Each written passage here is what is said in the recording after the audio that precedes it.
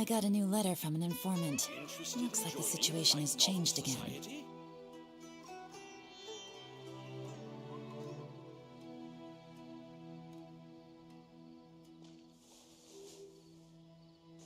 new shipment of items is also ridiculously overdesigned. The sight of shiny jewels always brightens my day. Trust me, just take my word for it.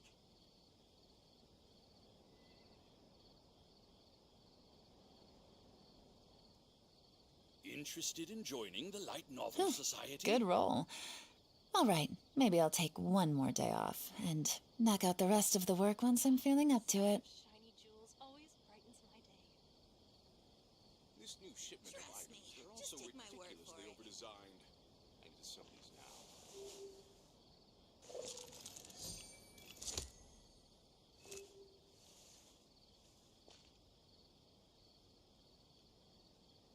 Interested in joining the Light Novel Society?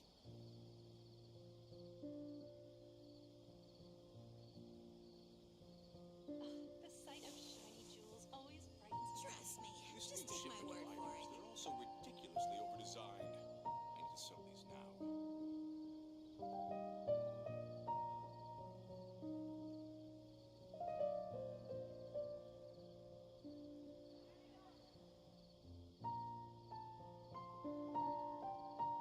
Interested in joining Navigating the Light world is a Novel whole lot Society? easier with a few different identities to choose from. Interested in Need me to joining come up with some for you? Society? A whole lot easier with a few different identities to choose from. Need me to come up with some for you? A whole lot easier with a few different identities to choose from. Need me to come up with some for you? A whole lot easier with a few different identities to choose from. The sight of shiny jewels. Interested in joining the Light Novel Society?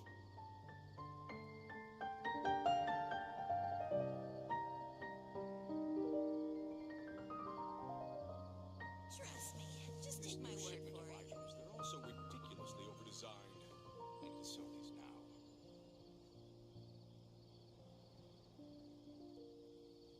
The sight of shiny jewels always brightens my day. Interested in joining the Light Novel Society? Trust me, just take my word for it. This new shipment of items, they're also ridiculously overdesigned. I need to sell these now.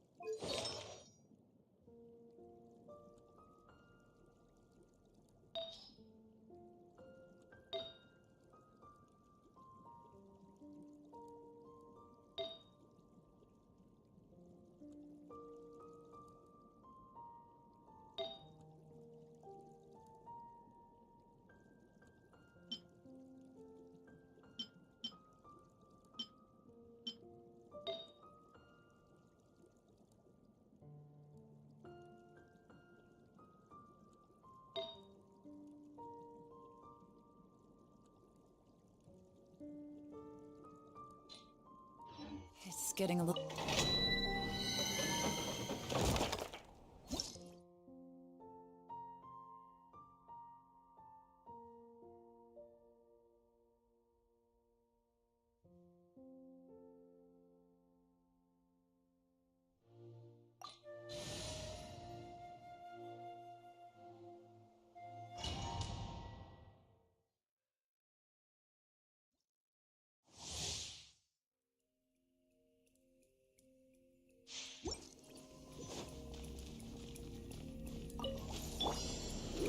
Stabilize! Everyone hold hands! Illusion shattered! Here comes the catch! Quietly now.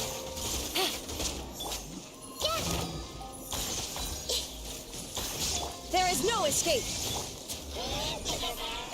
Order guide you. Gather. Yeah. Make yourselves at home. Things are about to get dicey. Yeah. Yeah. Yeah. Yeah. Yeah.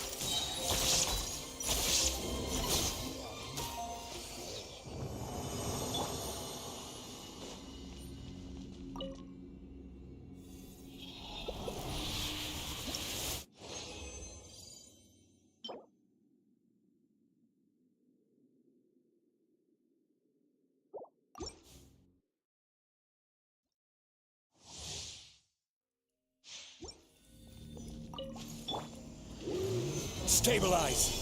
I see everything. Shine down. Game's up. Fun's over. Gotcha. Yeah. Help!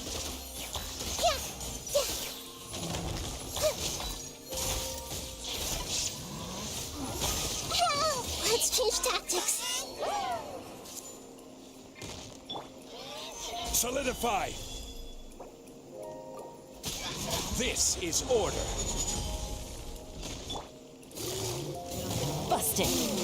There is no escape. Yeah. Yeah. Yeah. Yeah. Things are about to get dicey. Take it easy.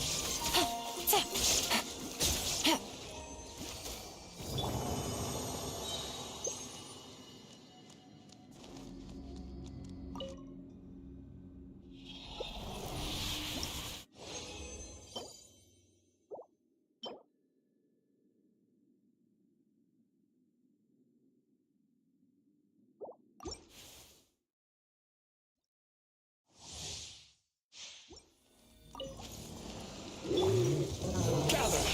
Order guide you. Quietly now. Game's up. Fun's over. Yeah. Sharing my knowledge. Shine down. Now you shall perish.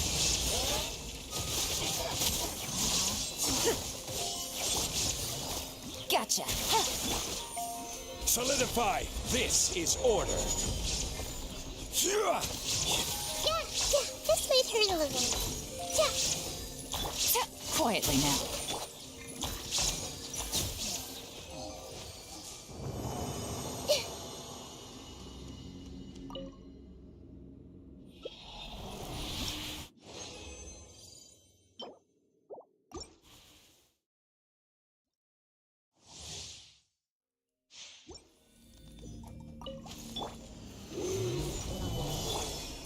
Here comes the catch. I will have order.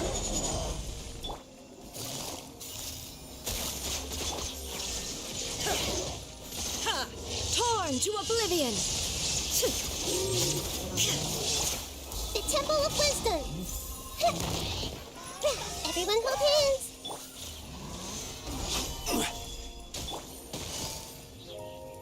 Busted. Illusion shattered. Yeah. I see everything. Things are about to get dicey.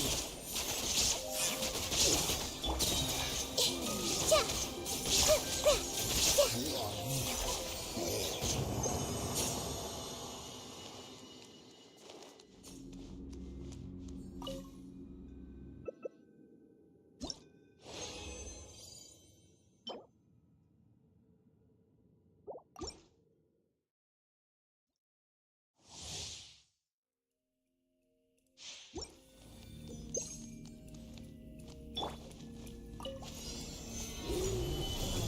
Shine down. Here comes the catch. Gotcha. Inazuma shines eternal. Order guide you. Yeah. Hey.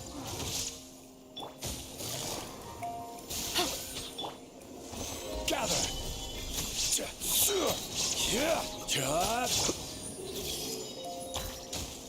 I will have order. Illusion shattered. Yeah. Yeah.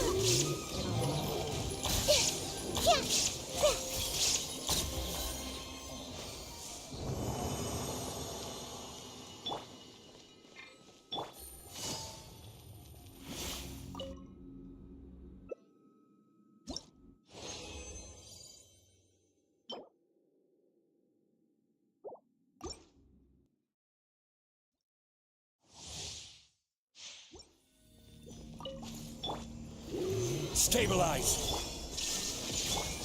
Everyone hold hands. Things are about to get dicey. Busted. Ha! Torn to oblivion. Order guide you. Solidify. Quietly now. Ja. Ja.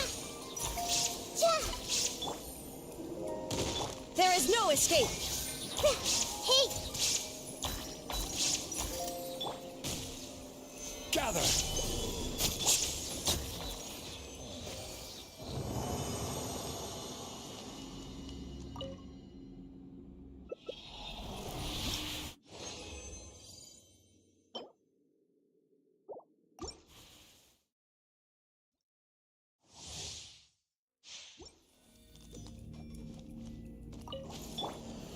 Stabilize. Everyone hold hands. Game's up. Phone's over. Gotcha. Inazuma shines eternal. I will have order. Yeah. Quietly now. Things are about to get dicey. Gather. Committed to memory. Yeah. Shine down.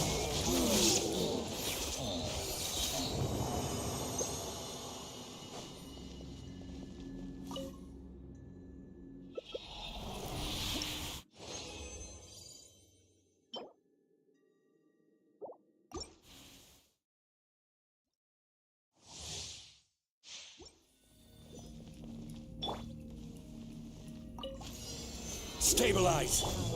Hey. Game's up. Fun's over. There is no escape. Torn to oblivion. This is order. Solidify. Sharing my knowledge. I see everything. Yeah. Busted. Things are about to get dicey.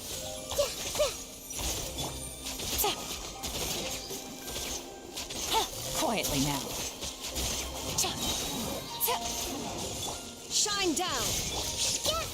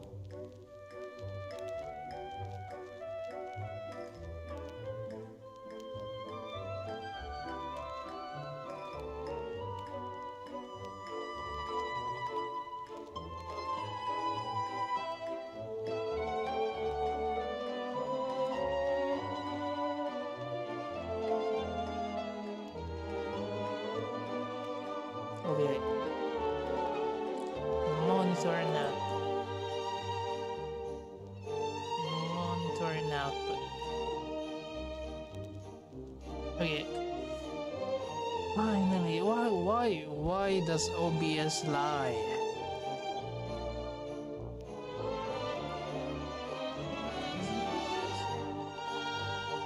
Okay. So this is the default.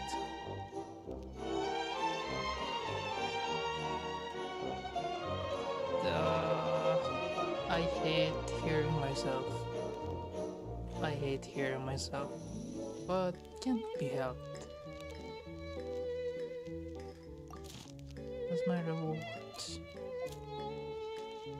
What are the rewards? Let's do the quest first. Take your position, form ranks, musket up. Take aim and fire! Repel the enemy advance. Musket? Sharpshooter?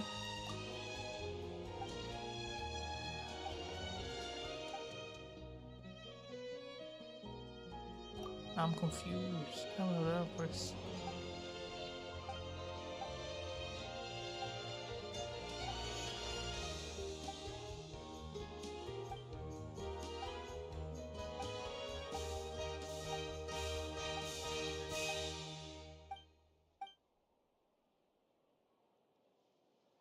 All we need to do is have fun.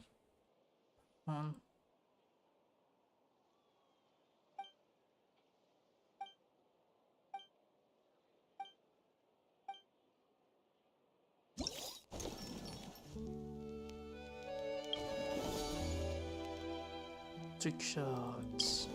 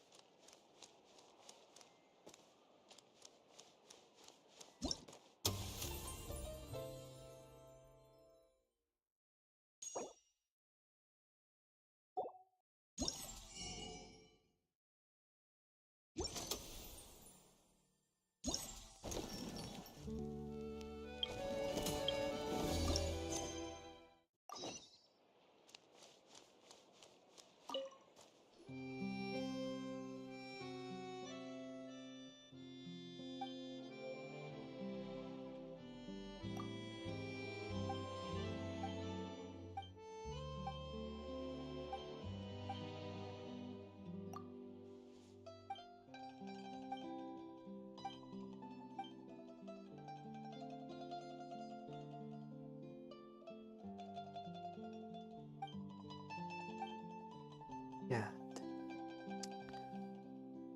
How much stuff they put in this game? Film, really?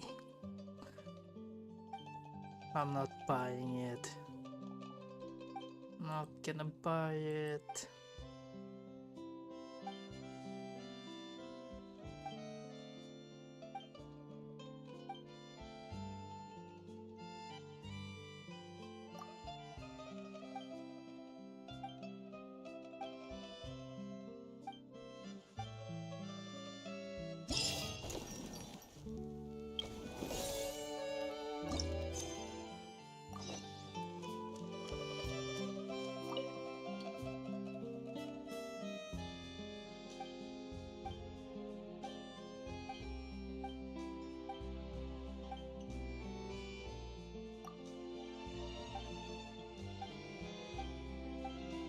I don't wanna read because I'm stupid. Haha.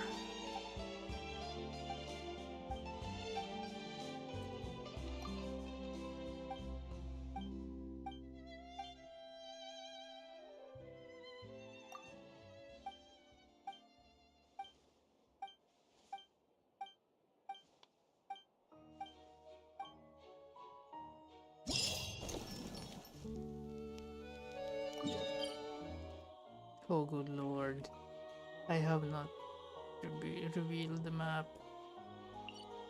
Let's let's reveal them up first. Like a little adventure. And after this, I need to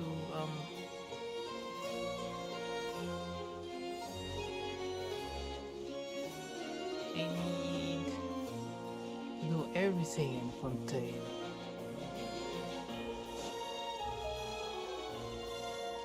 Is this?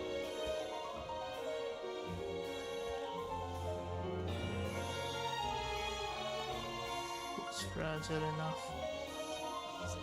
Investing too much motion puts you at risk of doing something irrational.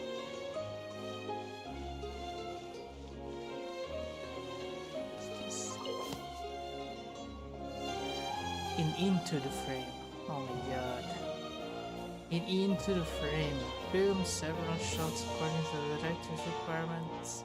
Compile them into a video. Camera position is key. You should ascertain the camera position. Why? Is this the game? Is this Genshin Impact? Oh my god. Okay. Every whale spent money for this game to make film. I don't know. I think I have not made. I haven't made a film, but I think it's not. It's work. It's work. I've edited videos once in a while, but production really it's some shots come with narration oh my god, I hate this word, requirements. Select the most suitable narration according to the story.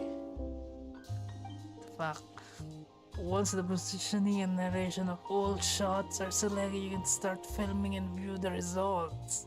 Your video will be rated according to how long it adheres to the laser requirement. So we're basically a squire, if you will.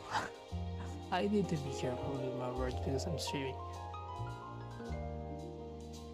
Okay, I'm a worker for the director. With no input at all. Do your best to satisfy all the requirements. See how many requirements is there in this paragraph. Do your best to the requirements, receive higher rating to win rewards. Oh, good lord.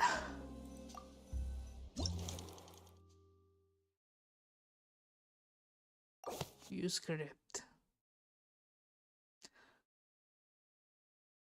Do people really play this stuff? Oh my god.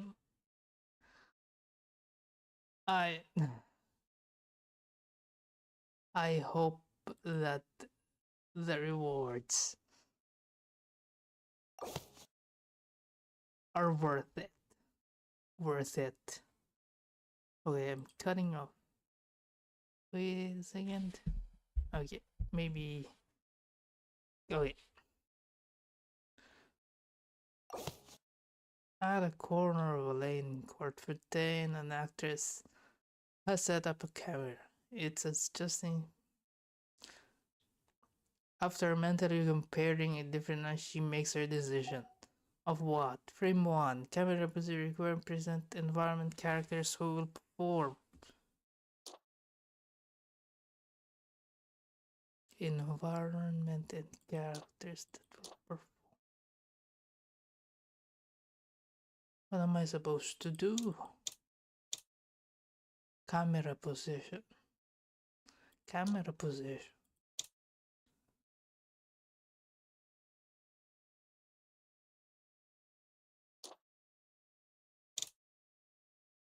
Film the actress as she ponders.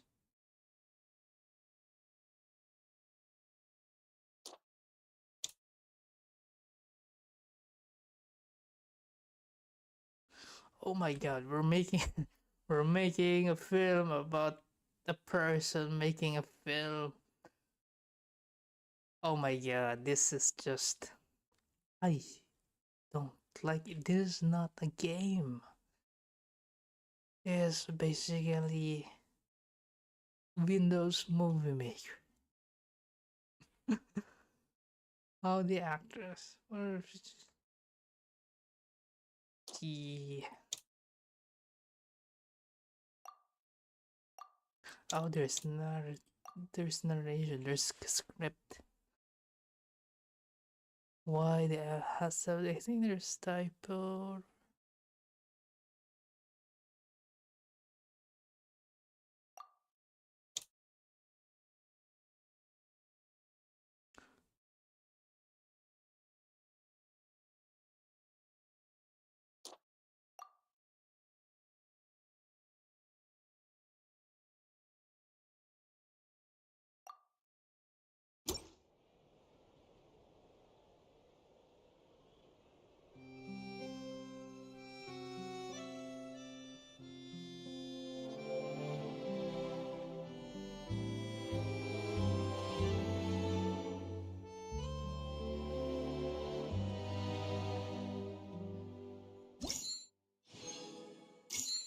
Divine.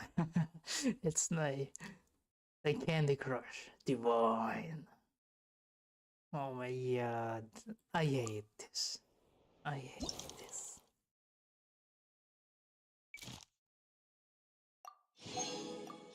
Oh my god, this is a waste.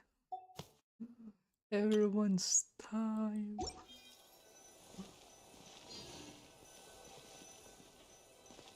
Okay, so a film, right? What's my favorite film? I'm not particularly sure, but the the best animated film is Rango. I don't know, I just like Western American culture, cowboys and stuff. So yeah, Rango. Good film, good animation, weird characters. Really good story. The Spirit of the West. So, yep. Oh my god. There's no plastic in filmmaking.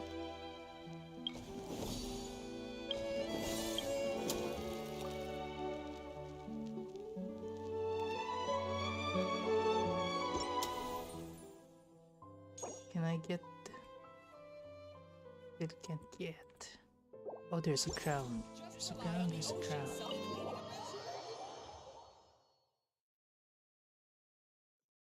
Where am I going? What is this?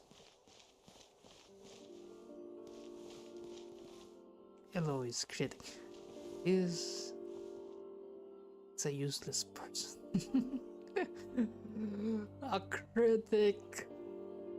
A critic. Look at her. Look at her. She's a critic with everything that she has. Just help yourself. I hope you have recipes. Hell yeah! See, I've never been in Fontaine. Let me buy those, spend those money on food.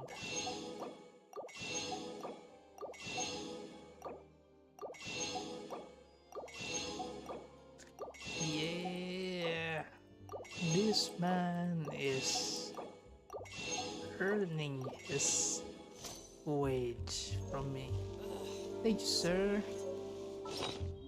I have things to master.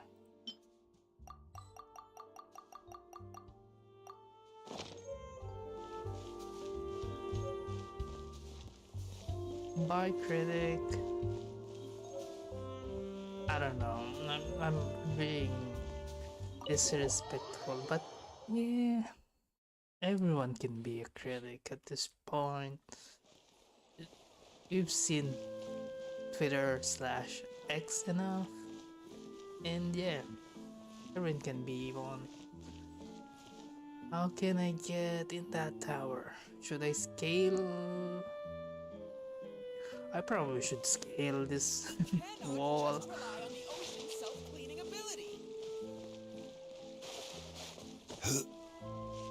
Because, yeah, caveman mode.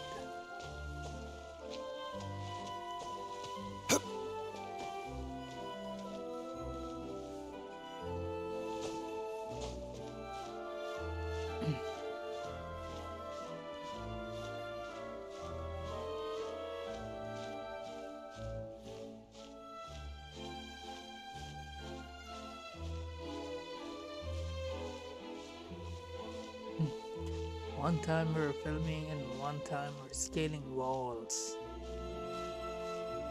Because I don't know. I know. New place, I would scale wall in real life.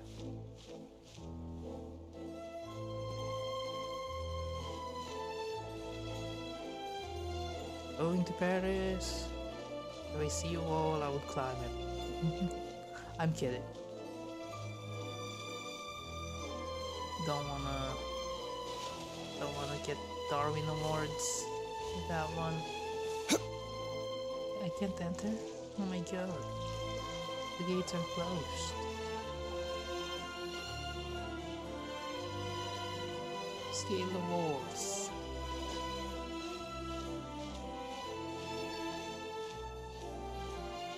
Super grip.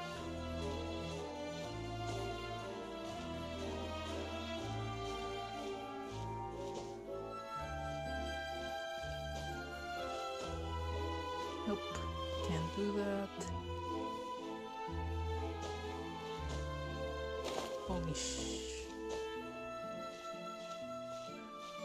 Zombie. Let's climb the walls.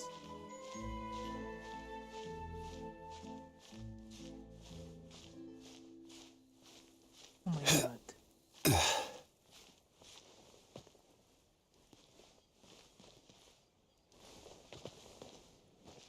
Oh my god, no!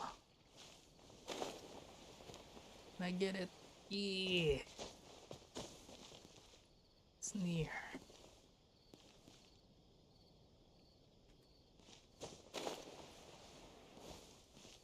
Who would design this? An architect for sure.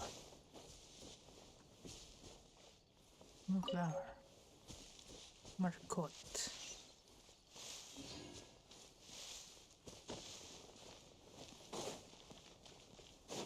Oh, there's a bad guy. That is a bad guy.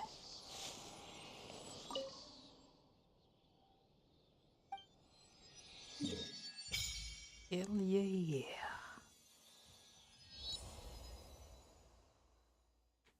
So we need to pop this teleportations. Look how nice how the Archon looks in the statue. I like the long gown. The long gown. She looks like a saint. Very long hair. Oh, is that pigtails? Yeah.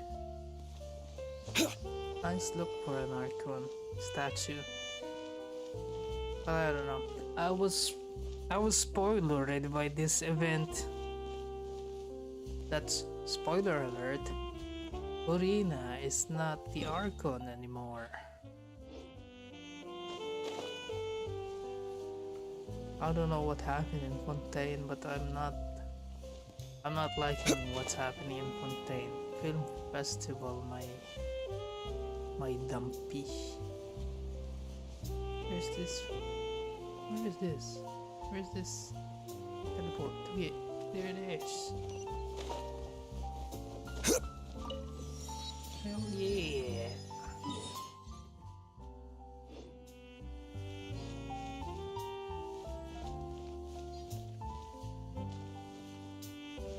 So the other ones should be here. It's so... This place looks so big because of the big buildings. I think it's...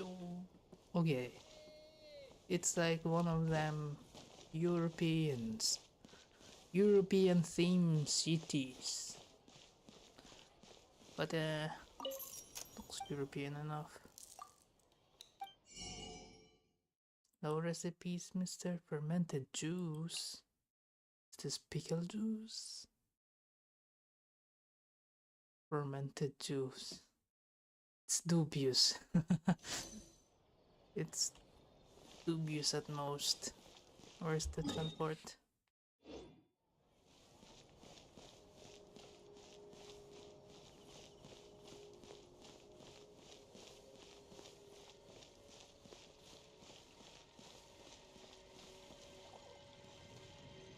Looks so pretty. This game still looks pretty. Oh, it's underground. Oh, hi, old lady. Look how it walks. Tale of love and hate from the Isle of Iridius. Read all about it. Shut up, kid.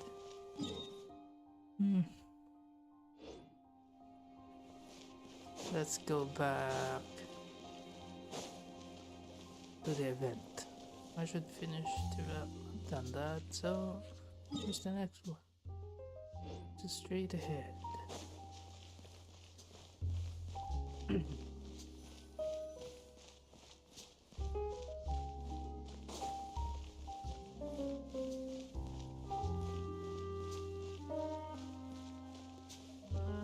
Okay, where's the event? I've just been here. I just scaled this wall and I didn't see anything. Here's the thing.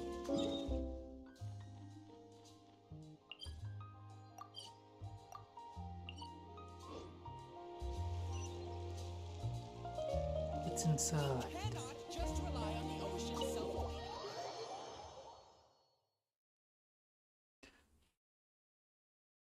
It's upstairs. Oh. Oh, that's pretty cool. And there's a cake. Is this a display cake? Oh, this.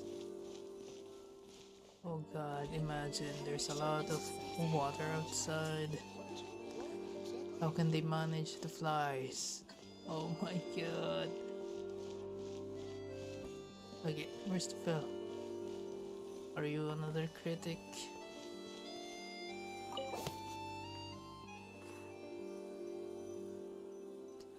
Fireworks merchant arriving in Fontaine and her client have arranged to meet at Hotel de Pauvre to discuss a sale. After carefully checking samples, the client acknowledged the quality of fireworks and deal is struck. Deal is struck.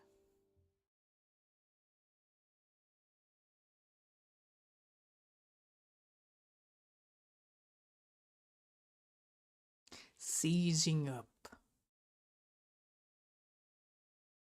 What does seizing up means?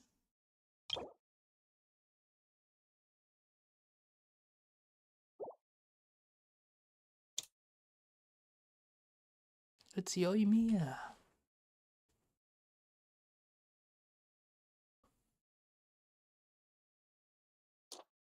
Mysterious merchant. So just the red ribbon.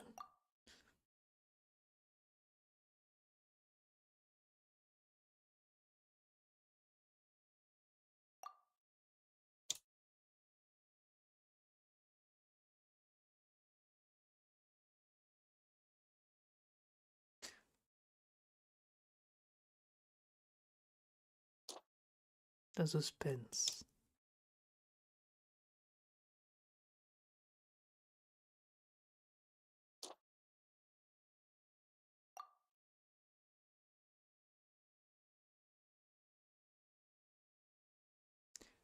Yoimiya would say such stuff.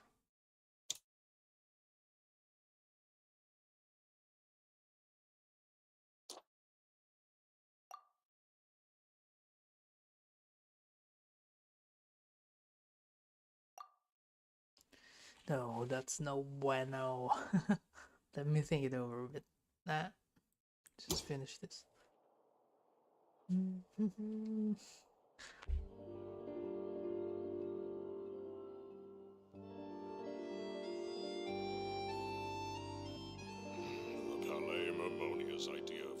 crisis awareness defies words. Who just talked? Oh. Should be this one.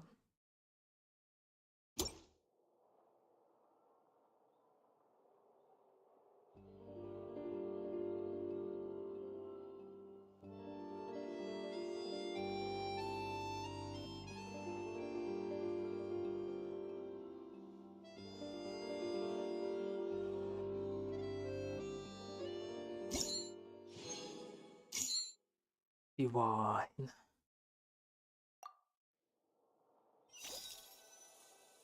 Yay! Where's Yoimiya?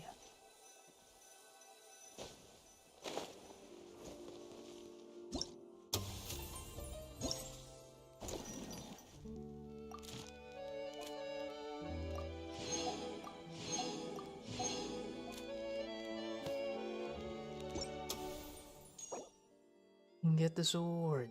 I think this is Beidou's sword.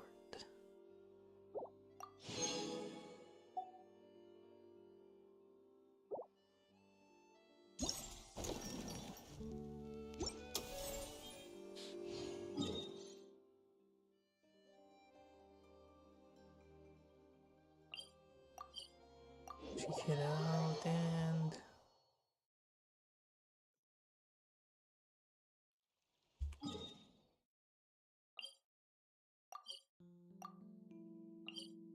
go here. How do we go there? World quest. See, he's a bad guy. He's a bad guy.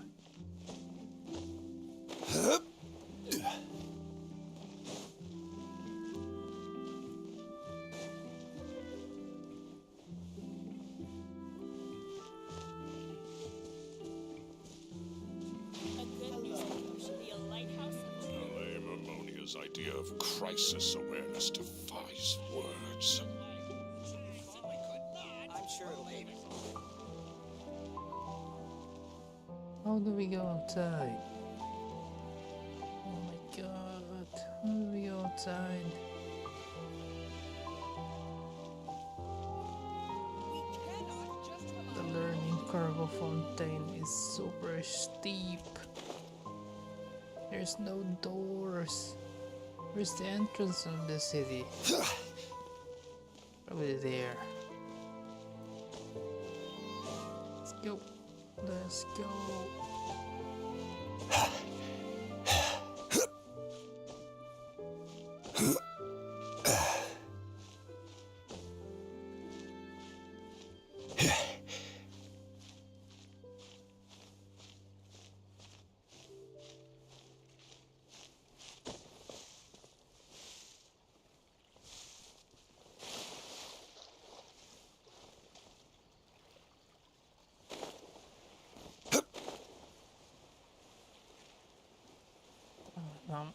I don't know.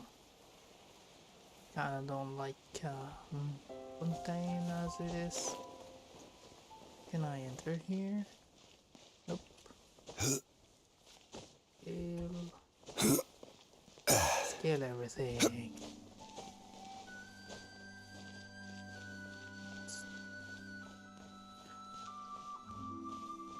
What if this gets flooded when it rains? And this cloud, it will collapse. Bad design.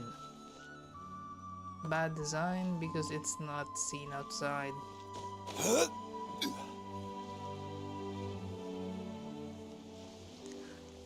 Bad design.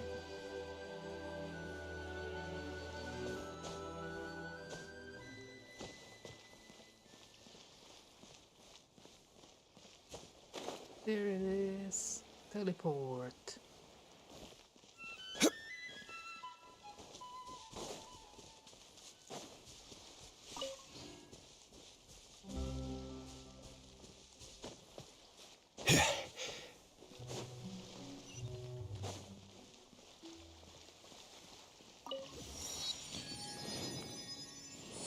What's this? that a bird? Wicked looking bird.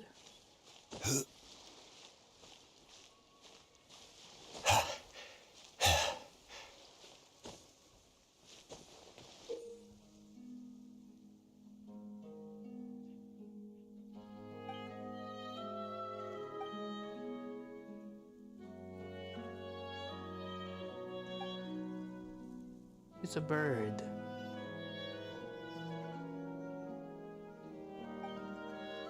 I don't know. I'll just play this. Play as it is.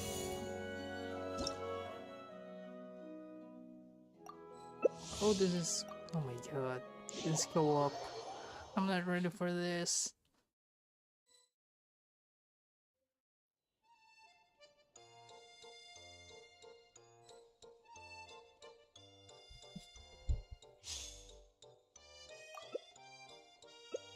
Osmanthus wine tastes the same as I remember. But where are those who share the memory?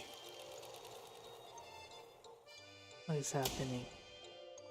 Your target here. Red zone. Ugh.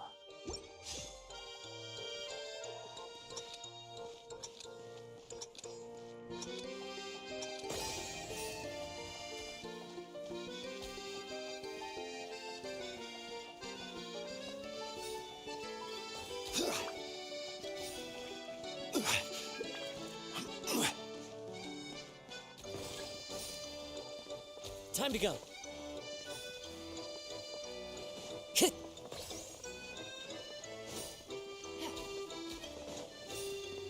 Oh my god. I just died.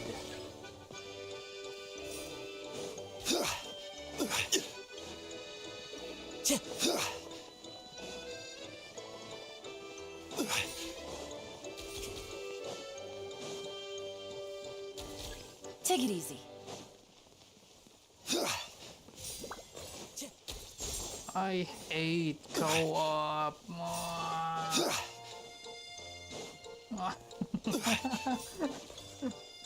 I hate co-op. That guy has 44 already. And I have 10.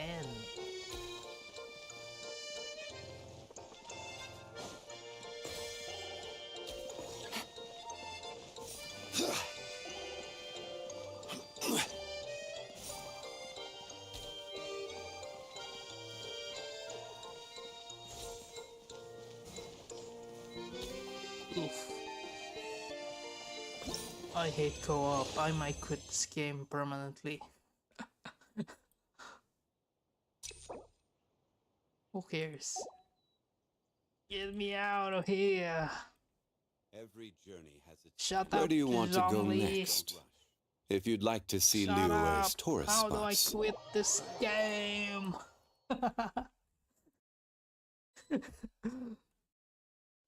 Oh my god, this is the worst.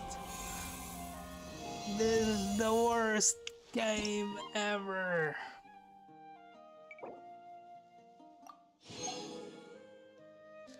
And it should be 5,000.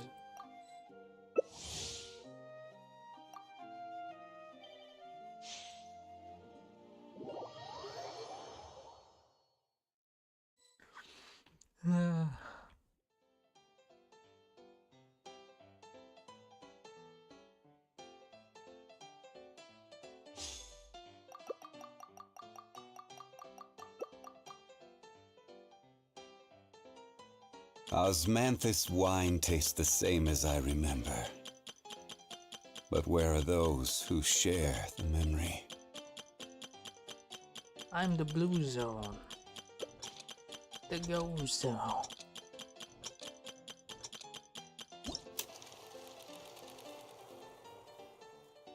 Nice. It's just a plain old circle.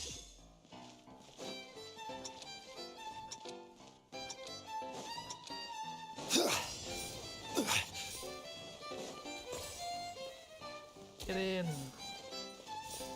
bitch. How do I? There's not even any attack. I'll just do this. Make my own funny little thing.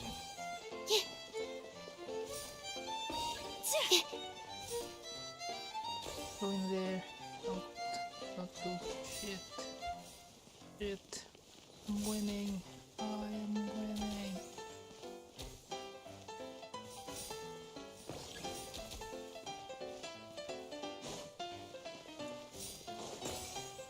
Yeah!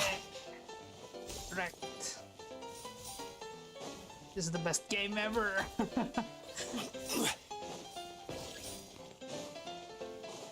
Best game ever! Wrecked bitches!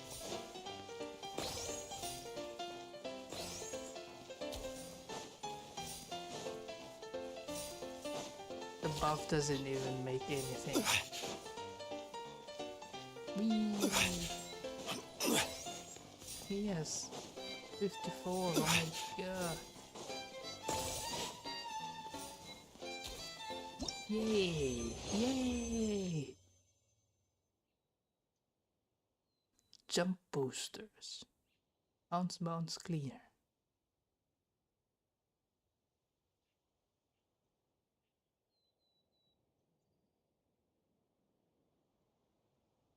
Get me out! Get me out!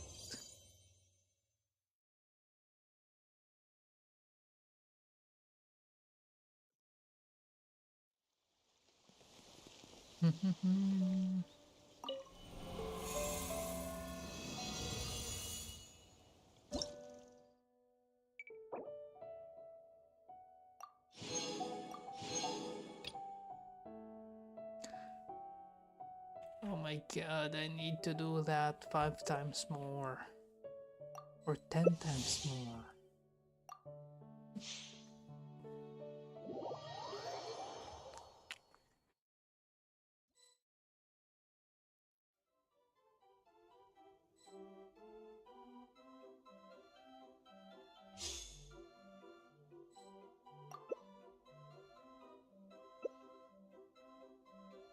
There's a Baishu. Who's this? I'm the yellow zone.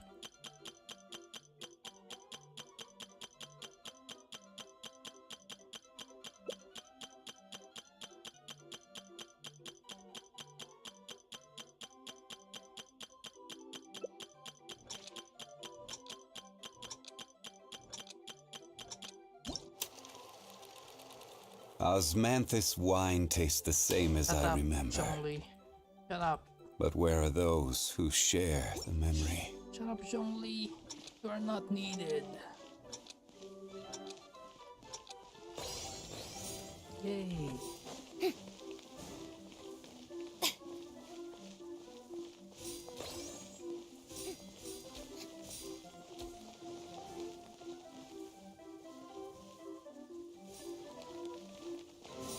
Wreck bitches.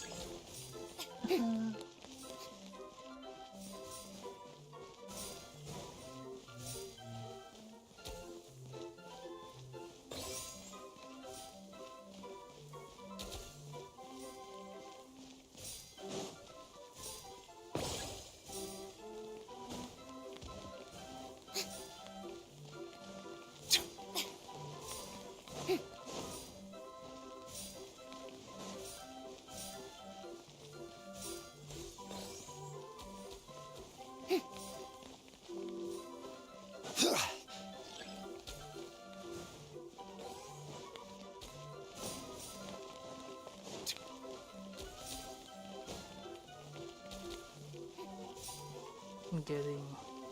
Get the fuck out of my way, dude. Yeah.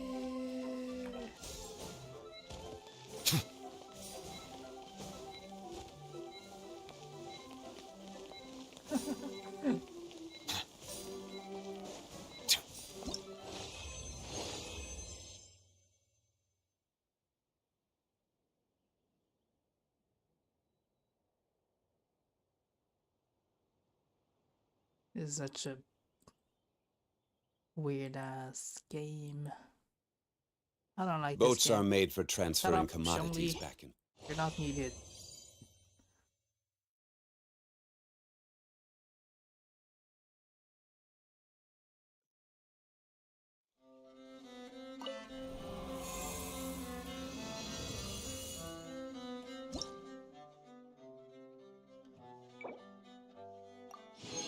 We're halfway there. Oh my god. Can I buy some stuff?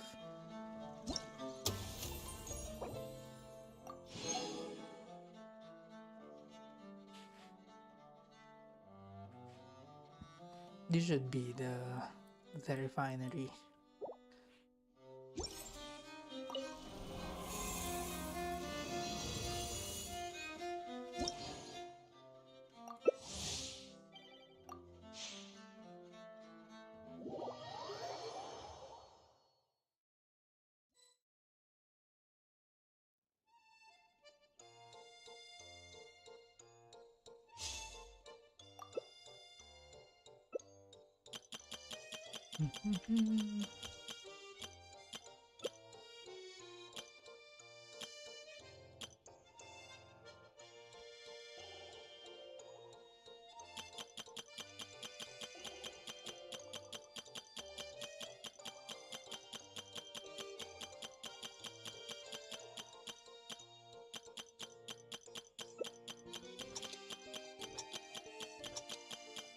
every journey has its final day.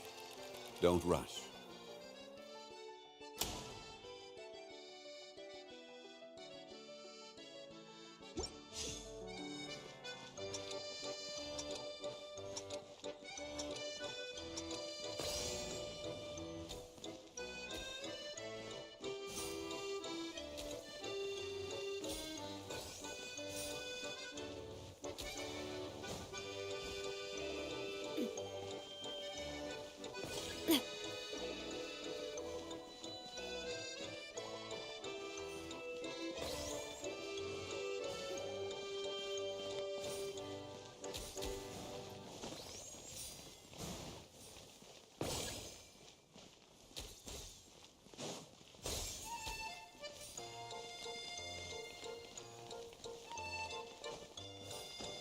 Yeah.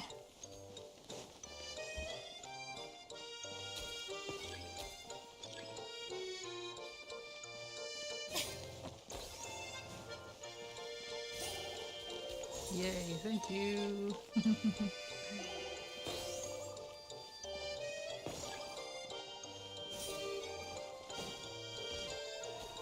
Oh, that's bull crap.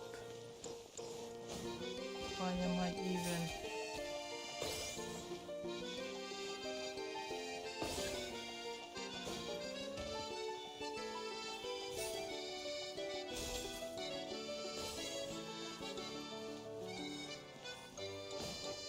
Why am I even stuck in the damn statue? I hate this.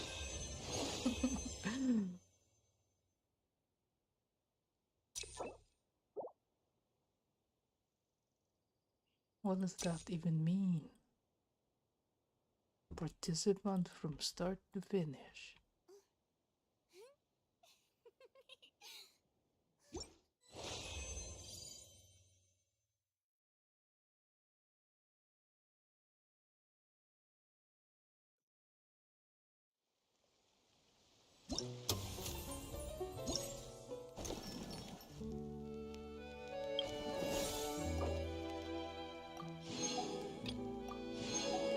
Yeah.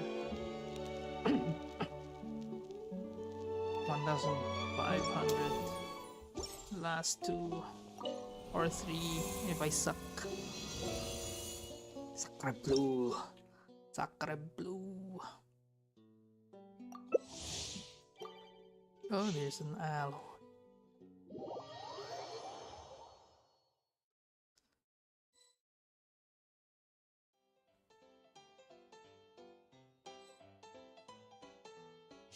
Let's become some alloy enjoyer. There's alloy. Yeah. Alloy.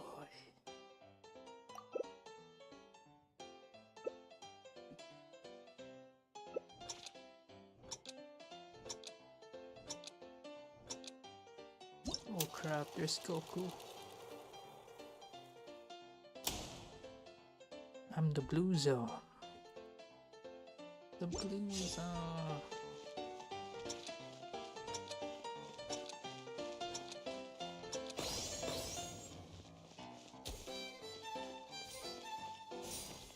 Thank you.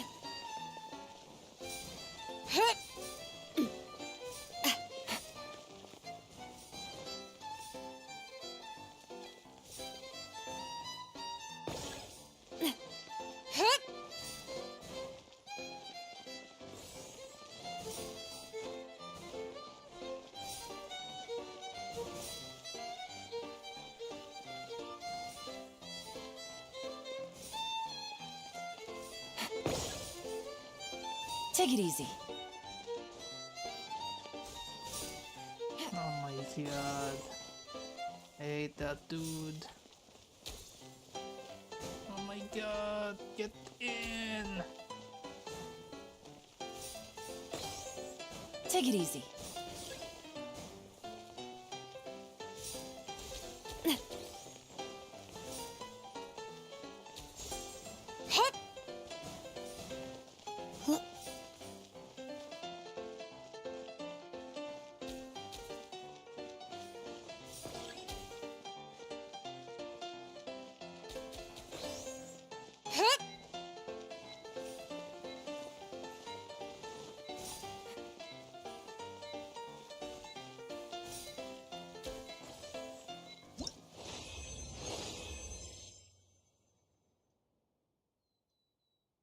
Shut up.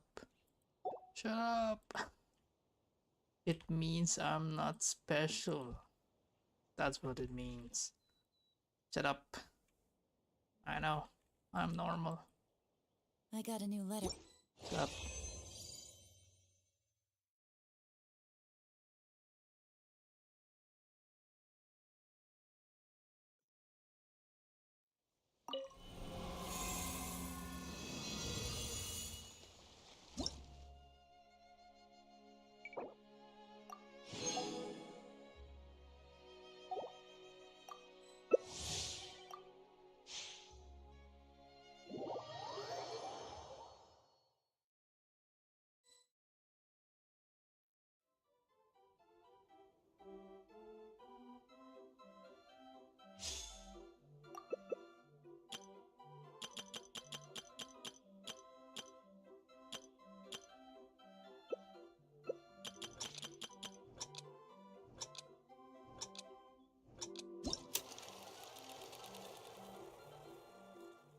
Just be fast. I'm all. Again, the blue zone. I hate the blue zone. The blue zone lose every time.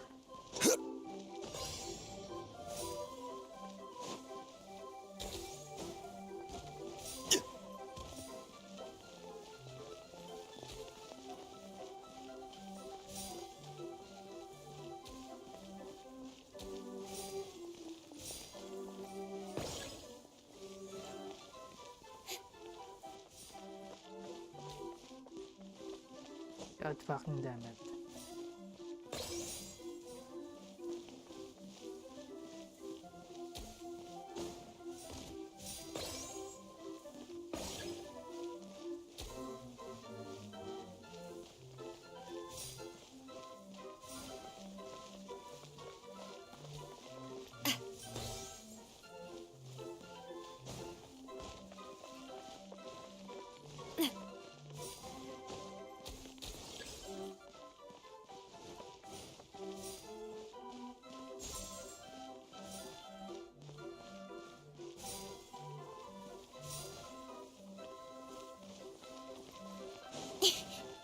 Shut the fuck up, bitch. Good.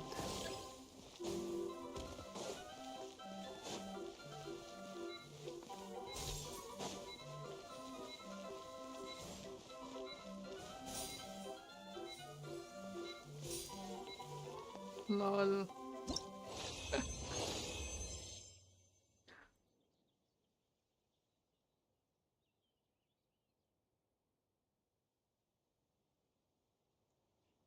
Yay. God damn it. Last I finished the event. Boats are made for travel. Shut up, Lonely. I'm about to cry from this game. What are they even thinking? We will not touch that game ever again. It's like a Genshin banner. We will pretend that it didn't exist in the first place.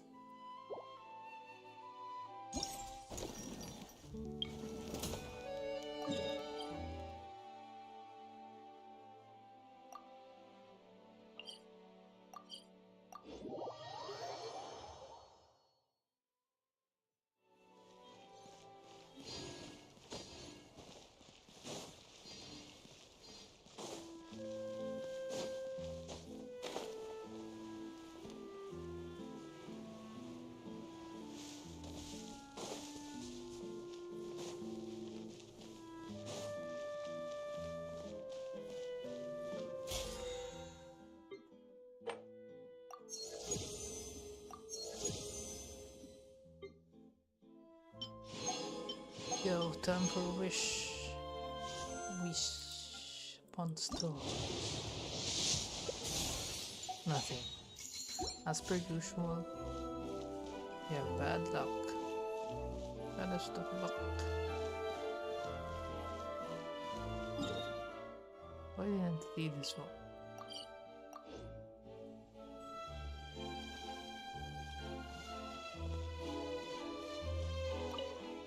Oh, there's a torrent one. Defeat all, yeah, at least 10 munition. Have at least 20.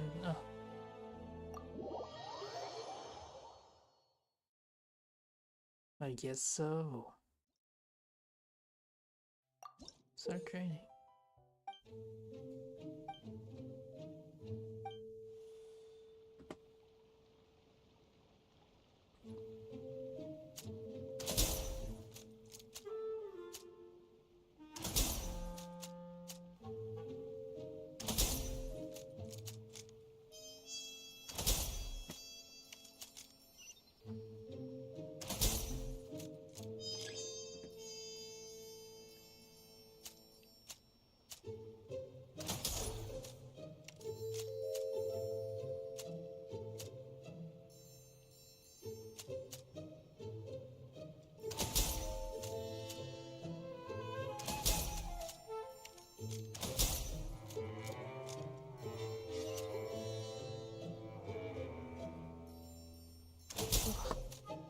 That was close.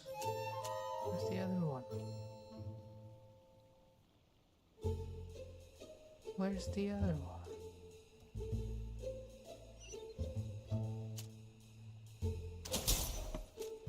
Right.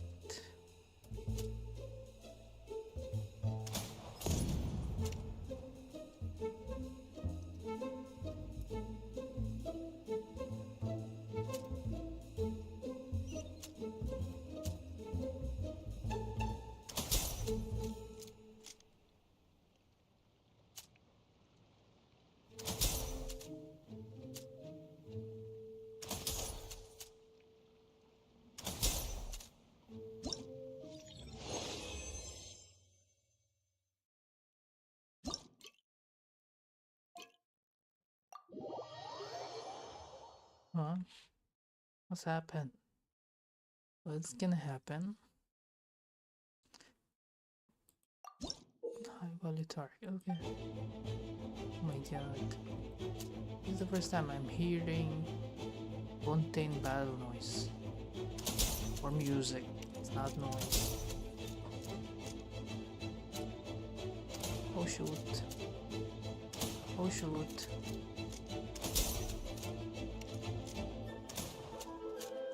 Don't move. Shoot.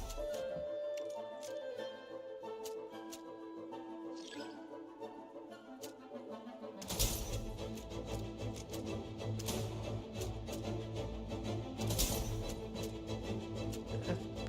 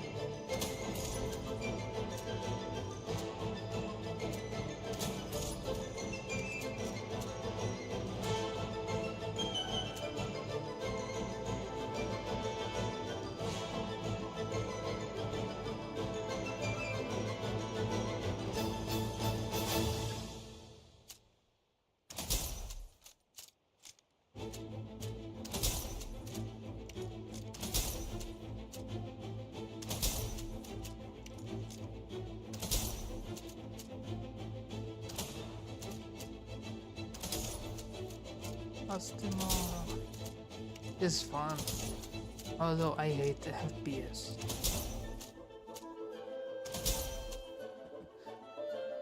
One reason is I don't have proper equipment. My mouse sucks. The DPI stuff.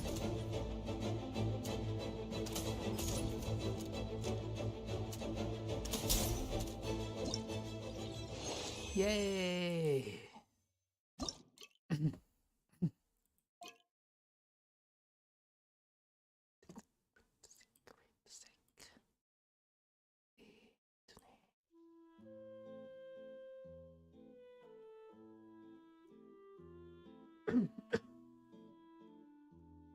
Wait a sec.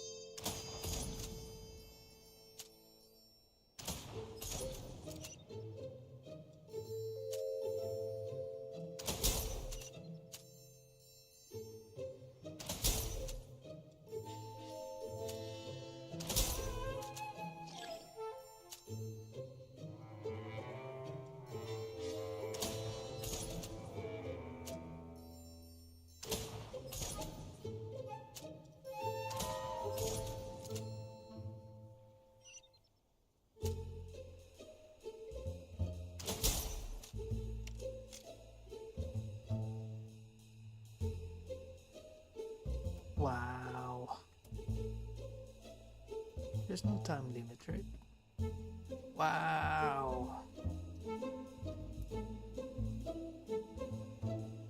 Oh shoot.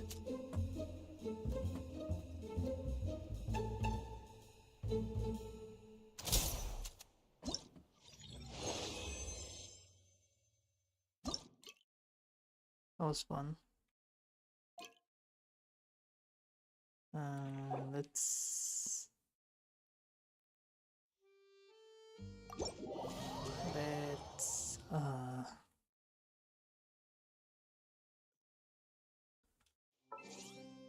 change the settings a little bit.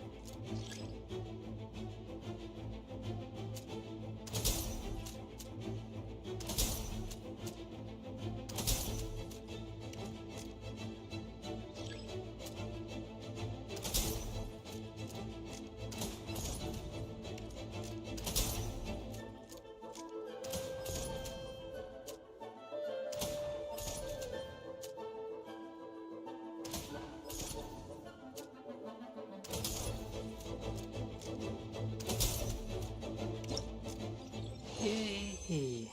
Yay!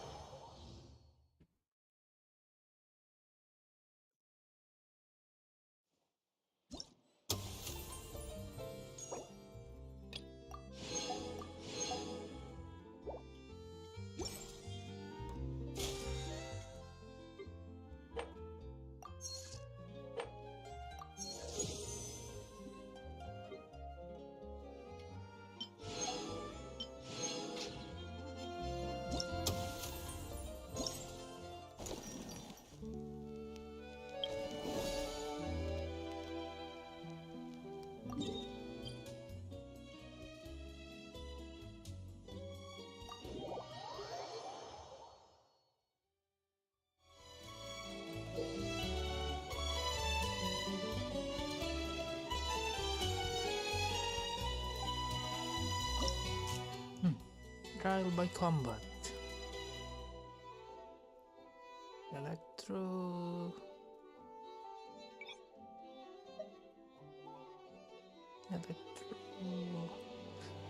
Electro.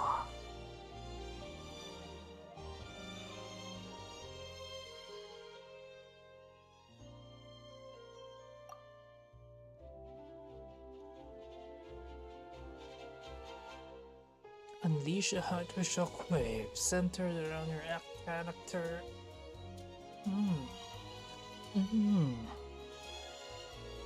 Yes.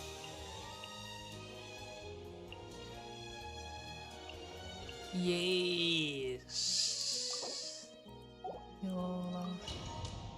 Okay.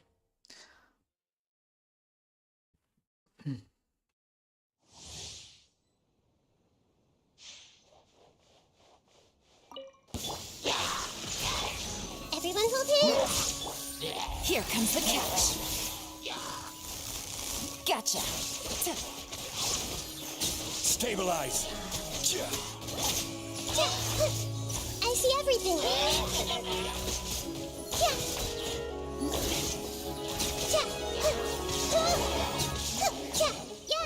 Yeah. Illusion shattered. Game's up. Fun's over. Quietly now.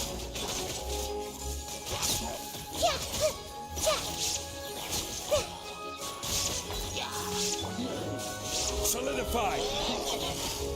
Busted. Things are about to get dicey. Hey.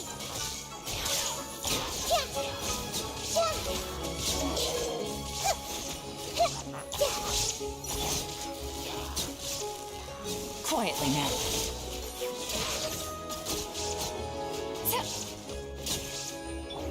Everyone hold hands. Stabilize. Game's up. Fun's over. Busted.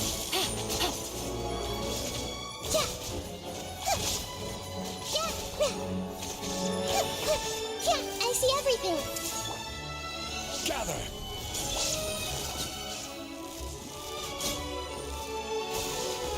Shine down.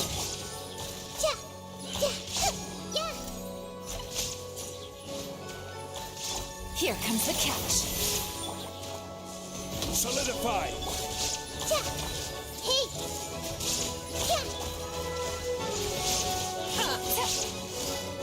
Quietly now.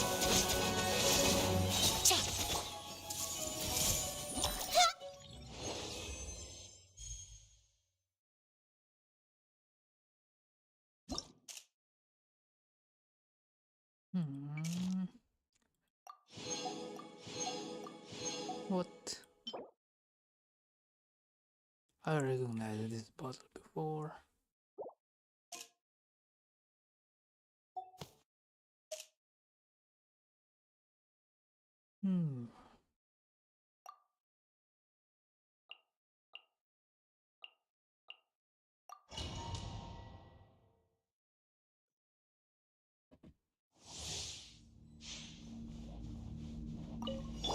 Illusion shattered.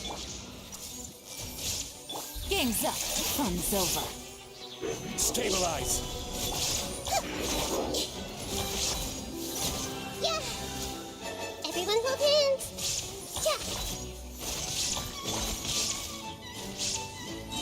Gotcha. Yeah!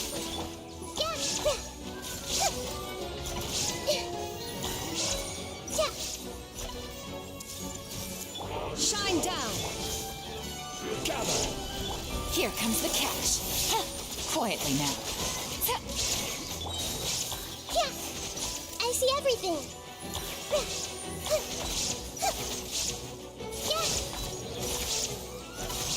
Yeah! Yeah! Hey! Gotcha. Take it easy. Game's up. Fun's over. I see everything! Yeah! Yeah! Illusion shattered. Solidify. Busted. Things are about to get dicey. Everyone hold hands! Shine down. Yeah! Hey! Gotcha. Gather. Here comes the catch. Illusion Everyone hold hands! Yeah! Yeah! Yeah! Yeah! Busted. Solidify. Yeah! I see everything! Shine down. Things are about to get dicey. Yeah! Yay, 9,000. Easy. Easy.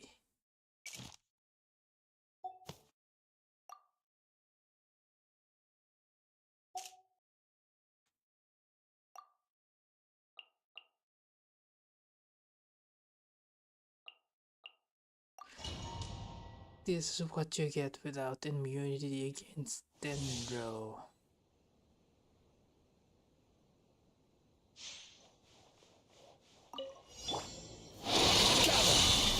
Illusion shattered. Hey! Here comes the catch. Gotcha. Yeah! Yeah! Yeah! Yeah!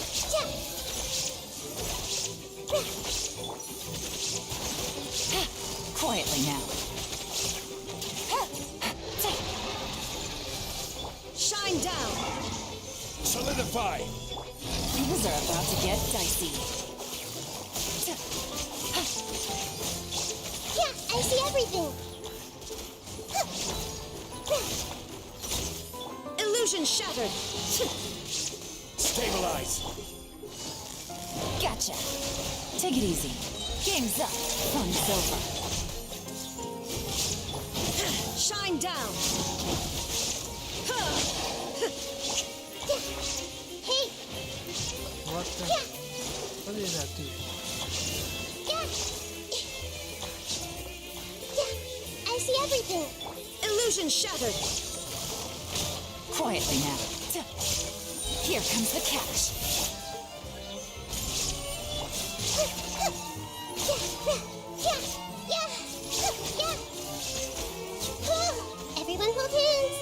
There is no escape. Busted. Game's up. Fun's over. Hey!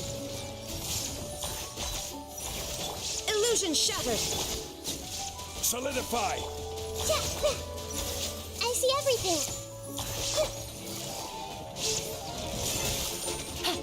Here comes the catch. Yeah! Yeah! Yeah!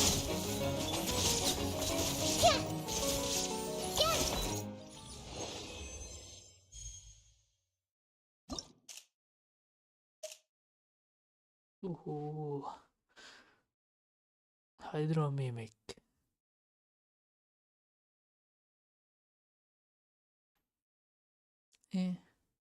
Dendro for the win. Gonna use Dendro for everything.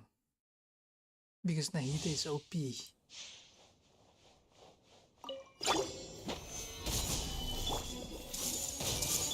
Things are about to get dicey. Yeah, yeah, hey. Yeah.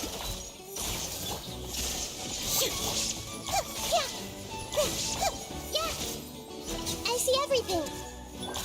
Game's up. Fun's over. Quietly now. Yeah. Yeah, yeah. Gather! Everyone hold hands. Here comes the catch. Gotcha. Yeah. Shine down. Yeah, hey. Yeah. Stabilize! Game's up. Fun's over. Busted. Yeah. Everyone hold hands. Yeah. Solidify! There is no escape. Gotcha. I see everything. Yeah. Yeah.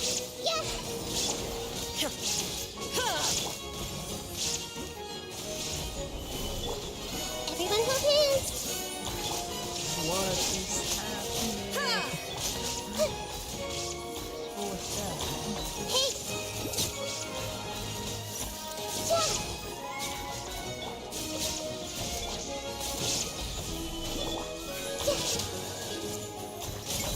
Yeah.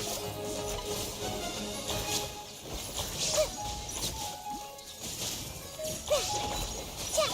Shine down. Yeah. Yeah. Yeah. So there's another upper tier. There's another upper tier. Probably 10,000.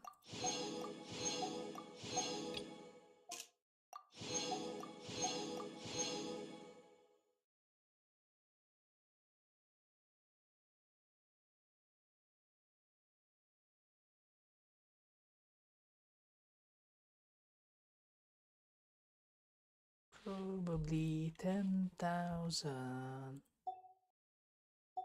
Well, I don't care. I'm finishing my quest.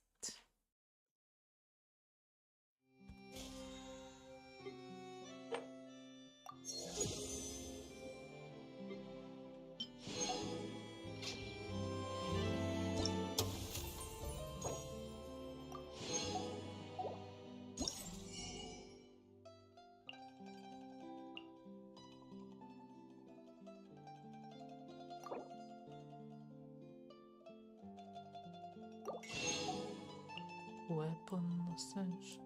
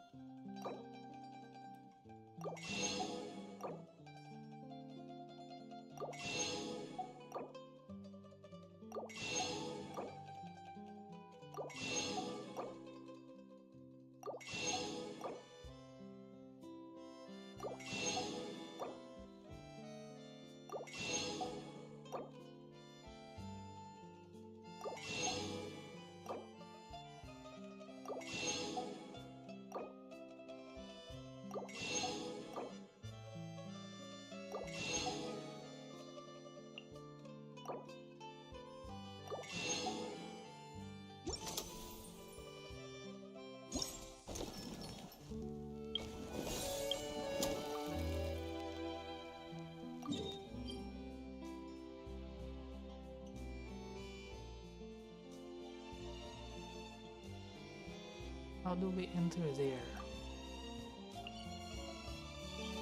Osmanthus wine.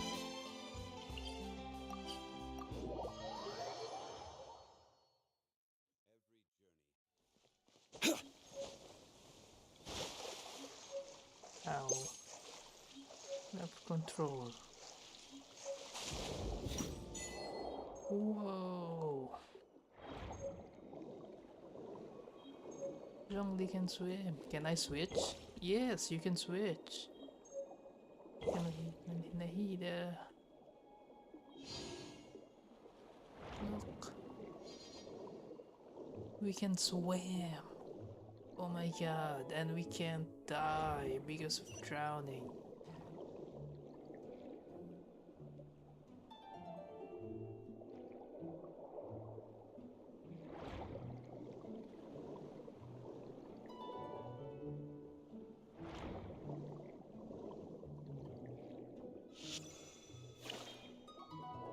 What's that?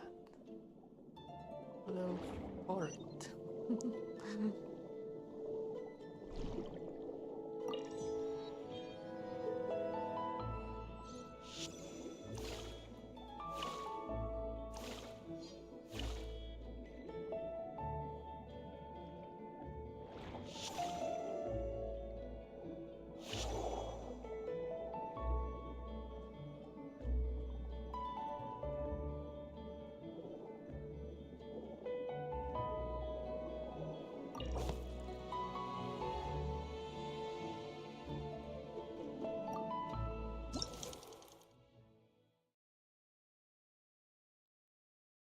Environment.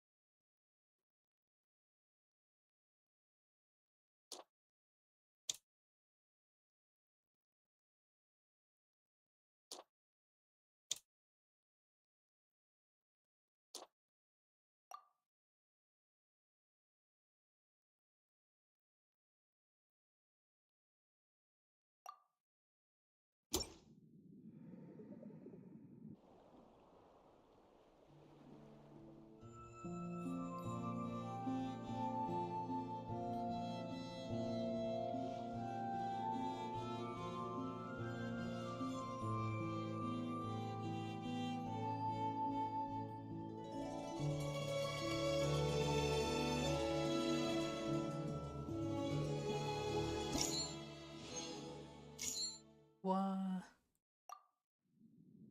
It's not it. It's not it.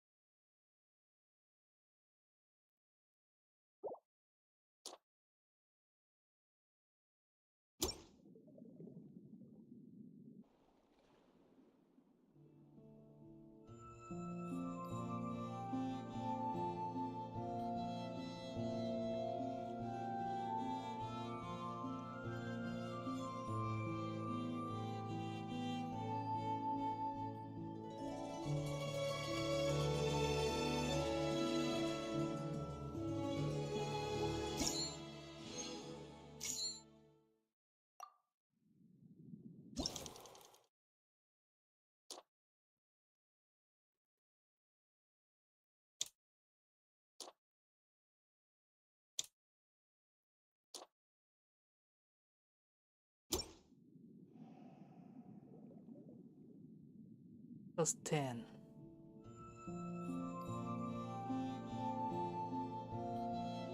Plus 0.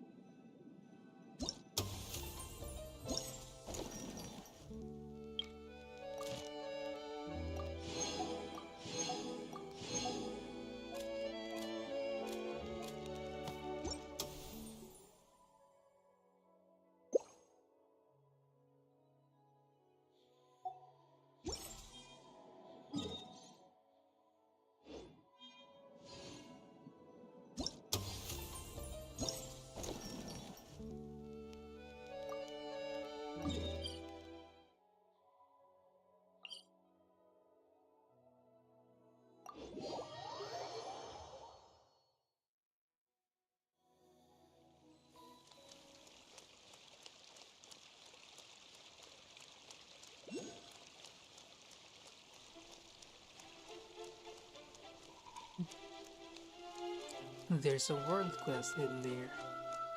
Should be careful. Nope. Oh, the damn stuff.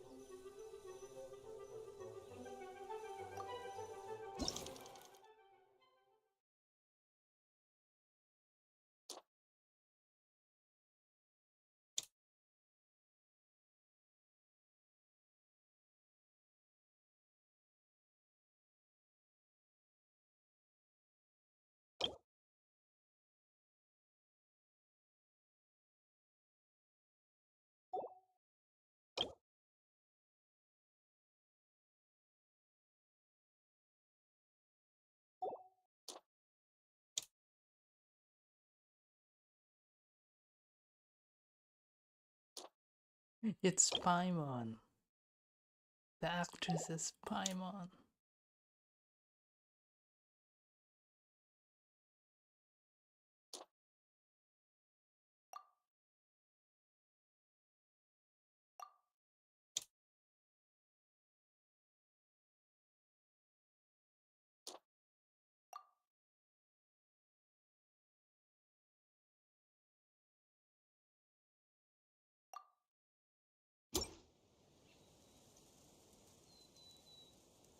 Well, this is fun. I admit. Mhm.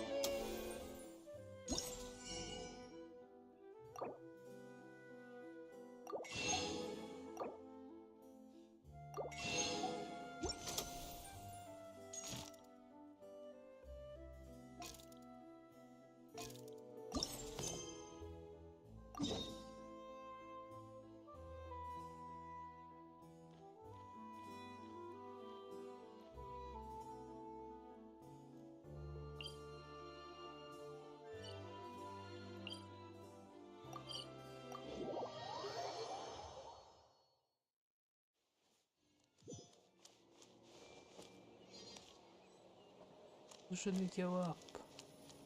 How can we go up?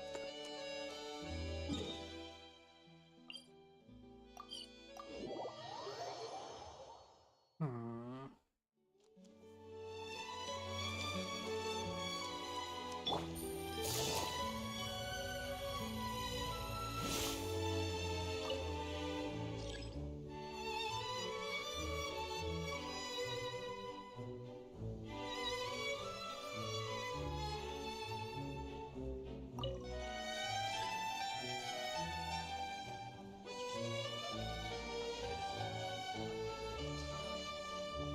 There's a left. Lower. I need to low. I need to go low. Let's see.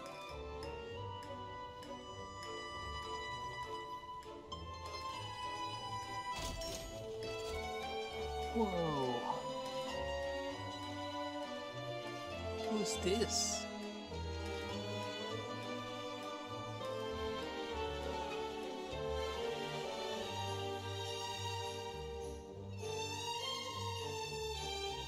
Miss Chiori? Your talk with the investor sure went fast. The Aquabus hasn't even arrived yet. Oh? And who are they?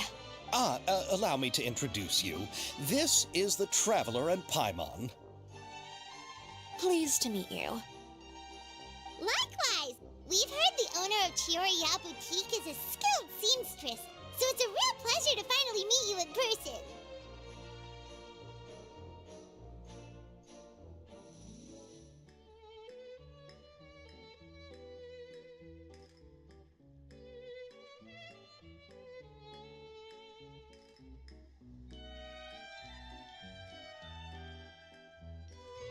Why, thank you. I strove to create an outfit that matched her high social station as the demoiselle. So tell me, what happened? I can tell the conversation didn't go quite as expected.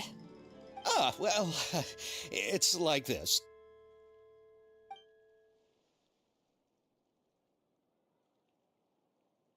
Ugh. I know, Chiori, you don't have to say it. You did remind me that this investor was a little bit sketchy. Yes, there's no doubt about that. But how could I pass it up? He offered me twice as much as the others. And therein lies the problem. Yes, but just put yourself in my shoes. After obtaining such an excellent script, it's only natural that I would want to make the most of the film. The budgets that the others had proposed were nowhere near enough. It's difficult to find someone willing to front such a large amount of mora, so... Don't be sad, Xavier. We might be able to help scrounge up some more together for you. Ask child. Oh, thank you, Paimon. That means a lot to me. But the cost of the film is staggering. I'm afraid that any mora we can scrounge together in a short amount of time won't even be able to cover the actors' fees. We need to move on. What's happened has already happened, and there's no changing it. But now's not the time to give up. What? You're saying that you have a plan? No, that's not what I mean. I'm simply saying I wouldn't give up just yet. The actors I recommended aren't just after Mora after all.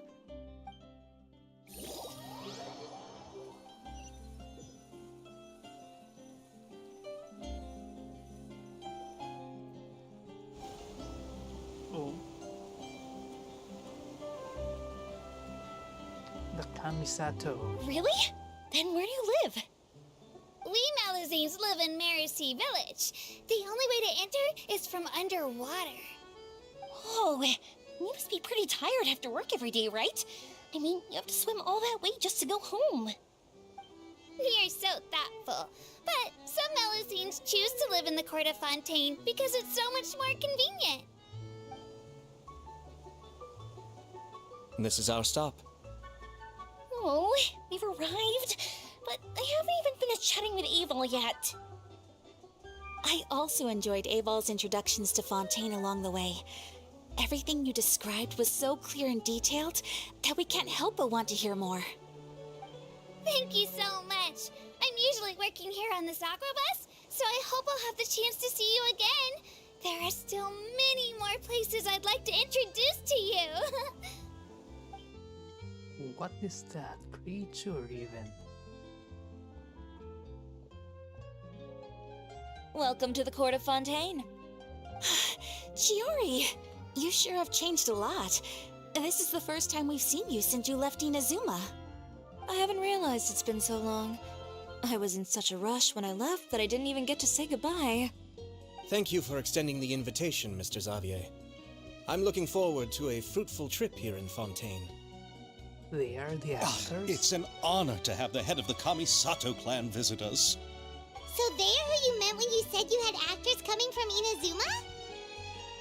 Oh, it's the Traveler and Paimon.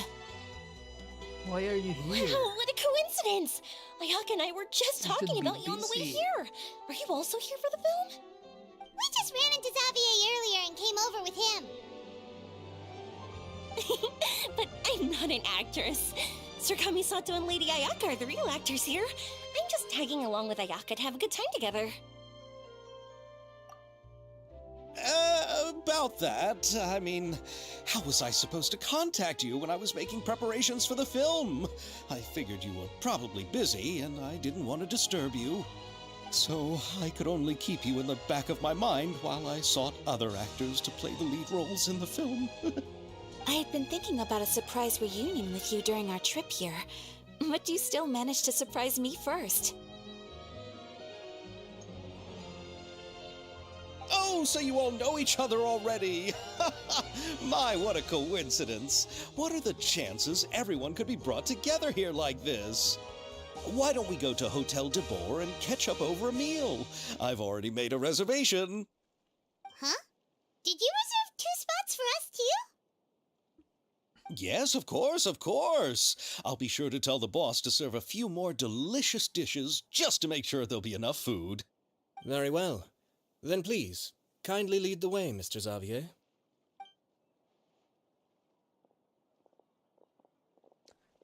Does Chori have some vision? Is she a playable character? Wow, the buildings in Fontaine are so tall. Just look at how big they are. And there's the fountain that Aval mentioned earlier. It really is a magnificent sight. And look at that huge spinning sphere. Where does it get its power? Wait a sec! Could it be one of those clockwork mecha we've heard so much about? Clockwork mecha?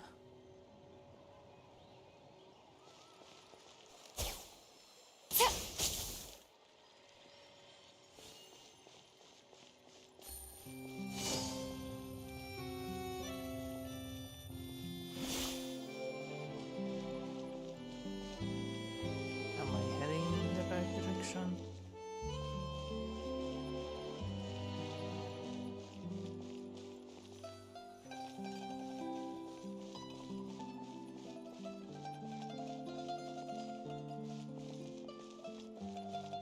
No way! I'm not guessing. I'll take a guess.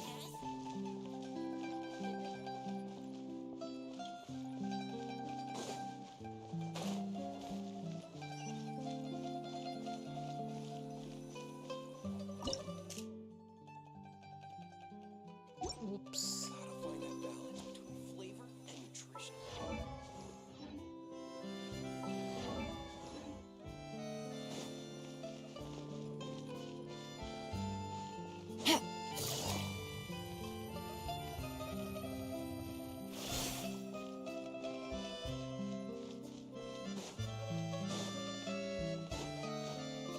I'm lost. I'm lost. That's the best way when you're visiting Europe, you just get lost.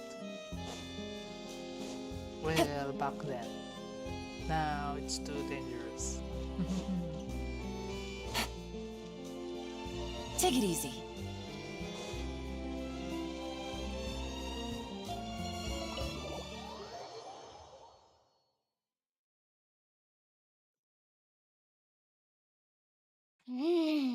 So this is what food from Fontaine is like.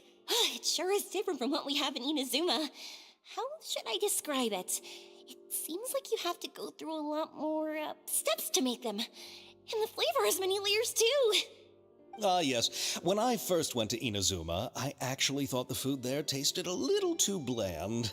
It took some time for me to get used to it. Let's get back to the purpose of this trip for a moment, shall we? How have preparations for the film been coming along, Mr. Xavier? Well, I've already assembled most of the film crew. A lighting specialist, a prop manager, and a costume designer.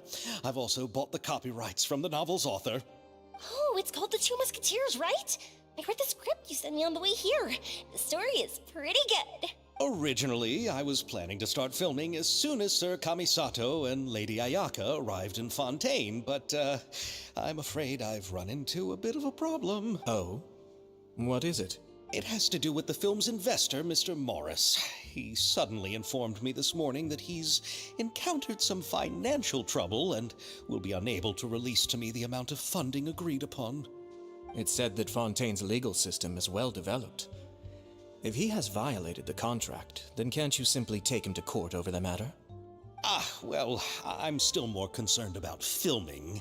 Even if I were to take him to court, I'm afraid it would take months before the case could even be heard. Then, is there a way we could raise funds ourselves to solve the problem? I've considered that option too, but unfortunately, it's difficult to gather such a large amount of Mora on such short notice. Besides, we have to consider the film festival's submission deadline. Mr. Xavier, if Ayaka and I were willing to perform for free, would that resolve the problem you are currently facing? What? No, out of the question. To have you come all this way just to act for free? No, that won't do. There's no need to worry, Mr. Xavier. My brother and I had actually intended to work for free after receiving your invitation. Inazuma has only recently reopened its borders, and needs to strengthen its relations and cultural ties with other nations. We didn't have many collaboration projects with Fontaine in the past, so we hoped this trip would serve as a good start for the future. Indeed. You could say that's the real reason why the Yashiro Commission agreed to come to Fontaine. I understand, but having you two act for free just doesn't seem right. Not at all. While we're officially here to conduct a cultural survey of sorts, we must express our sincerity if we want to establish formal cultural ties with your nation. This film will serve as proof of friendly cooperation and cultural exchange between Inazuma and Fontaine. It's my hope that the film can be finished and released as smoothly as possible. If you still don't feel comfortable with this arrangement, I would also be more than happy to be introduced to some other renowned individuals in Fontaine's literary and artistic circles. All right. I'll do as you say. Thank you so much. I'll make sure to cobble together enough Mora now, even if it means selling my house, my camera, and every single family heirloom. Come on now, no need to go that far. Every single I'll also family help member. you out as a brand sponsor. Yeah, we can help too. Me too! Even though I didn't bring much more to spend on this trip, it's still better than nothing. You're more than enough. Here, Yoimiya. You are too kind, all of you. I really don't know how to... Ew. Alright, enough about that. Now that we have Xavier's savings, my support, and 2 leads who are willing to act for free, I think we will be able to make this happen. So, instead of Mora, you'll help with filming and production. Oh, but how can we help with that? We don't know much about making a film. Alright, pull yourself together, Xavier.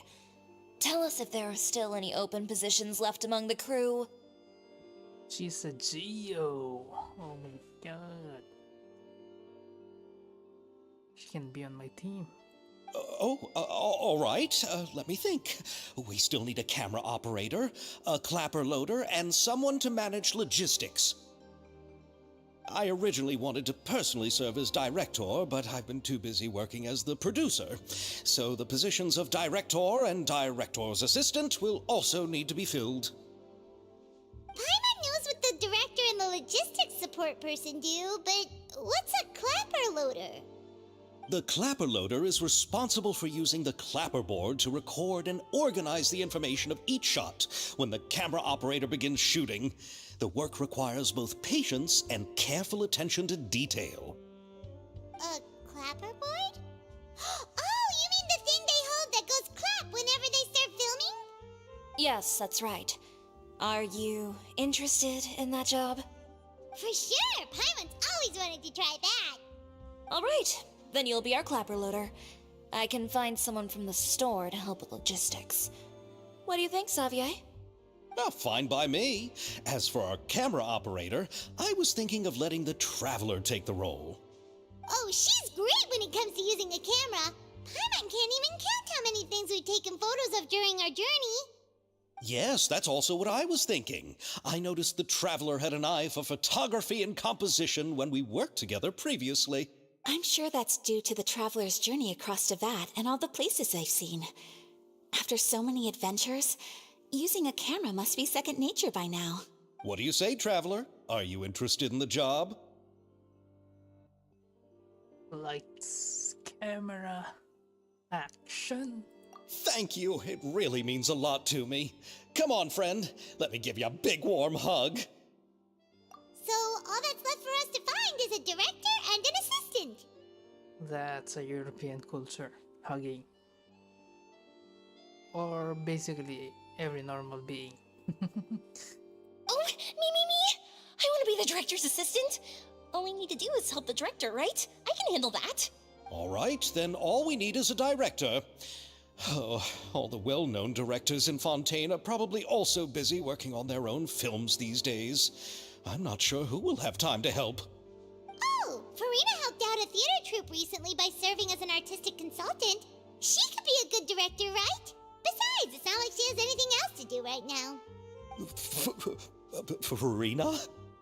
Do you really think Lady Farina would be willing to help us with our humble project? Isn't that the name of Fontaine's Hydro Archon? My brother has already informed me about what happened here in Fontaine. No, spoilers! Spoilers! Oh my god. Well,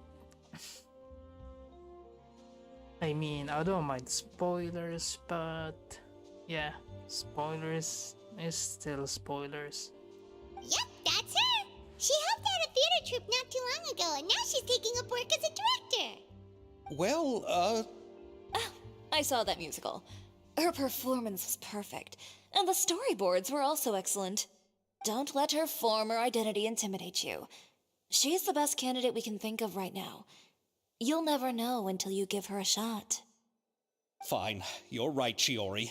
I'll do anything for the sake of my film, anything! Then I'll have to ask the Traveler and Paimon to show me the way to Lady Farina's residence. I just hope she'll agree to help. Do you need us to also come along? No, there's no need to trouble you with this. Besides, you've just arrived in Fontaine, and I'm sure there are many places you would like to visit. Just leave this task to me. It's part of my duties as the producer. Very well. Then we'll be waiting to hear the good news.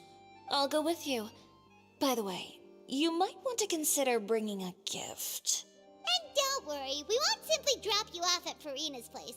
We know Farina pretty well by now. So having some familiar faces there should help your chances. Besides, the whole thing was our idea in the first place. All right, then I'll start making preparations. As for the gift... A gift for someone who was once seen as the Hydro Archon. I wonder what she would like. I recall that Lady Farina once fancied a clockwork ring, so perhaps I should get another exquisite clockwork contraption for her. Huh? Can't we just bring some desserts, like the Fontinalia mousse? But wouldn't that be a little too cheap? She does like desserts, though. Isn't the Fontinalia festival happening right now? I heard Abel tell us on the Aquabus that Farina introduced the tradition of going door to door and asking for sweets. To do something like that, she must have a real sweet tooth. I agree with Yoimiya. If the gift is too fancy, it might actually make her feel more uncomfortable. Alright then, let's go buy some Fontinalia mousse. But will that really be enough? We'll be asking her to do a lot of work, you know. You're right. We need to further sweeten the deal. Huh? You want something even sweeter than Fontinalia mousse? Yes, we'll need a gift that's sweeter than any dessert in the world. But what could that be? Your words of praise.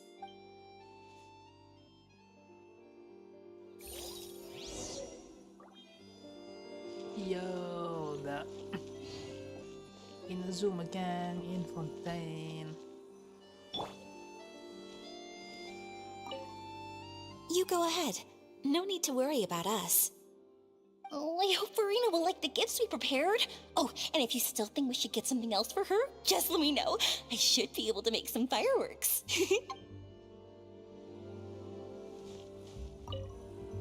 Looking forward to the good news.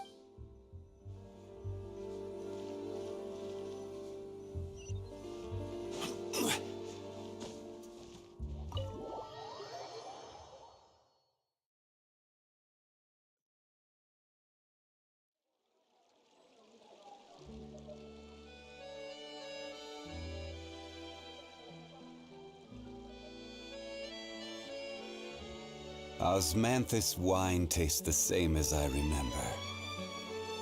But where are those who share the memory? Okay, this is the first time I'm seeing the Hydro Archon.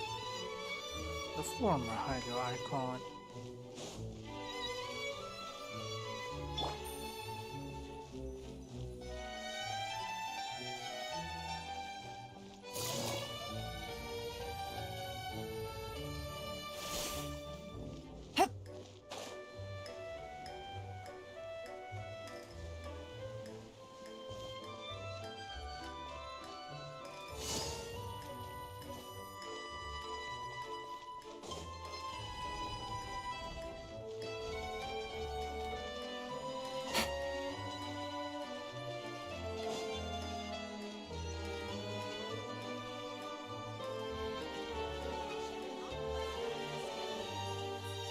Lower.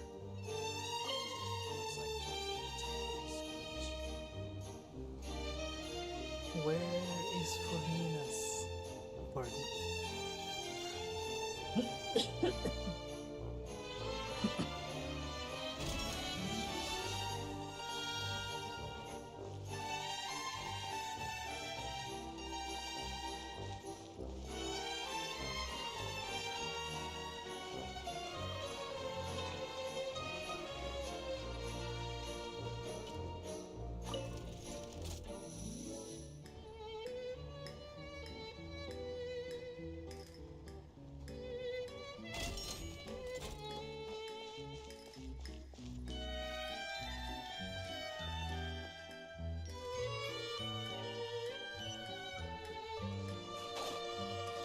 Oh, there it is. What a snug, comfy home.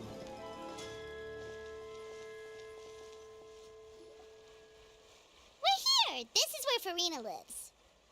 Okay, I'll go knock on the door.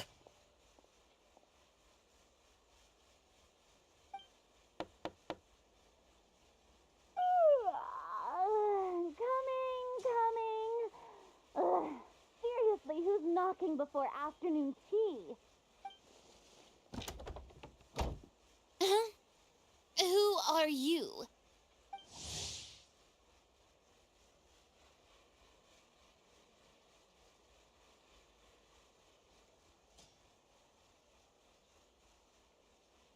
Mortal.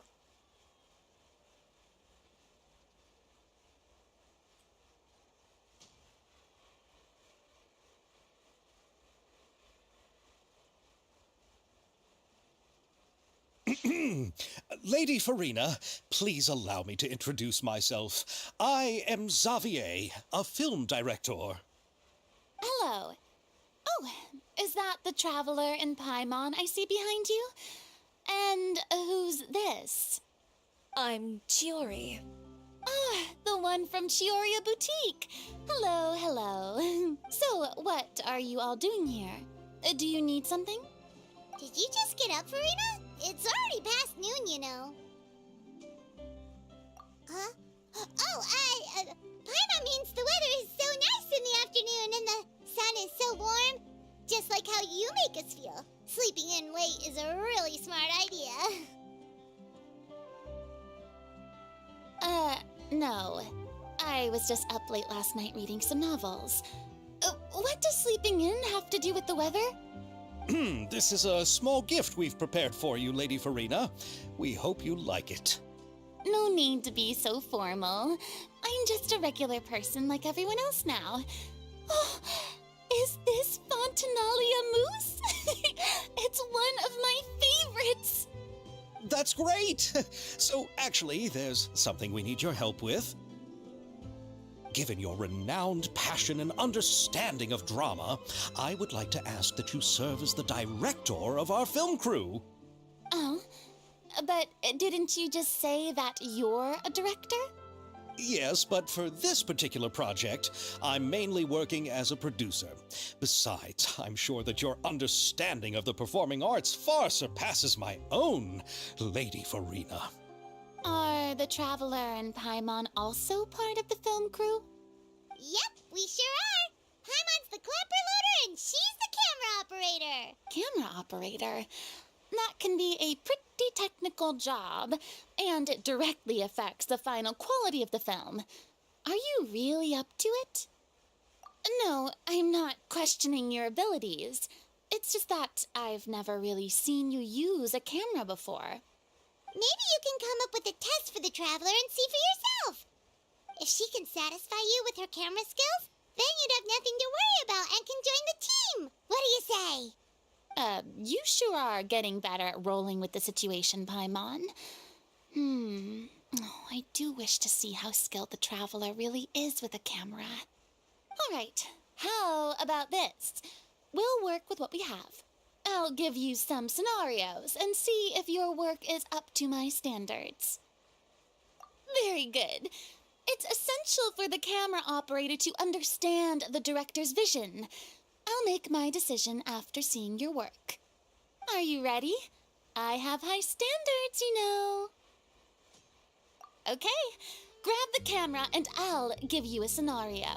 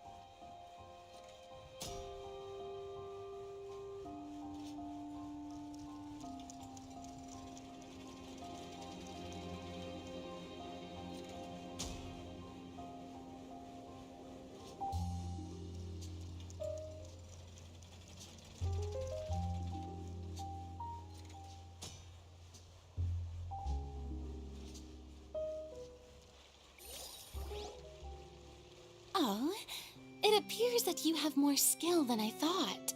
All the shots had a great composition, and I could really feel a connection to the characters and their lines. Yeah! Does that mean you agree to be our director, Farina? Did you think I would agree just like that? After our performance of The Little Oceanid, I've begun to make a name for myself again, you know. In fact, I've already had several troops approach me for the Fontanalia Film Festival. Unfortunately, the scripts were all pretty boring and didn't pique my interest.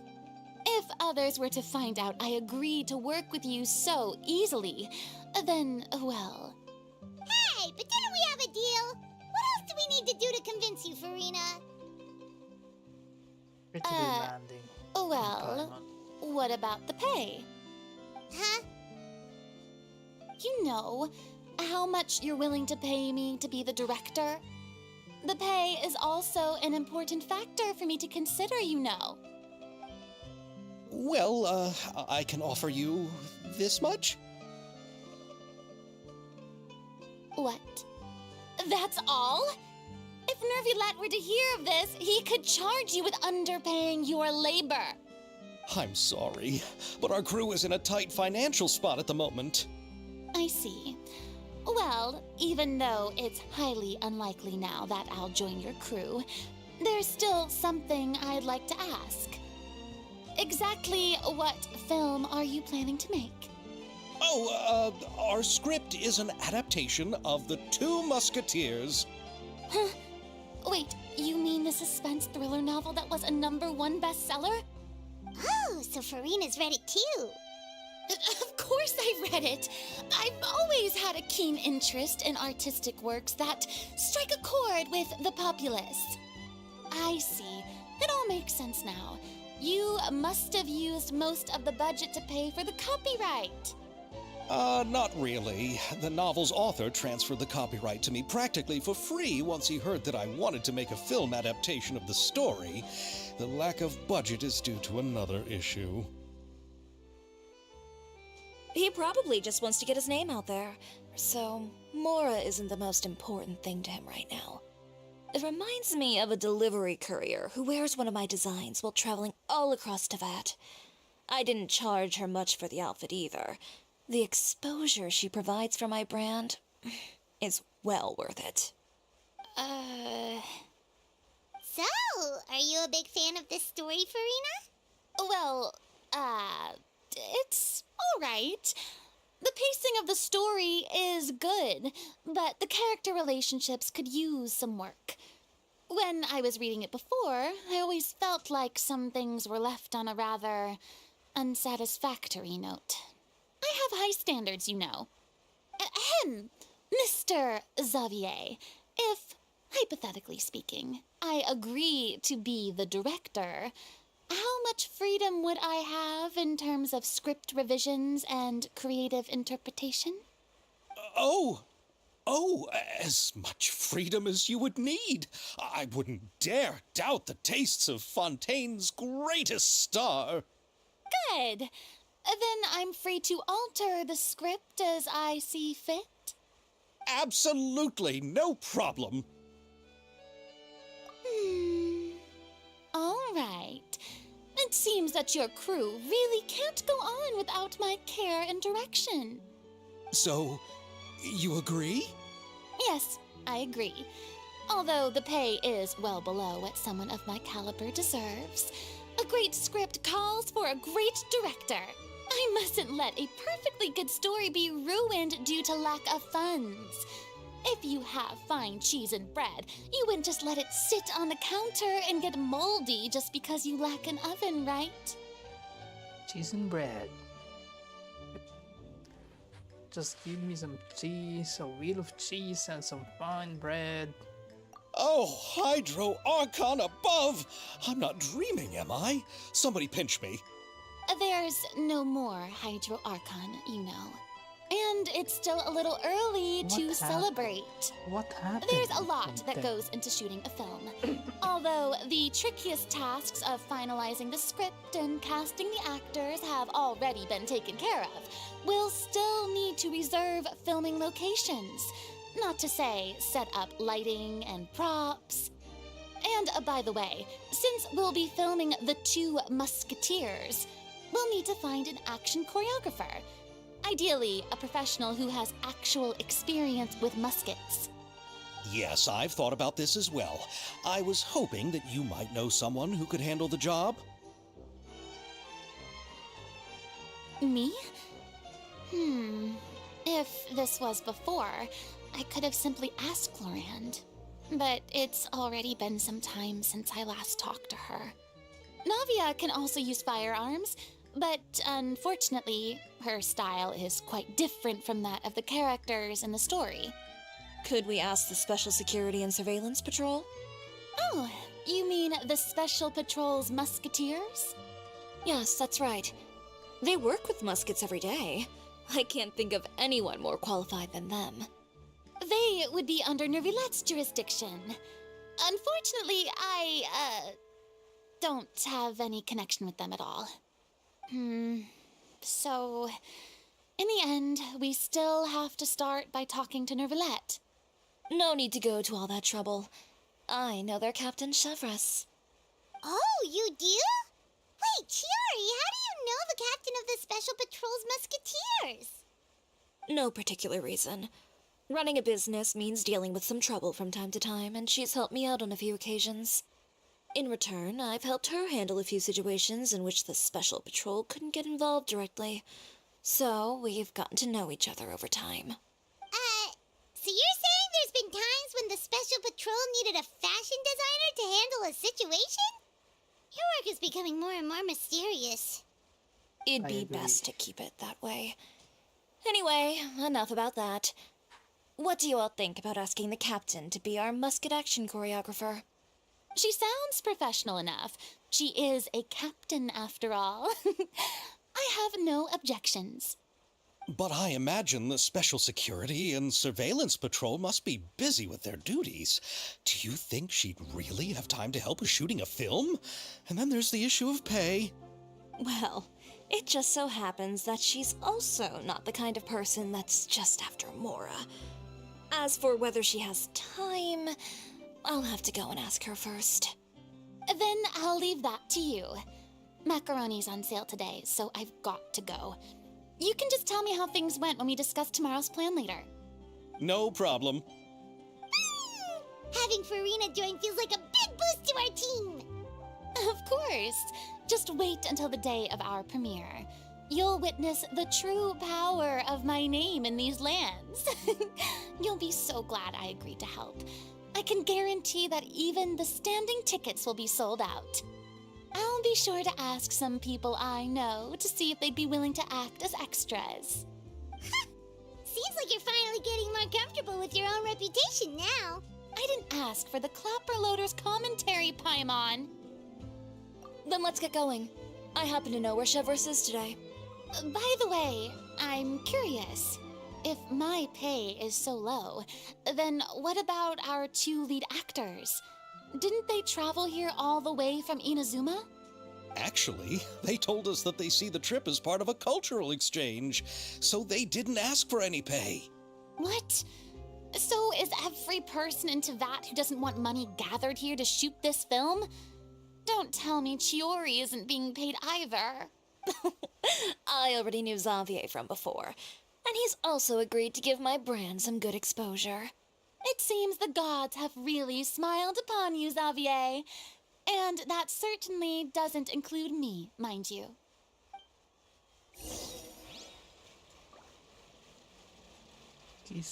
She's such a sassy Archon. Oh, books. Besides the macaroni, I should also pick up some tomato sauce. No, you just have to cook tomato sauce. Just plant some tomatoes. You have a house and you have a front pot. That's enough. Make some tomato sauce of your own.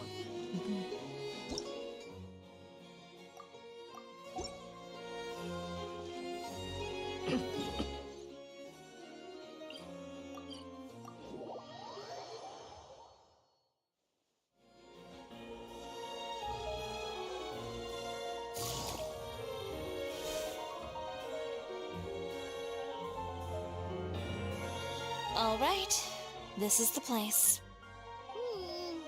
But where's the captain? There's hardly anyone around here. She's over there.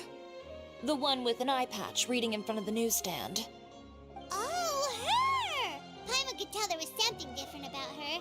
She seems kinda intimidating.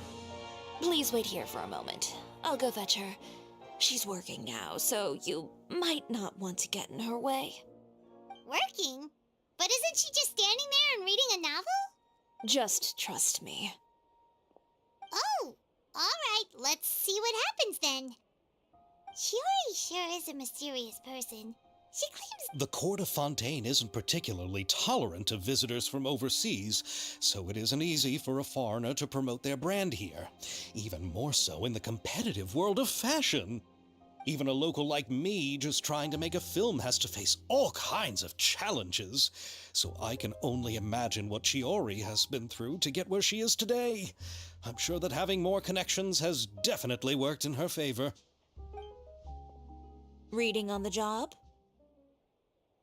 Detective novel. One main character?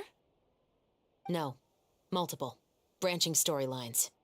I see. How's the plot coming along?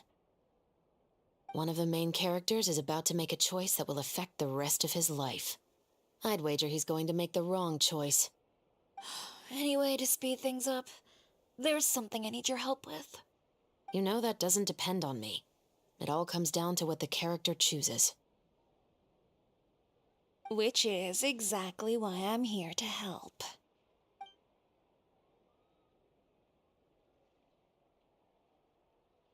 Who are these dudes?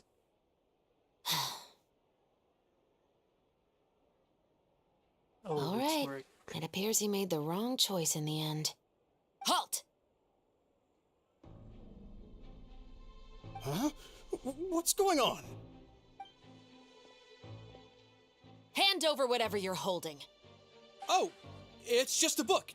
I didn't buy anything else. Then I'm sure you wouldn't mind letting me have a look. Excuse me, officer. I don't mind you standing around here, not purchasing anything, but I'd prefer if you didn't disturb my customers. It's bad for business, you know? Don't give me that act. You won't be able to get off so easily either. I am Chevras, captain of Fontaine's Special Security and Surveillance Patrol. I will say this one last time. Hand over whatever you're holding at once. And before you do anything unwise, let me remind you that I'll have you on the ground before you can even think about making a run for it. All right. I'll give it to you. But please let me say something first. If there's any contraband in that book, then the shopkeeper here is the one who slipped it in. I don't have anything to do with this. Why, you trying to leave me on the hook, huh? You were the one who said you wanted it. Save it for the interrogation room. Take them away, Letelier.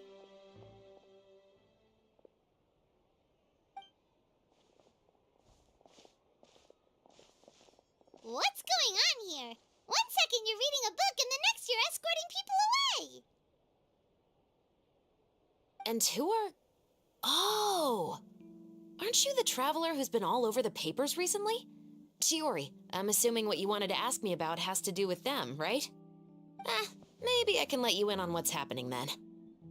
Now that Vacher has been brought to justice, no new shipments of synth will be made and distributed to sellers. The Fontaine guards have been busy collecting the remaining synths still circulating on the market. Thanks to a tip from our reliable source here, this should be the very last batch. Oh, so you were pretending to read a book in order to catch the bad guys. Oh, Paimon almost forgot to introduce ourselves. Paimon is Paimon, and this is the Traveler and Xavier. Hey, I'm Chevras. You probably already heard me introduce myself, so I won't bother repeating it. Yeah, why didn't you make a move as soon as you had the chance? Were you worried that my intel wasn't accurate? No, I wanted to see if the shopkeeper would turn himself in first. All he had to do was come up to me and say that he didn't know where the synth had come from. If he did that, then I wouldn't have had to press charges on him. He had the whole day to turn the synth over to Chevras. But instead, the moment I came up and blocked Chevras' line of sight, he took the opportunity to sell it off. Yep, he made the wrong choice, even though the right choice was right there in front of him. But you knew they wouldn't make the right choice. Yeah, I knew. I was just hoping I'd be wrong for once. Enough about that, though.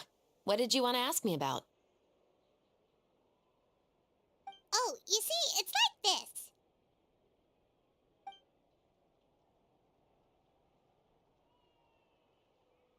The Two Musketeers.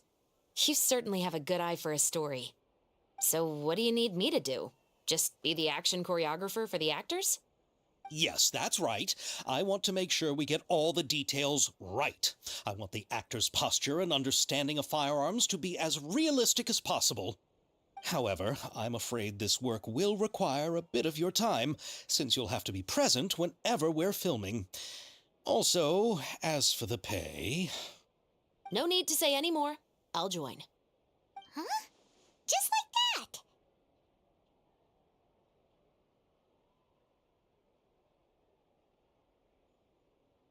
that. Really?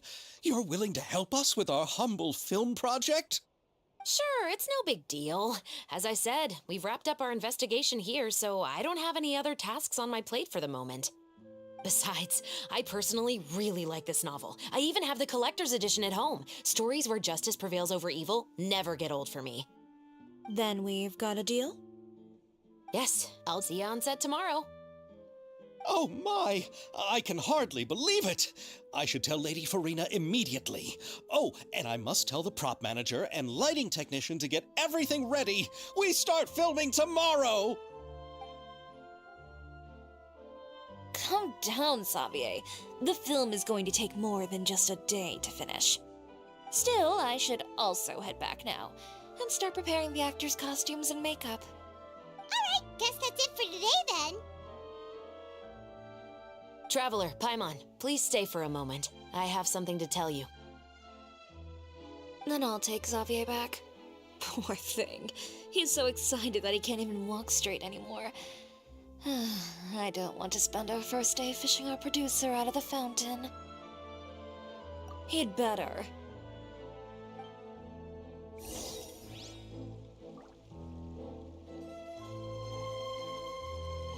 Some cool characters. I think she's the Sarah from Inazuma of Fontaine. I see everything.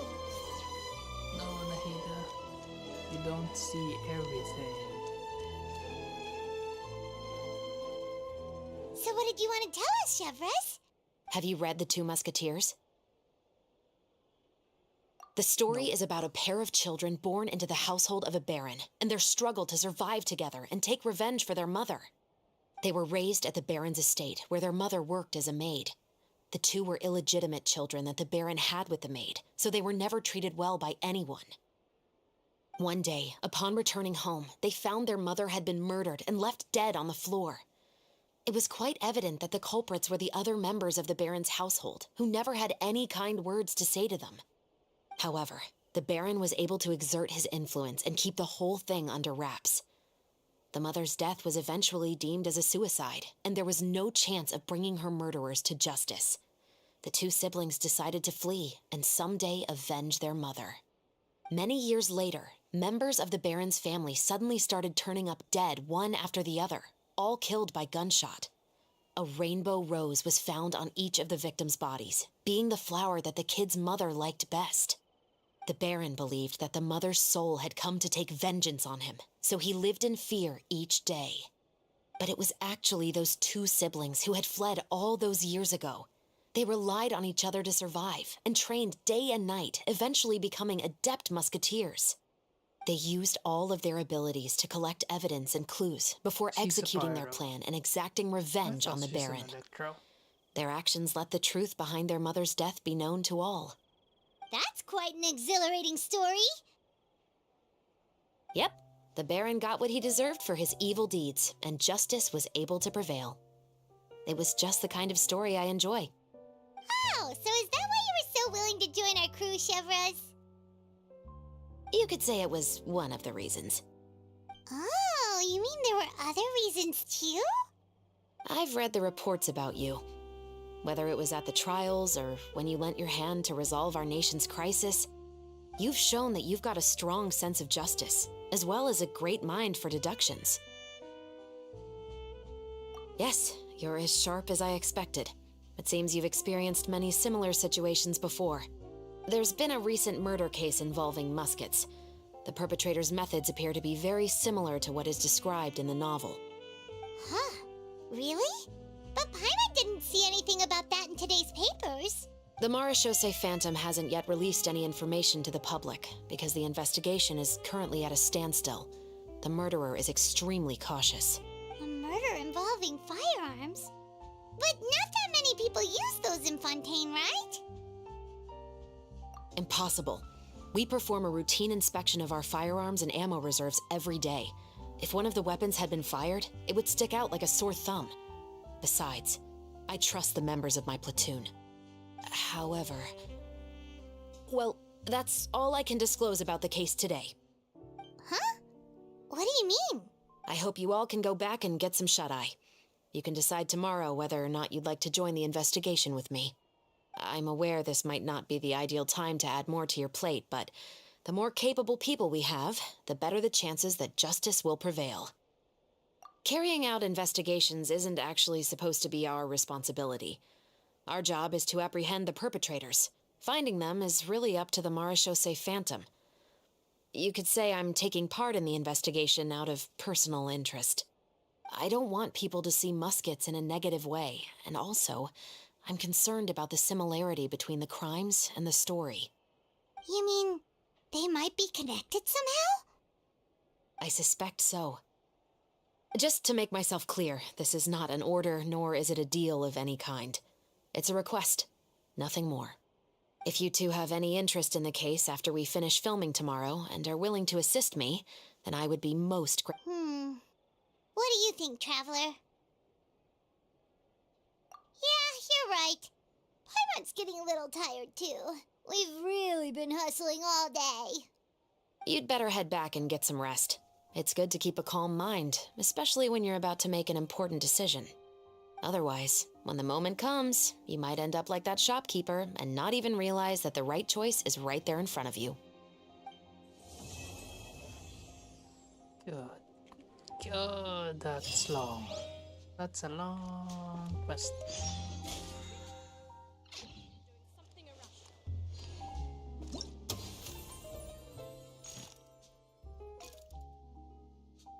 And there's 4 more. Okay. Toilet break. Toilet break.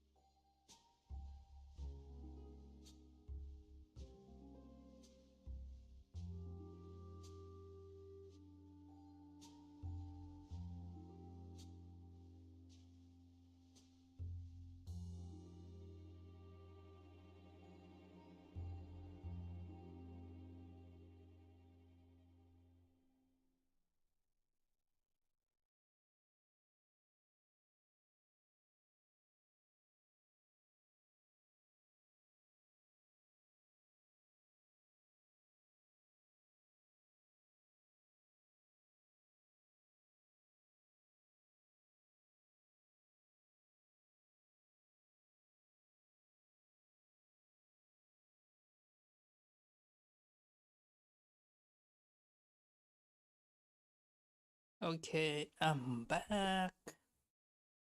It has been almost 3 hours just to get this quest going. Okay.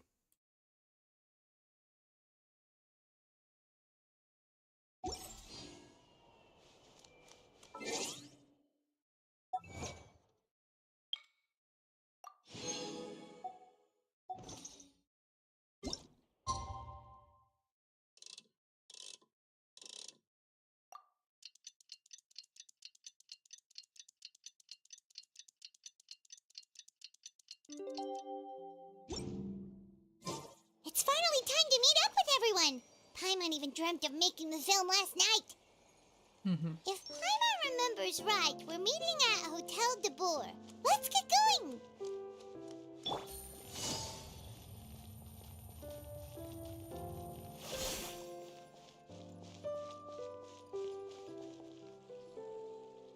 Ayaka, Ymira, you're already here. Good morning. Xavier said yesterday afternoon went well. Yeah, and how about you, Ayaka? What were you up to yesterday? After we split up, Ayato went to see Udex Nervillette at the Palais Mermonia. I was originally thinking of going with him, but he said he could manage it himself. He told me to go see the sights around Fontaine and to enjoy the local culture. So I rode the aqua bus with Yoimiya and visited the opera house on Aranias Island. Yeah, you wouldn't believe what we saw there! 2 mechanical puppets that were dancing together! You've already seen them, right? Nope. Yeah, those two! Amazing, aren't they? We sat and watched for quite a while. It was mesmerizing. Like we could keep watching them forever. Oh, it was the same for us the first time we saw them, too. Afterwards, we went swimming at the beach. Well, diving, to be exact. It was the first time I ever breathed underwater. I held Ayaka's hand and we counted down together. 3, 2, 1, and then splash! We were beneath the waves.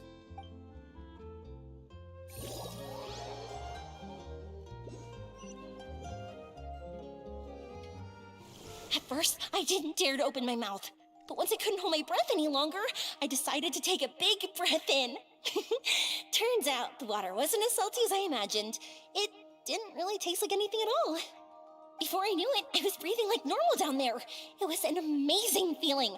Ayaka said I was too nervous and needed to loosen my grip. She got used to everything way faster than I did. I knew that the Traveler could do it, so I had no doubt we could do it too. That helped me feel at ease as soon as we dove in. The underwater world in Fontaine truly is beautiful. I love seeing the romaritime flowers blossoming underwater, like little candles lighting up the streets at night. Yeah, and there were so many creatures that we've never seen in Inazuma. Like those fish that shimmer like a sword blade. Whoosh! Oh, and those big fish that call when they see people. Ooh. Oh, you mean Hunter's Rays and Blubber Beasts. I just love the name Blubber Beast. Just wait till Pops and the others hear about this. They probably won't believe a word I say.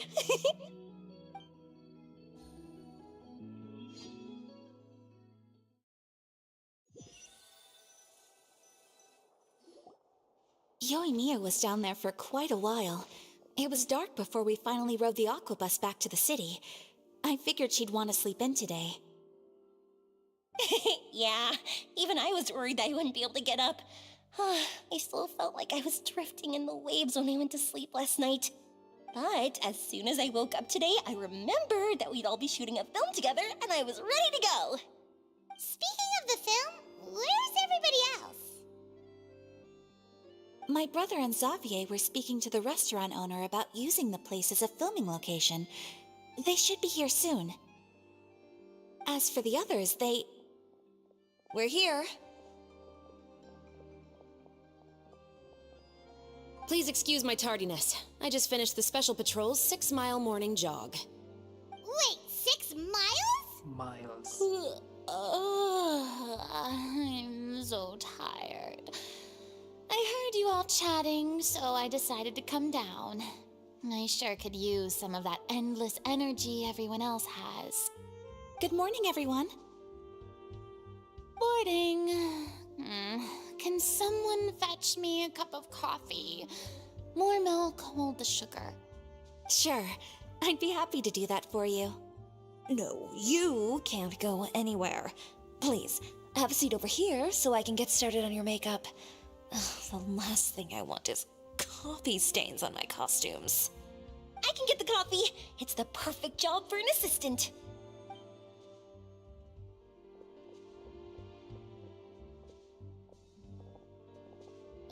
So much energy. Seriously, what's her secret? Oh, Yoimiya's always like that. But you sure look exhausted, Farina. It's because you're not used to waking up so early, huh? Of course not. I spent the whole night reading the novel from cover to cover, marking sections that either need to be omitted or adapted. Wow, Paimon didn't expect you to be so thorough. Well, I was the biggest star in all of Fontaine after all. It takes more than just a pretty face to earn a reputation like that. I know how to get serious when the situation calls for it. I went all out when I was acting as an Archon, so why wouldn't I do the same for my own life? Here's your coffee, Director Farina. Whoa. Different perspective. Oh, thank you. The sound of being called director and the aroma of coffee feels almost as refreshing as hearing the birds chirping in the morning. Ah, it seems everyone has managed to arrive on time. We've reached an agreement with the restaurant owner. We are free to use the second floor to shoot our film. Really? That's great! He is really looking forward to our film and hopes that providing his restaurant as a filming location will attract more customers. Well then, Mr. Xavier, I'll leave the rest to you. Okay, thanks. First, I'd like to introduce our new members. This is our prop manager, Veronique. She'll be in charge of all the film's props and items. And this is Bonneau, our lighting technician. He'll be in charge of lighting and illumination to set up each scene's atmosphere. Wow. Sure feels like we have some real professionals joining the crew now. First of all, please allow me to first express my sincerest gratitude to everyone in the crew. When my investor informed me yesterday that he wouldn't be able to provide the funds, I really thought that this was the nail in the coffin for this film. I had no idea that I'd find so many people willing to help me on such short notice. Thank you. Thank you all from the bottom of my heart. No need to be so cordial, Mr. Xavier. We're all honored to be a part of this. Your works made a profound impression on me when I saw them back in Inazuma. I am sure that someday, this film will be remembered as a prime example of cultural exchange between Fontaine and Inazuma. Yes, the story is the reason I agreed to join.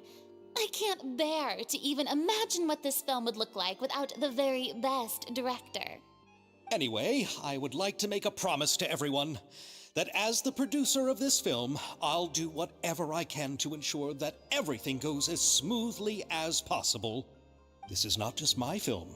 It also embodies the thoughts and feelings of every person here, as well as the endless effort we are about to pour into it. So, without further ado, the Two Musketeers will officially begin filming now! You may take it from here, Director Farina. All right, listen up, everyone.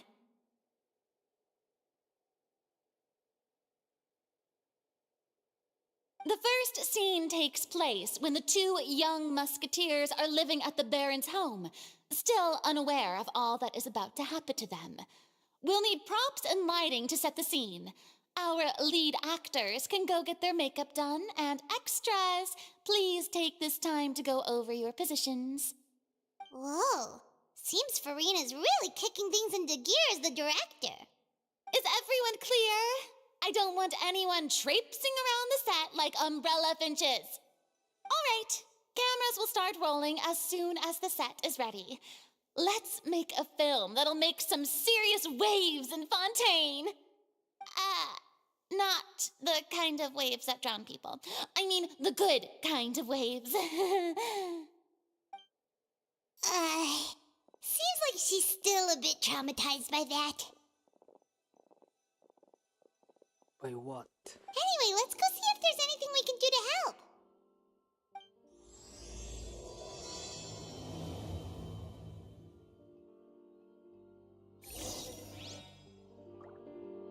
Yo, let's read your mind.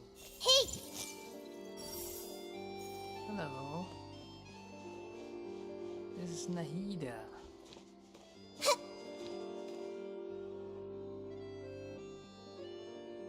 And this is Zhongli. And this is Raiden Shogun. There is no escape! I don't need any help here. Why don't you try asking someone else?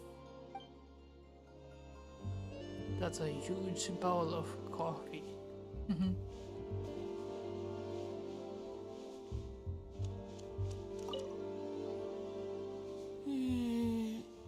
Ayaka has mentioned you to me before. She said that you two were great friends when you were kids. No talking. I'm thinking about how to do your eyeshadow. Ah, yes. To help me really look the part. to achieve a more young and naive look for this scene. Are you saying the wrinkles around my eyes are too deep? You just have too much of a calculating look in your eyes. You sure don't mince your words. It seems you really haven't changed much. Quiet. I see everything.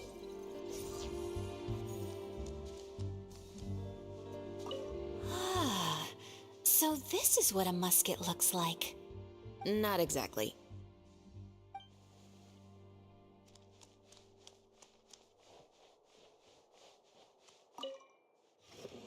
How about here?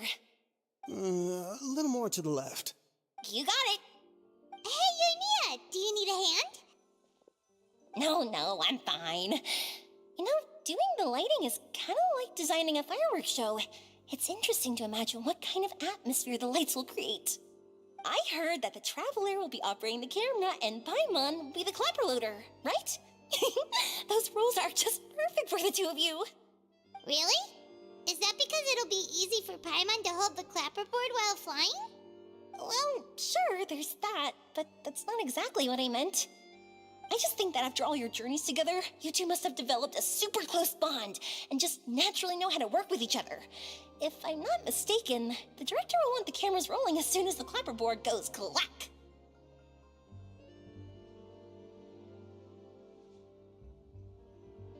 Oh, I see!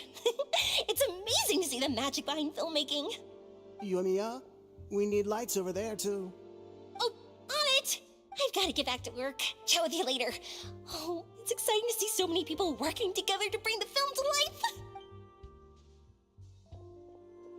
Seems like Yoimiya's really getting into it.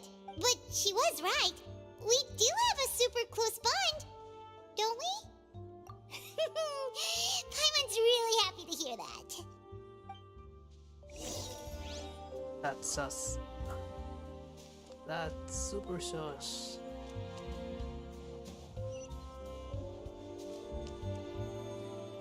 So, this is a real musket? No, it's just a prop weapon. Not bad. Have you seen a real musket before? Only in books and newspapers. I made this one based on the relative shape and proportions I saw in reference images. When we're filming, some special gunpowder will be applied around the muzzle, which will help create the flash and smoke effects of a real gun being fired. Which means it'll be up to the actors to portray the recoil. That's right. The sound effects for gunshots will also be added in post-production. Thank you, Veronique. I think I know where to start now. However, the musket's gears and firing pin could still use some work. Adding some wear on the metallic components will make them appear more realistic. Also, be sure to rub the muskets with some oil each time before we start shooting. That'll give the impression that the firearms have been well maintained. Good point. You seem to know a lot, Miss Chevres. I assume you use these types of firearms on a regular basis? Yes, I perform routine maintenance on my weapons every day. Just like we as people need to eat and sleep, muskets need to be cleaned and maintained. I also perform similar care for my sword every day, and familiarize myself with its shape and weight, to the point where it feels like a natural extension of my body. Yes, this way, our weapons will never betray us in the heat of battle. Yes, well said. It seems we have the same philosophy on this topic. Oh, sounds like they found a common interest to talk about.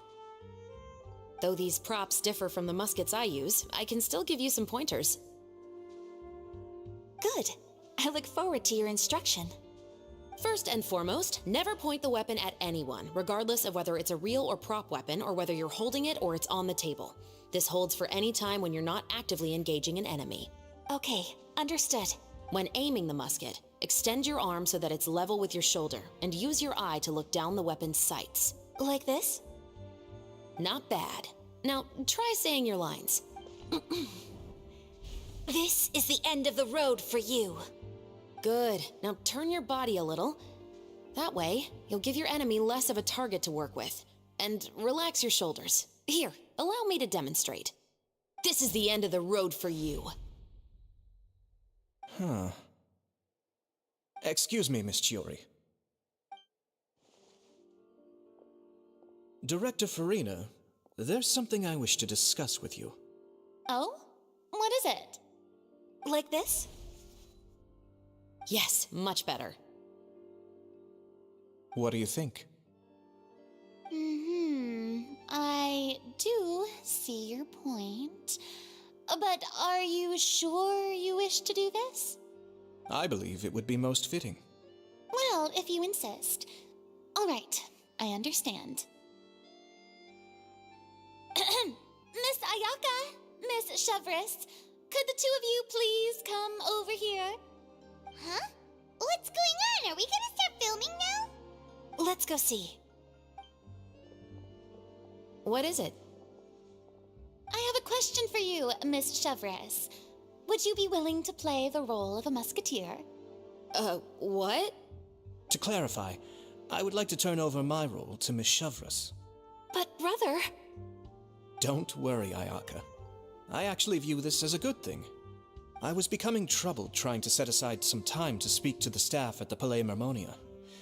I would like to have some conversations about the cultural exchange between our two countries, and I've heard that the bureaucratic process here can get rather complicated. Now, I will be able to focus on my work. Besides, you also know that I'm not really one for public performances. Are you really sure? From a director's point of view, I also felt like the relationship between the two musketeers in the original story could be improved. The older brother in the story plays the lead role with his overbearing character, but this causes his character to overshadow that of his sister, and the theme of the two supporting and relying on each other isn't conveyed very well. But if we were to change the siblings to two sisters of a similar age, then that aspect of the story might come through more clearly. Also, I've seen you instructing Ayaka. That cold and dignified personality is exactly what we need for the older musketeer. Of course, even with all these insights, the decision should still be made by Miss Chevres. Chevres mentioned that she really likes the story, right? Paimon bets that she'll take the role. Justice.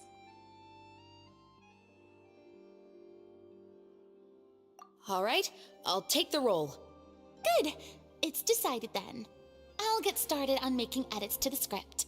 We'll also need to make some immediate adjustments to the lighting, props, and costumes. I have a feeling that our adaptation will be even better than the original story. You're doing a great favor for me, Miss Chevres. You have my gratitude. Don't mention it. I like this character, so if anything, I should be the one thanking you. Well, since my brother is the one who brought up the idea, I suppose there's no need to worry. Let's go, Miss Chevres. I look forward to working with you. Please, just call me Chevres.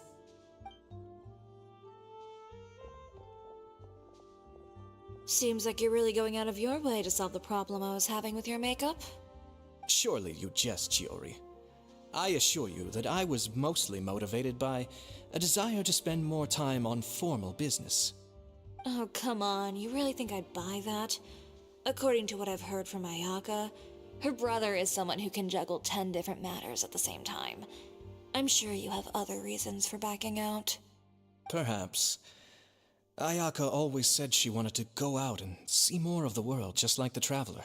But I feel that she needs not only to see other nations, but also to make some different kinds of friends. I think it would be harder for her to make new connections with me constantly by her side. I would like to give her some space. All right, go on. Spoil her some more. Ayato! It's too bad you're stepping down from the role. Paimon really wanted to see you act as a musketeer. Justice. No need to poke fun at me. I'd wager that you also felt that I wasn't the best candidate for the role. It's a little hard for Paimon to imagine you saying those lines. Yes, I've made an appointment to meet some people from the Palais Mermonia. Now, I will have some more time to prepare. Traveler, get the camera ready. Paimon, get the clapperboard.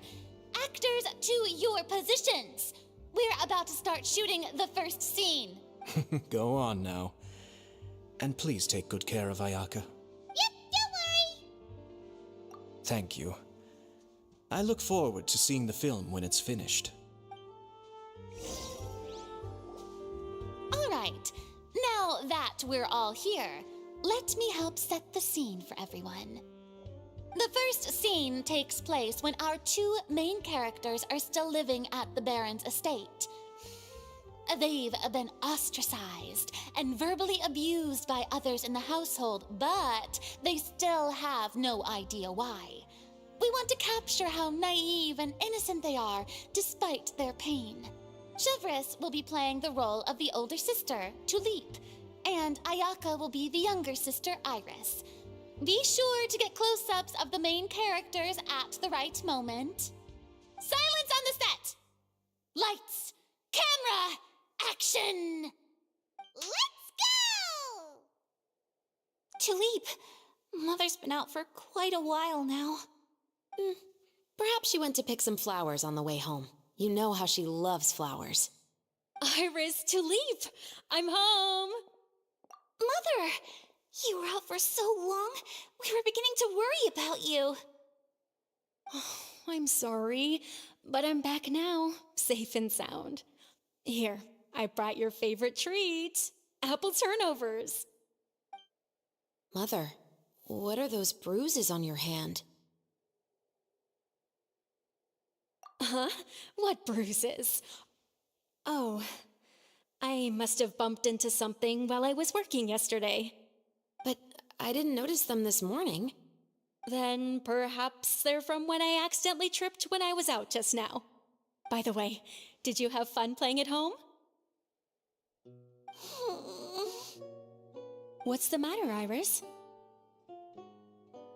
Well, we've realized that no one really wants to play with us. They even took Iris's doll and spat at us. And they even called us names. They said we were... Shh! It's all right, don't worry. Girls, listen to me. It doesn't matter what anyone says. Don't listen to them. No one can define you with such words. You both have wonderful lives ahead of you. Just like your names. You will both blossom like beautiful flowers. Maybe your time to blossom hasn't quite come yet, but one day, you two will bloom more beautifully than anything else.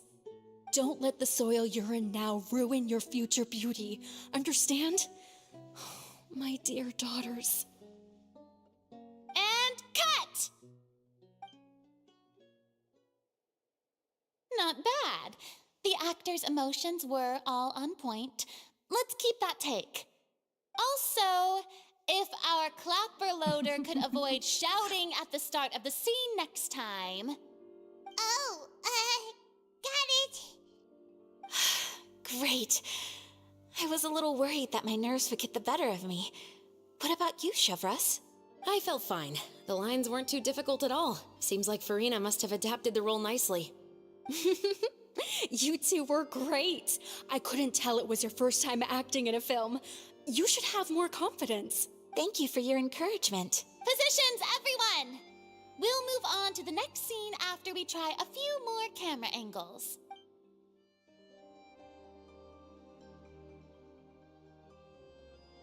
This scene is when our two characters return home, only to discover their mother has been murdered.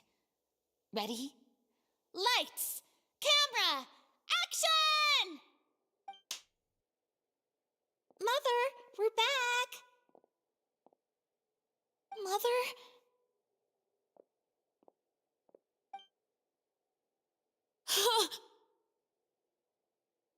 What's wrong, Tulip?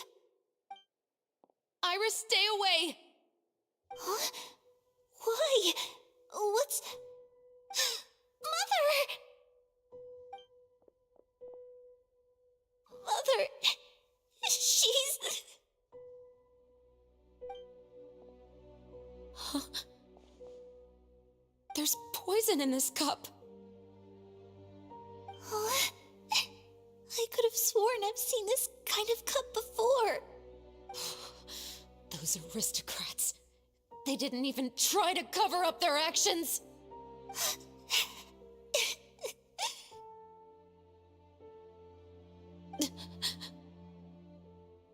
Iris, we need to leave this place. Leave? But now that Mother is gone, where can we even go? Anywhere. All I know is that we can't stay in this house. But are we just going to let them get away with this? We'll have our revenge, I promise you. Just not right now.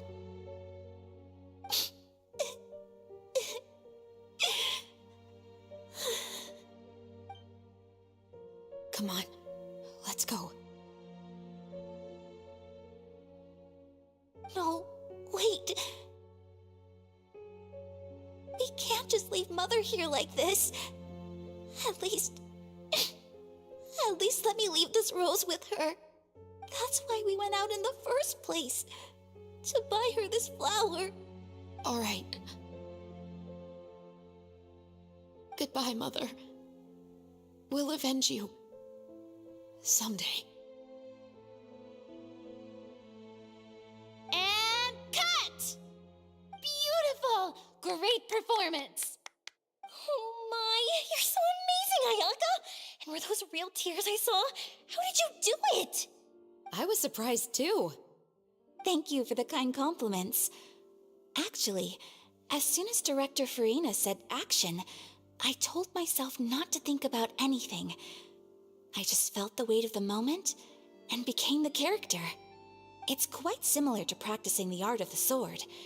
You clear your mind and focus only on what's happening in front of you. Ayaka's performance was amazing. Have I discovered an acting prodigy? Pipe down, everyone! We need to move on to the next scene!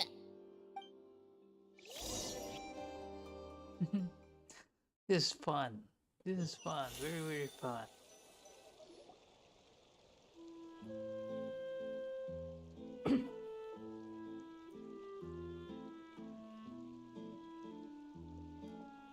Huh? Are we done already? But Paimon wants to keep playing with the clapperboard. Let's go. How do you feel, Traveler? Is your arm sore from holding the camera all day? Good work, you two. You too, Shivers. You were quite the actress today. I've read this novel many times before. I have a good grasp of my character's mindset. Anyway, do you remember my request from yesterday? Oh, right! We were having so much fun that Paimon nearly forgot! You have a case where the murders seem really similar to the cases in the novel, right? So, how are they similar exactly? In the story, the main characters grow up to become two musketeers, always using their guns to carry out their revenge. And on each of the victims, they place a rainbow rose as a signal that they've returned. Yes, that's correct. We found rainbow roses just like in the novel. Seems like you're connecting the dots now. Oh, that does sound pretty concerning. Especially after seeing the script today. Oh, now Paimon can't stop wondering what kind of ulterior motive the murderer might have. What do you think, Traveler? You're smart. Paimon wants to hear your thoughts. Good. On behalf of Fontaine's Special Security and Surveillance Patrol, thank you for your dedication to justice. There's no time to lose. We should start investigating right away. Follow me. Huh? Right now? But we just got done filming all day. Paimon's so tired. The most valuable intel always comes after nightfall. They are like small, remote islands in the middle of the sea. If you don't stay vigilant, you will pass right by them in the fog. That's how one of my favorite books always puts it, at least. So, where are we going right now? Let's start by checking out some workshops that sell mechanical components. If the culprit is making their own weapons, it's very likely that they'll visit those sort of places.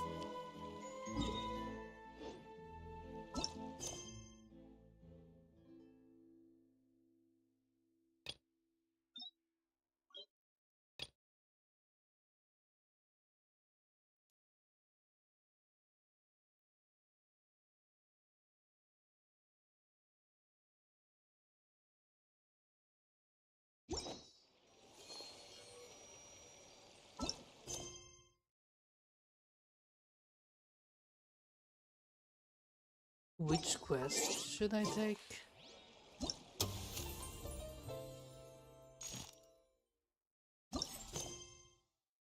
Oh. Oh, good. So much so.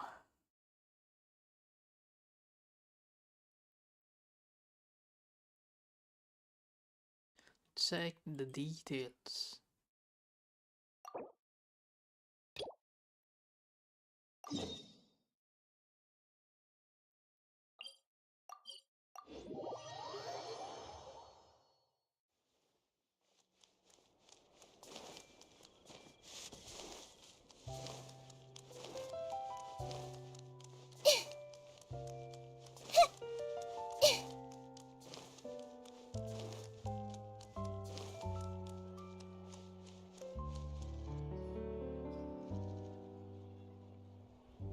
Huh? Isn't that Charlotte? Who's her friend and what are they chatting about? Please, with the cherry on top, Charlotte! Journalist extraordinaire! Please tell me you're joking! I read that a gang of criminals tricked the Gardamex by disguising themselves as blubber beasts. It's true, isn't it? I've invested all my savings into graph adversarial technology and even taken out a sizable bank loan. I'm begging you like the beggiest beggar in all of begdom. I need you to calm down a little, Miss Lapine, Pauline. A reporter for the Steambird, a renowned newspaper in Fontaine, Charlotte has an enthusiastic nature and keen sense of news. Traveling across the streets of Fontaine, she captures the truth of a multitude of matters for her trusty camera. I admire your passion for your research, and I don't mean to dash your hopes for those, big-ticket orders, but I'm afraid I'm not joking. The Blubber Beast incident... It's funnily enough, but to our surprise, in truth, since we ran, so I knew... We need the quest. Good acting though, voice acting. Uh-oh. She really sounds like she's in pain. Hey, Charlotte! Traveler, Paimon! I was in the area taking some photos for a story. When I got to talking, she read an article in the Steambird about a criminal who evaded Gardamek, inspired by... She was hoping, but unfortunately... This is a new situation for us. It's such a pity. It seems like... Wait, Miss Lapine, Pauline? What are you doing? I'm gonna pick a fight with a Gardamek, head to the opera at Biclez, and get a one-way ticket to the Fortress of Merope. That way, I won't have to repay my debts. It's the only... Whoa! There's no need to go that... Actually, instead of going into... Okay, well, not anymore. It's not just my savings that are gone. It's... My life is over. Don't despair, Miss Lapine, Pauline. I think I know a way for you to turn this prototype you've given me. The camera length, the rapid focal length adjustment is a very useful... So you're... Absolutely. So keep calm. If this is... Oh, maybe... Come on! Stop daydreaming about your... And I can probably speak to some people. There's no time to lose. I need to get to work. Early bird gets the worm. Can you believe her? Paimon's pretty sure our advice wouldn't... It's understandable.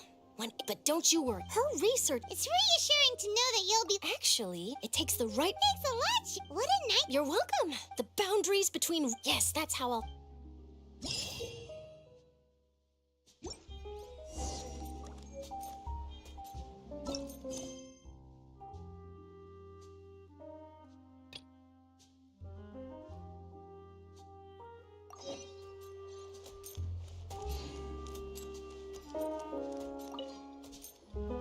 Welcome to LeChaux's Clockwork Workshop. How can I help you? Hello. I'd like to know if anyone has purchased some special components lately. Special components? Sorry, could you be more specific? I mean the kind of components that aren't typically used for clockwork toys, but for firearms. Huh? For firearms? No, we don't sell those sort of things here. Don't misunderstand. I'm not here to cause any trouble. We are merely investigating a case, and we're hoping that you could cooperate. Well, to be completely honest, I'm not even sure what kind of components that would entail. Has anyone ever purchased components here as an individual rather than on behalf of an organization? We have a lot of customers who buy toys, but those who buy components are all regular customers who buy in bulk on behalf of their organization. Is that so? I understand. Thank you for your cooperation. You're welcome. It's the least I can do.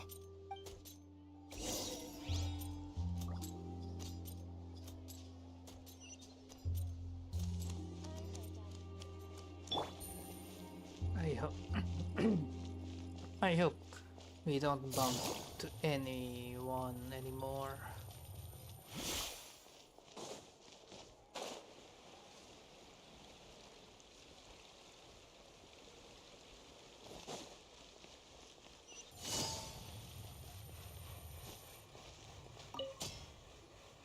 Oh, hey, Chevris. Run out of oil for your musket again? Hello, Estelle. I want to know if anyone has come to your shop recently to order some firearm components. Oh, is this another case? Let me think. I don't think so. Some people have requested that I make some prop guns for the Fontanalia Film Festival, but I refused all of those requests. Oh? Why's that? Because there's no profit! I only make things here that can do some real heavy lifting. I don't have the energy to make some new molds just for the festival. Then has anybody come specifically looking for mechanical components? Well, I usually sell off my scrap to the Fleuve Cendre. I don't typically give them to one specific person. I understand. Thanks for your cooperation. Don't mention it. Always happy to have the Musketeers' patronage. Seems like we haven't found any leads to go off yet. Yeah, unfortunately. All right, let's head to Fleuve Cendre next. Huh? Are you sure? People might not be so thrilled to see the captain of the special patrol there. You think so, huh? Then I guess you don't know. Huh? Know what? That I grew up in Fleuve Cendre.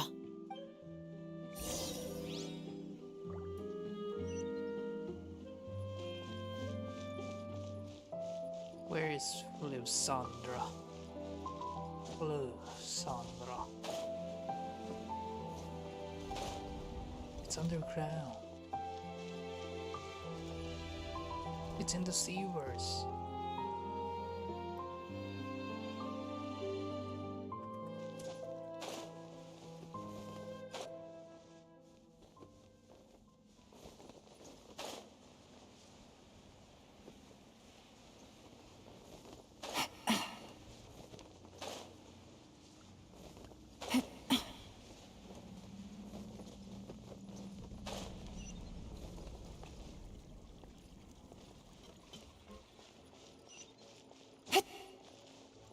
Oh, this looks cool.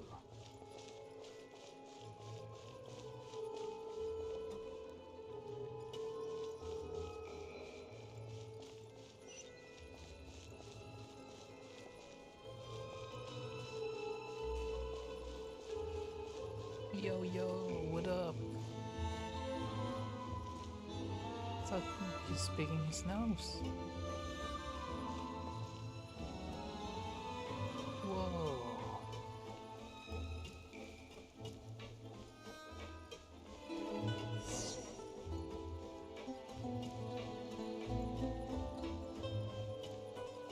Take it easy.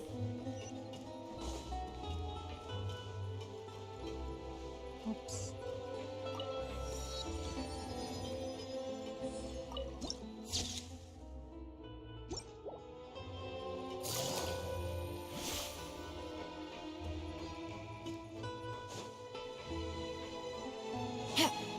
Take it easy. Hello, I'd like to ask some questions. I don't know anything. Lol. Don't worry, I'm not here to arrest anybody. You say that now. It's the truth. Here, take this as my guarantee. Wait, did Paimon just see what she thinks she saw? Is the captain of the special patrol bribing a citizen? Seems you're different from the other guards. What do you want to know? Have you heard anything related to muskets in Fleuve Cendre lately? Anything at all? Muskets, huh? All I know is that about 2 weeks ago, we started hearing some loud noises at night. So loud that it's been waking me up. Were they gunshots? Possibly. It's hard to tell around here. Someone's house collapsing, a pipe exploding somewhere, it's all the same. But the noises I'm talking about definitely happened after I fell asleep. Do you know where the noises were coming from? I don't remember clearly. Is it that you don't remember, or that you need to think about it some more? You tell me. Then please, think about it some more. She's giving her even more Mora!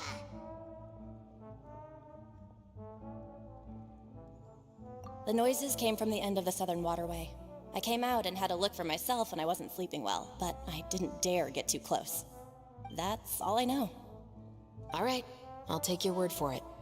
Thanks for the pâte de fruits.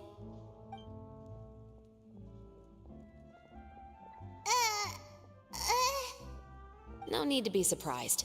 I grew up here, remember? I know how to get people around here to talk. My apologies, I'm all out of sweets. Though I do have some other tempting snacks in my custody. Fries, fried chicken, and even onion rings. But taking care of junk food is my responsibility. You're better off sticking to your normal, nutritious diet. Now then, let's keep going. She's American. Guns and burgers and eagles.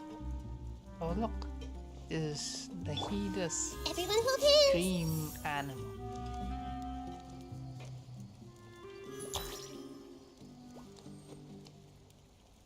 What is that?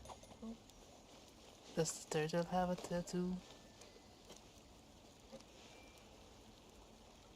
2 rows and an anchor.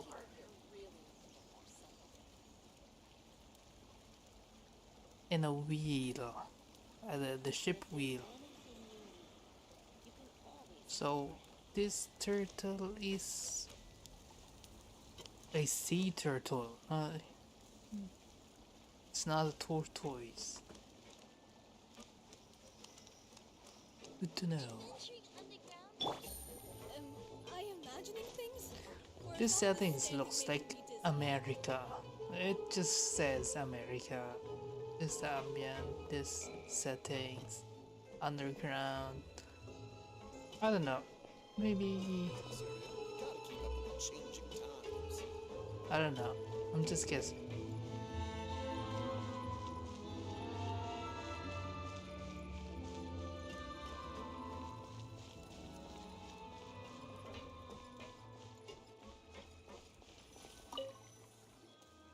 What's all this? Some broken planks and barrels, as well as some liquor bottles? Yes, but have a closer look, Paimon. Even though somebody has purposefully tried to clean them up, these are obviously marks from musket bullets. In other words, someone was here trying to improve their shot. They were using the barrels and bottles for target practice.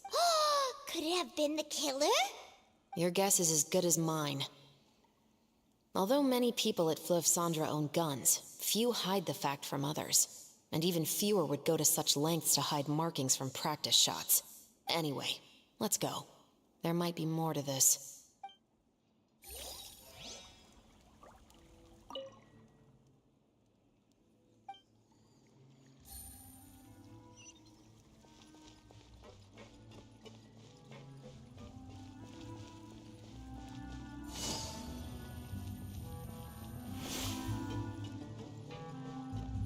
I bet Yelan knows this place.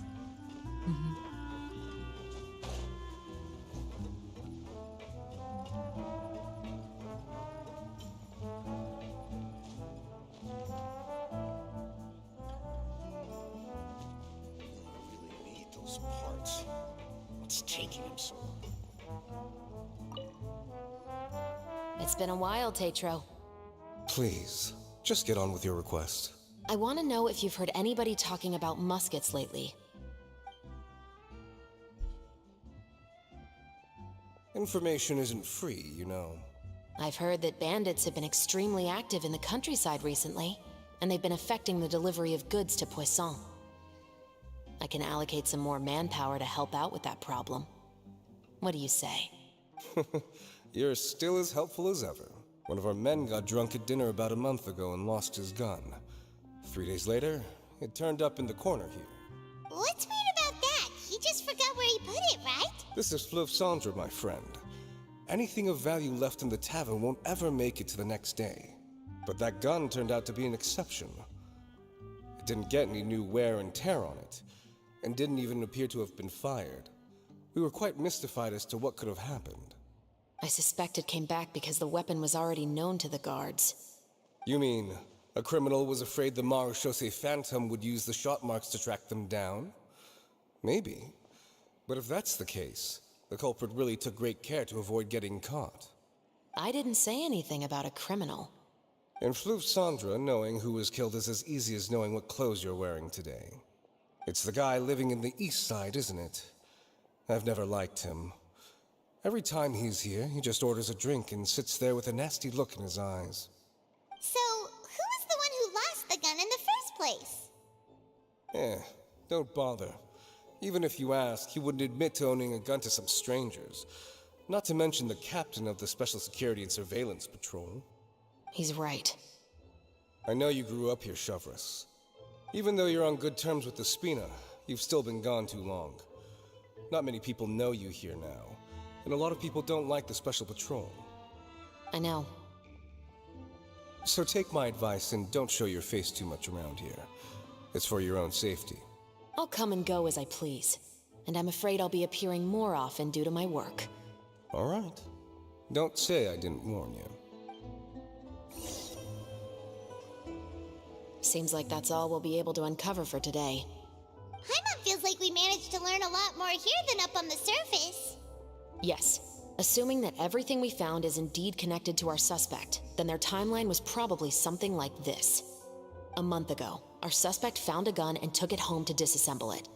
Once he'd figured out its mechanics, he brought it back. In the following weeks, he used some parts to create his own makeshift musket, and took it to the Fleuve Cendre for target practice. Then, a few days ago, he found his target and carried out the murder. Once the deed was done, he left a rainbow rose on the body, just like the scene in the novel. That all makes sense to Paimon, but we're still no closer to figuring out the killer's identity. The deceased was a resident of Fleuve Cendre. It's said that he was a poor, solitary man. Yeah, that's also something I'm trying to figure out. If we are indeed following the novel, and there's a story behind the murder, then this murder should be an act of vengeance. But according to our investigation, the deceased didn't have any enemies. He was no saint, but no one's heard of a rival who hated him enough to shoot him dead, much less care to leave a rose on his body. What message is the killer trying to convey, and to whom exactly? We've thoroughly investigated that possibility. He claims to have spent the whole day at the Opera House on the day of the murder, and the staff there have confirmed his account. Okay, so he has an alibi. Not only that, he lacks a credible motive as well. He has a family of his own, and both of his parents are still alive. I've looked into his records. He was adopted at the age of 6, and all the proper procedures were followed. There are also records of him at an orphanage before then. In the story, the mother of the 2 musketeers was murdered after the children turned 10. Of course, he could have changed the children's ages, but I don't want to assume anything without evidence. More importantly, I've also had a chat with him in person. He didn't seem like the kind of person who would pull the trigger to kill a man. Then, what should we do now? We have all this new information, but it doesn't help us move forward. Investigations take time. I didn't expect us to catch the culprit in just a single day. How about this? Let's spend the next few days filming with the crew. We can continue the investigation once we're done with the film.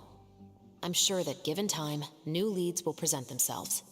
Wait, but weren't you saying Intel is like small, remote islands in the middle of the sea just a moment ago?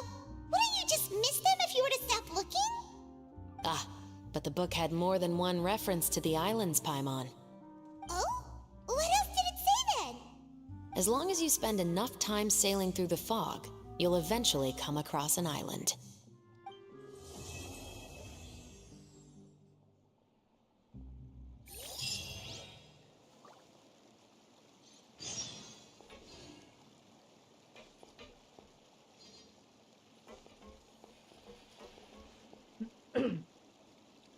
This is the first time I've seen a character hiding her vision. Look, Whatever business you're in, you gotta keep up with the changing times. it's in the back.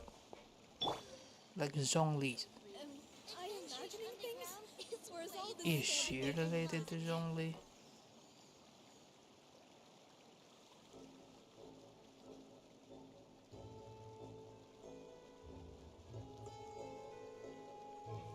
Her clothes looks like topologically. Oops. Topologically like Zhongli. I imagining things? Or is all this standing making me dizzy? Nice quest. Crimson.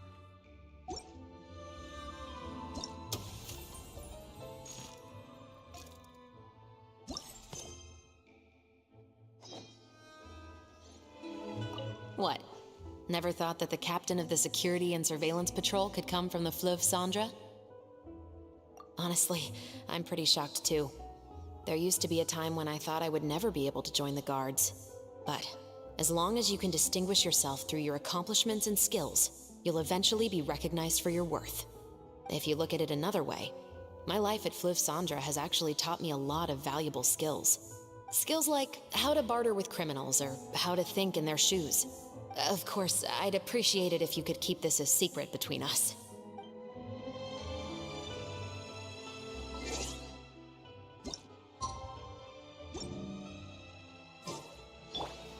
Hey!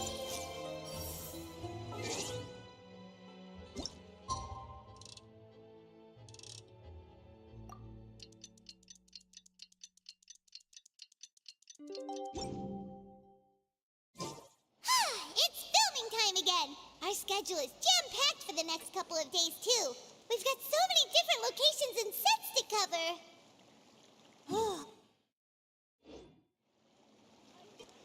What were you saying, Paimon?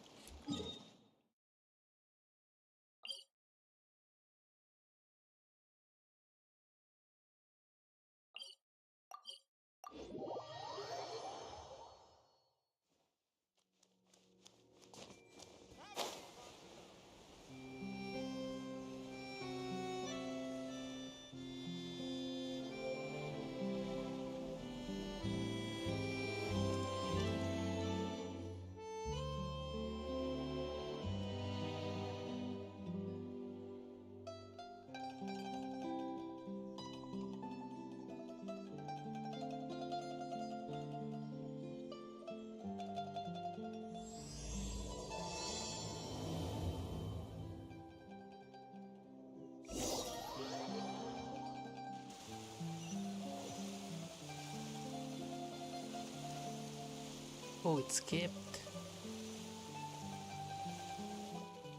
Good work, everyone! We're looking to wrap with our two main ladies today.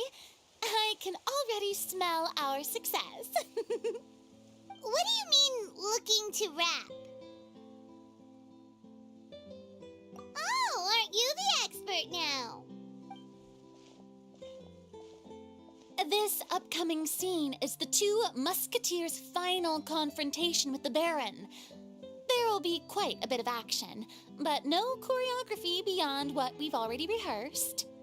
Anyway, get ready. Lights, camera, action! The view is beautiful tonight. It reminds me of that fateful night 10 years ago. And now that I've said it, I can even make out the faint fragrance of herbal tea in the air. Enough, villain! It's time that you pay for the death of our mother!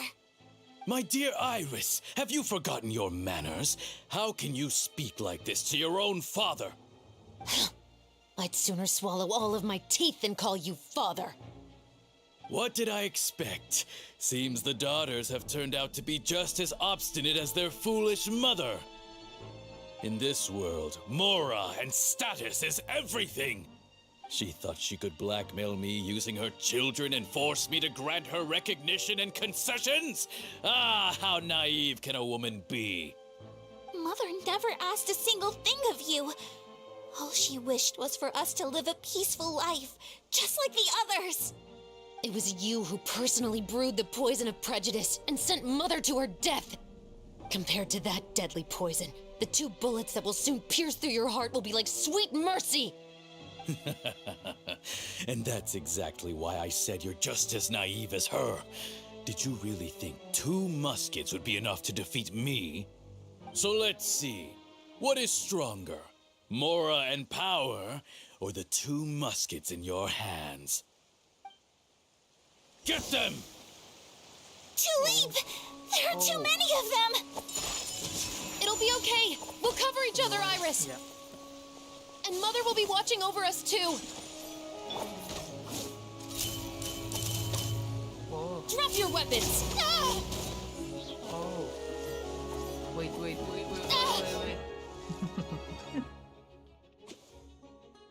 She is...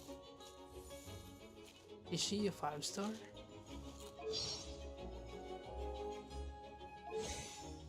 How can you say if a character is a 5-star? Oh. Standard noblesse.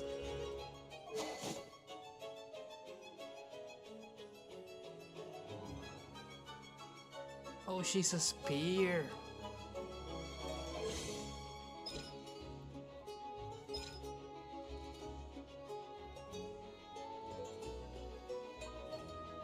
There's a hole.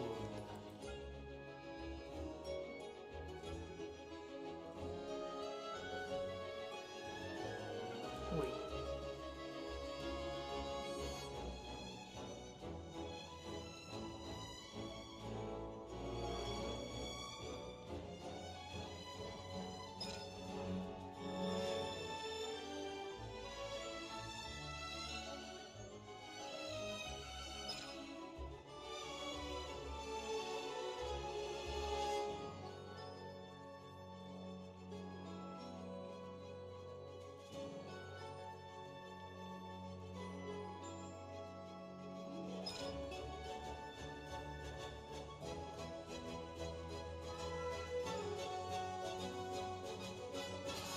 So she's HP, Pyro HP.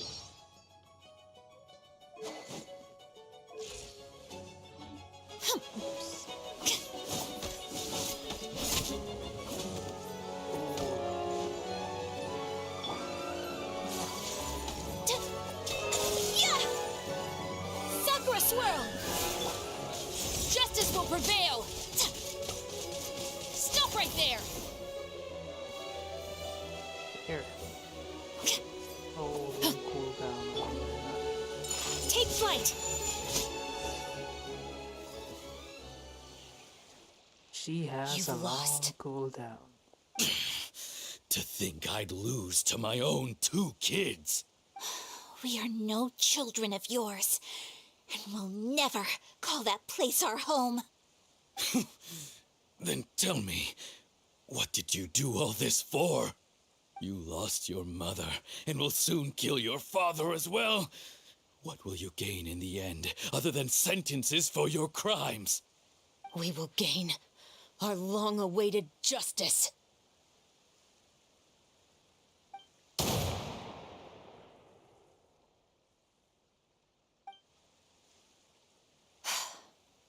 It's over. Finally, it's over.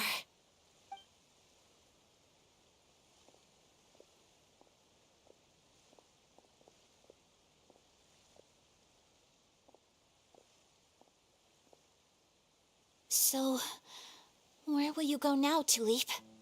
I'm not too sure, Iris. Maybe somewhere with lots of flowers?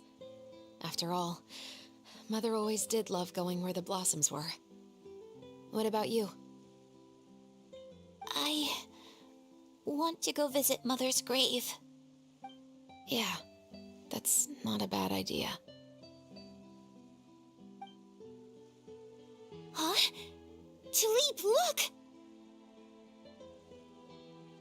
What is it? It's Mother's favorite, the rainbow rose. Look, it's blooming again.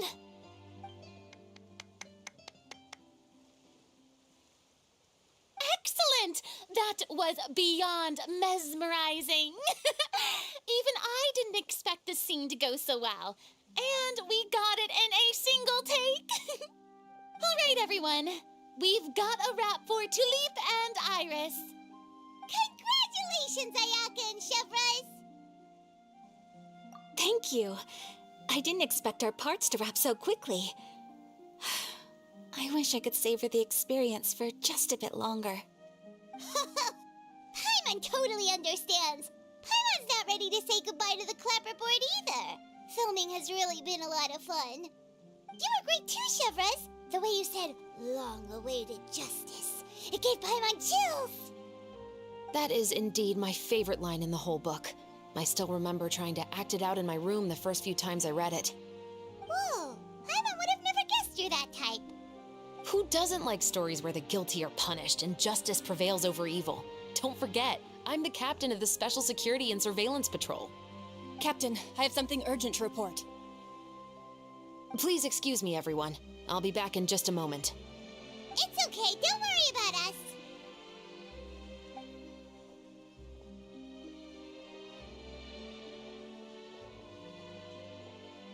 Oh? Was she whisked away by work already? I was just about to tell her how great she did. It seemed like some urgent official business. Then perhaps we should thank the stars that we were able to wrap both of your parts so quickly today. Switching around the filming schedule would have been a real pain. Anyway, I actually came over to let everyone know that we're all done for today. You can go home and get some rest. And one last thing, Miss Ayaka. Your acting skills today were immaculate as always. Are you sure you won't consider taking up full-time acting? See, I just happen to know this great troupe that's still looking for a lead actress. Thank you for your kind words, Director Farina. Unfortunately, there are still many matters that I have to take care of back home at the Yashiro Commission. I cannot remain in Fontaine to pursue an acting career. Nevertheless, I will make sure to treasure this incredible opportunity in my heart. Oh, that's a shame, but I understand. Just let me know if you ever change your mind. I believe it's also about time for me to take my leave. But hopefully I'll see you on set over the next few days. Even though my part's wrapped, I'd still like to swing by and help out the crew. See you tomorrow, Traveler and Paimon. Yep, see you tomorrow! Well, what should we do next? Maybe we'll go investigate the case some more with Chevres today. Traveler, Paimon, please come with me. Huh? Where are we going? You could say that our ship has finally chanced upon one of those small, remote islands of intel.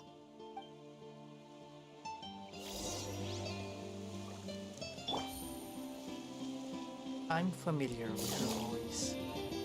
Probably, but I'm guessing. Whoa. That's awesome.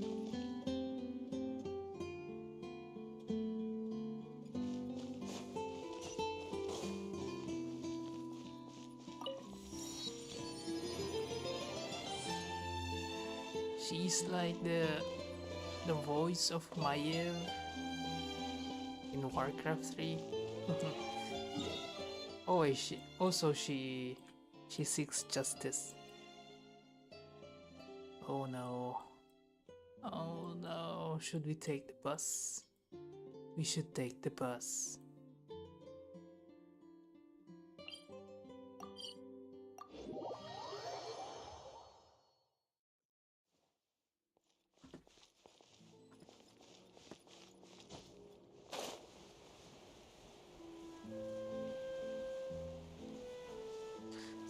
The guilty will suffers.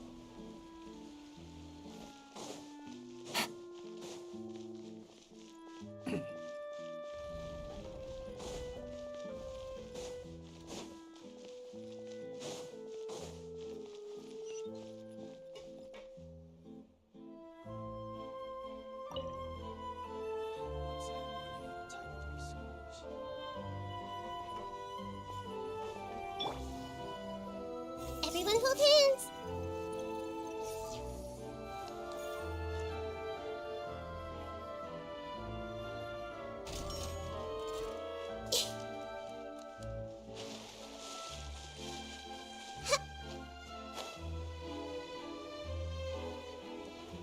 Welcome to the court of Fontaine. Please watch your step.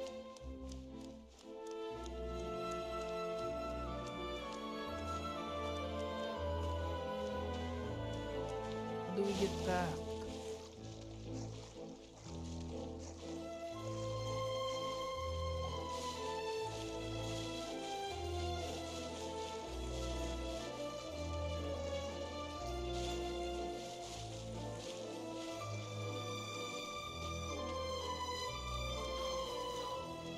How do we get back?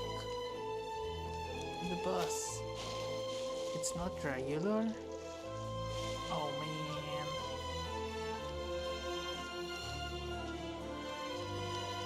Why?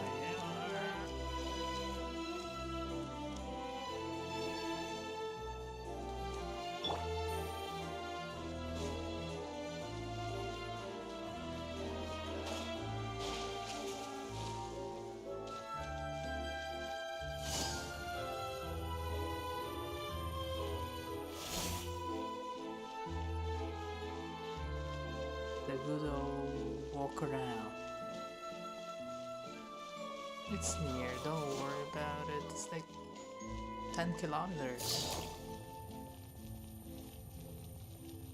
It's just like a 2-hour walk.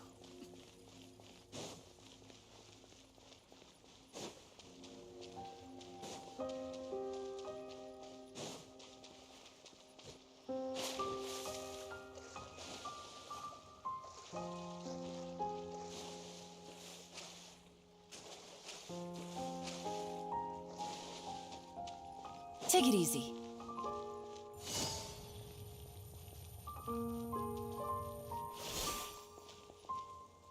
This looks like Switzerland, to be honest. They really did a good job. Genshin is always pretty.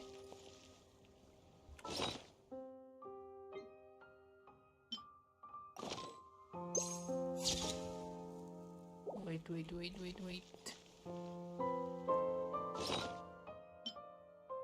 This one. No.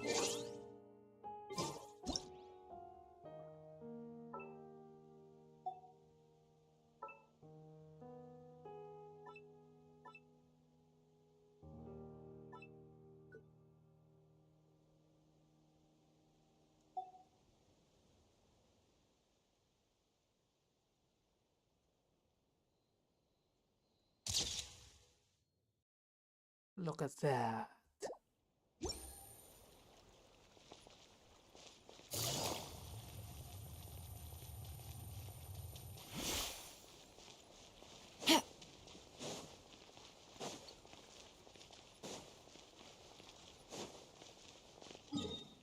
Am I far away?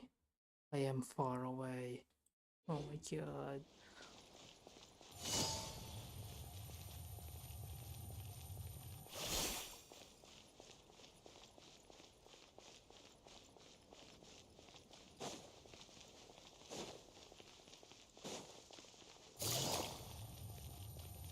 At least on the rails you're safe. There's no monsters.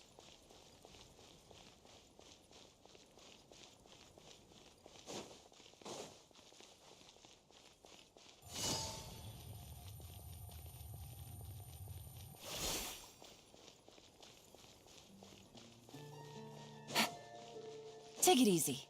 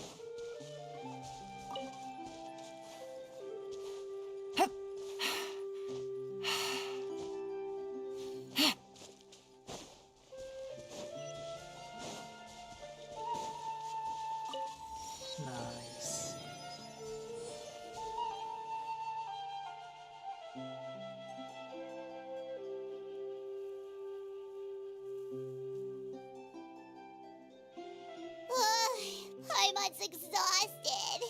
Paimon definitely didn't expect having to float this far after a full day of filming. So, Chevrolet, why did you take us here? Affirmative.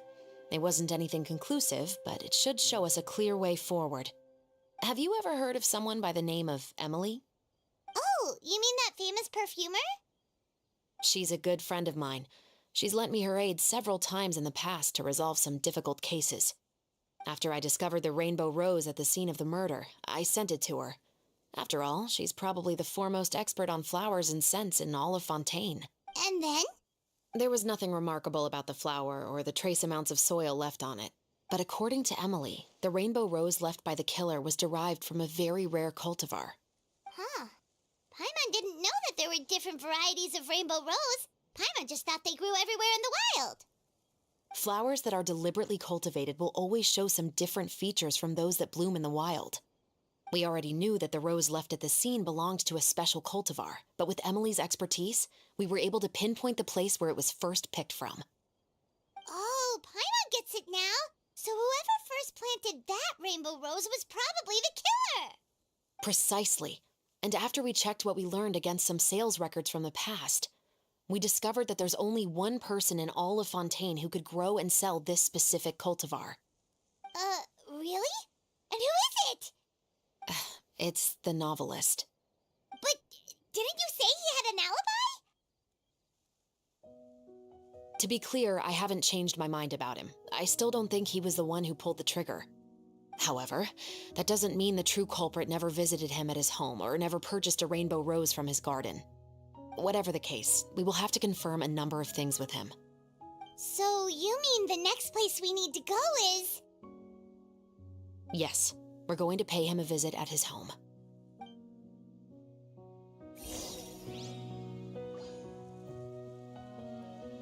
Yeah, I was about to tell. We went here just to do that talk. Do that talk.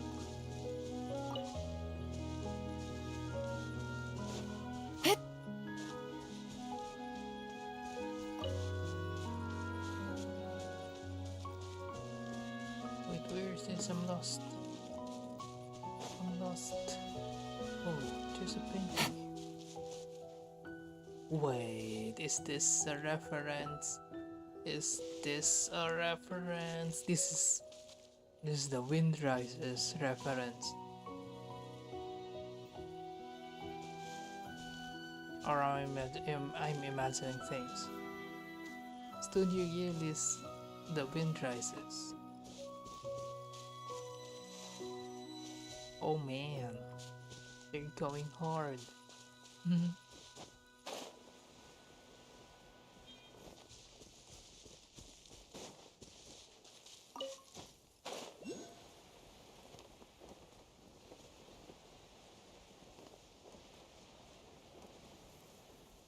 Oh, look at the houses. They're so cute.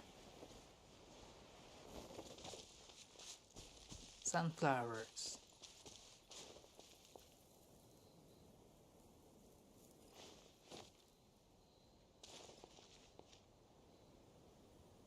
Look at how cute the house is. And there's mailbox.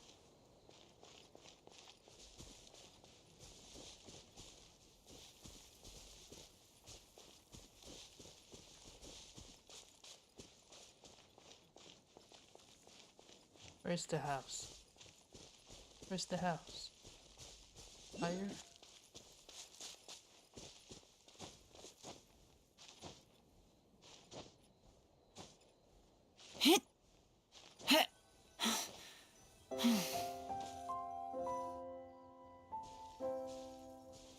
That should be his house. There are so many Gardamex stationed around the place. That's pretty unusual, right? According to what he told me last time we spoke, he hired them so he won't be harassed or disturbed. Huh. So there are a lot of flowers in his garden, but Paimon doesn't think we'll be able to pick one without alerting the Gardamex. Right, which is exactly why I think there has to be a special connection between him and the killer. So, Should we knock? Just wait here for now. I'd like to take care of a number of those Gardamex first. But they're so far away. How are you planning to do that? Don't forget, Paimon, I'm actually the real-life captain of the Musketeers.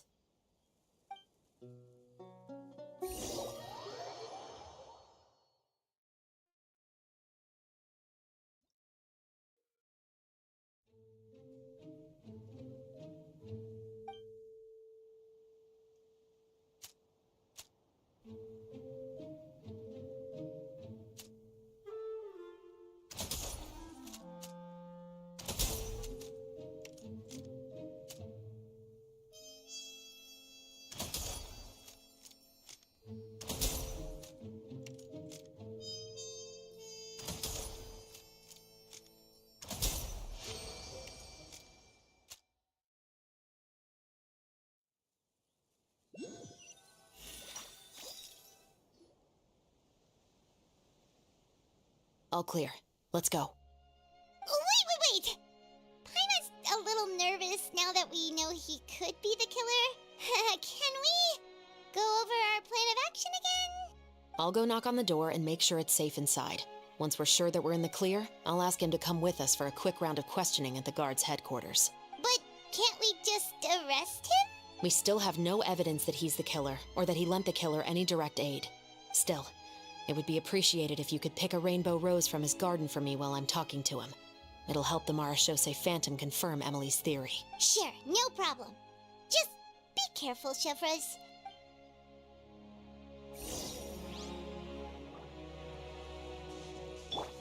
We just snipe the flowers with Nahida.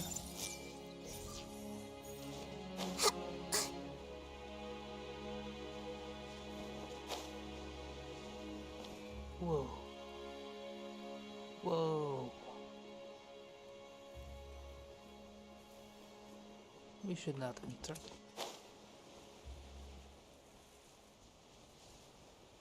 We should enter.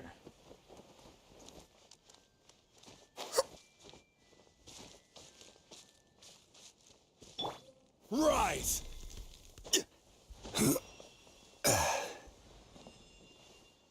Crumble!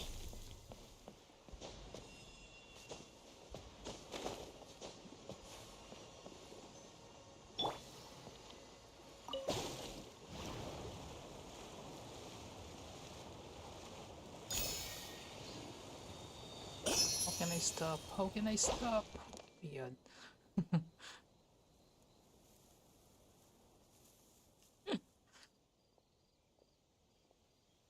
Excuse me, Mr. Baptiste, are you home? Who could it be at this hour? Oh, it's you, Officer Chevros. Would you mind accompanying me to the guard's headquarters, Mr. Baptiste? We would like to ask you some questions about a case. Oh, is it still regarding the murder case from before? I cannot confirm or deny that at this time. So it is then. Listen, I need you to come with me, Mr. Baptiste. Miss Chevros, I'll save you the trouble. Oh, and you two over there? There's no need for you to pick my flowers either. It's not time for them to bloom yet. Oh! Okay.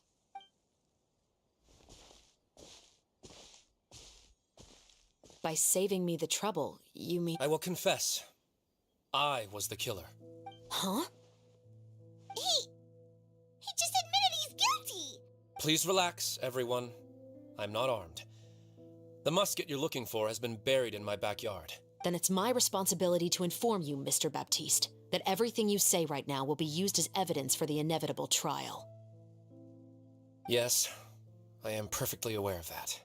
I must say, I hate this feeling. Oh? Is it because I confessed? Or because you've been proven wrong? Both, I suppose. For the same reason as the one I wrote out in my novel, of course. I did it to exact revenge. I know you haven't figured out the link between the two of us. Had you done so, I'd have been taken away to the headquarters a long time ago. But that won't stop me from always remembering his grotesque face. After all, he was the one who killed my mother. Your mother is still healthy and well. You know, I was adopted as a child. I was referring to my birth mother. That was never recorded in the orphanage's records. Please forgive a 6-year-old child for concocting some lies to protect himself after watching his mother die right in front of him. So, your novel, it was like a record of your life? No, of course not. It was a work of fiction with many embellished parts. But I am indeed the illegitimate son of a wealthy and influential man who abused his power to murder my mother. That part was 100% real. But the man you killed didn't have a Mora to his name. He was a hired assassin, an irredeemable beast who sank his fangs into a defenseless woman just for a few bags of Mora. But if that's really the truth, you wouldn't be telling us any of this now. You still haven't managed to take revenge against your father, the true mastermind behind it all. I never thought I'd hear that kind of thing from the captain of the Special Security and Surveillance Patrol. I'm simply skeptical about your motives. It's simple, really. I've grown tired of everything and don't want to shoulder this burden anymore. You may have considered me too soft to pull the trigger. Well, as it turns out, you are exactly right. I've become overwhelmed by the aftermath of the murder. So you're going to call a stop to your revenge, just like that? The true mastermind is too rich and too powerful for me. I've accepted that I will never be able to avenge my mother alone. And so what? The characters in your book never gave up. Now, Officer Shavras, I'm the one who has killed a man, aren't I? Are you trying to convince me to commit another crime? What's your father's name? How do you plan to prove the veracity of all of your claims? Well, I'd like to speak with you privately. Sure. Why don't we speak privately at the guard's headquarters? No, it has to be here. I must ensure that we won't be overheard. Fine. Let's talk here. When I said won't be overheard, I meant by anyone. I would like to speak with you and you alone.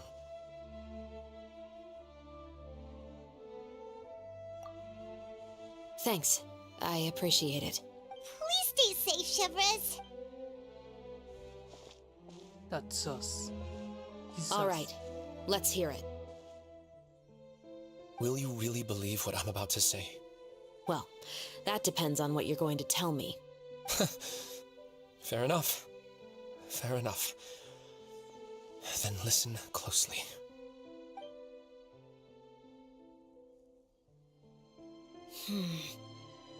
So that's how it's all connected. So, it seems you believe me after all.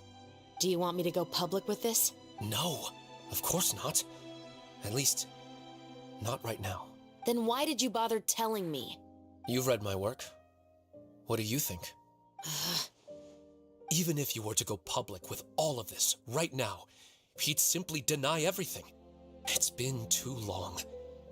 Almost 20 years. Anything that could be used as evidence has long faded away. Even if there might have been a solitary island of truth once upon a time, it has long sunk beneath the waves by now. Justice will never find him. Not if you don't try. I know that as the captain of the Special Security and Surveillance Patrol, you will always stand on the side of justice. But do you really think a cushy life in prison really constitutes justice for him? I bet he could lead an extremely comfortable life in the fortress of Meripede. What are you trying to say? I've been observing you from a distance. Your portrayal of the musketeer was exquisite. Pull the trigger of justice against him. Let the villain get what he deserves. You want me to let you go so you may complete your revenge? No, Officer Shavras. I know that would be impossible. No. What I'd like is for you to perform the deed on my behalf. Oh, Chevres sure is taking her time. What could they be talking about anyway? Oh, Paimon's worried. What if he decided to attack her?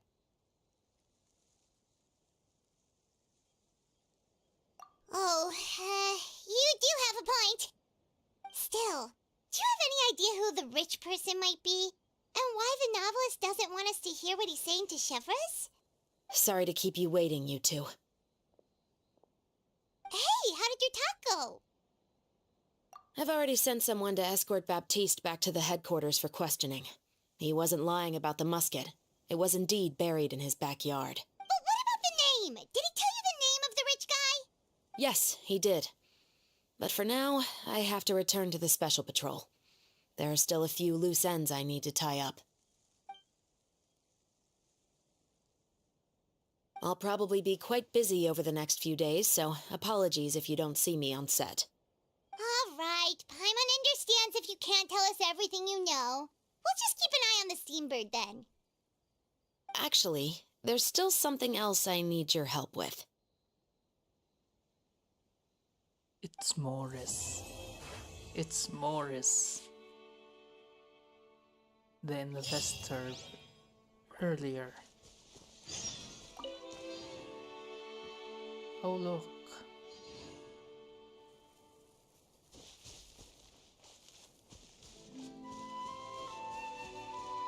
What I've seen before. Oh my god, it's locked. Who are these guys? Who are you? Why do you have a cage? Illusion shattered! Quietly now. The wrong test subject. The wrong test subject.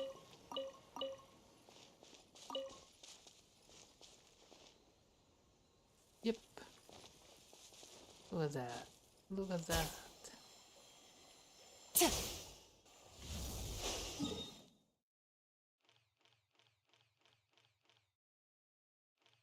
So it's here. Celestia is somewhere here.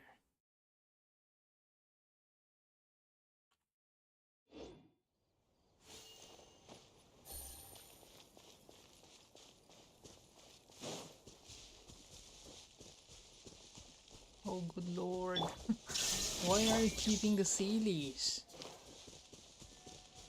Hey! A hunter becomes hunted. Such a pain.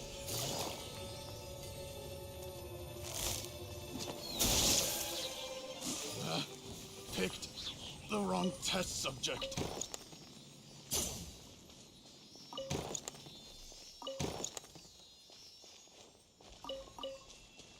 You can burn the flowers? Oh my god, you can burn the flowers!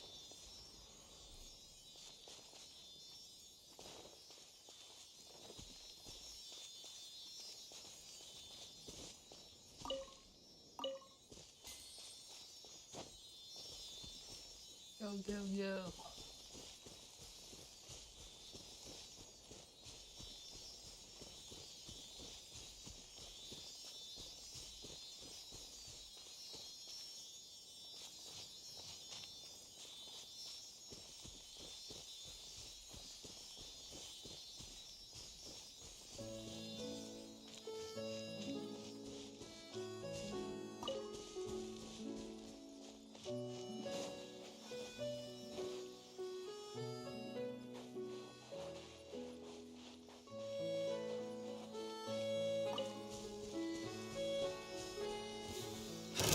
Another test subject.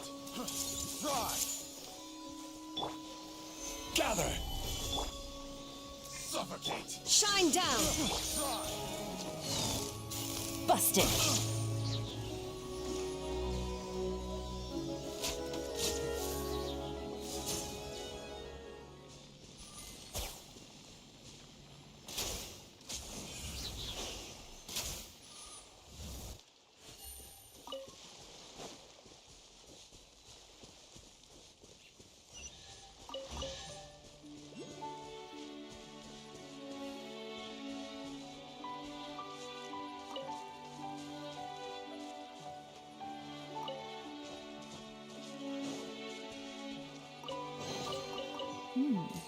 Easy money.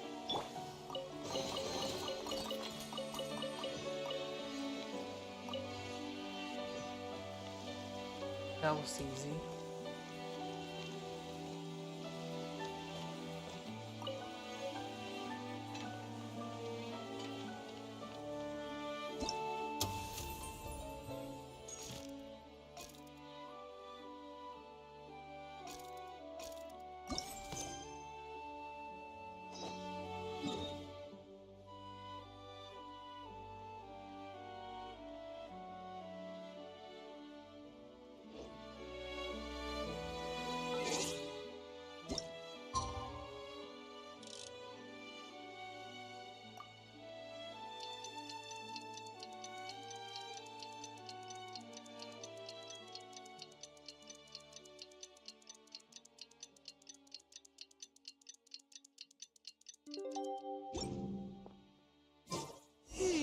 We haven't seen Chevra since that night at Baptiste's place. What?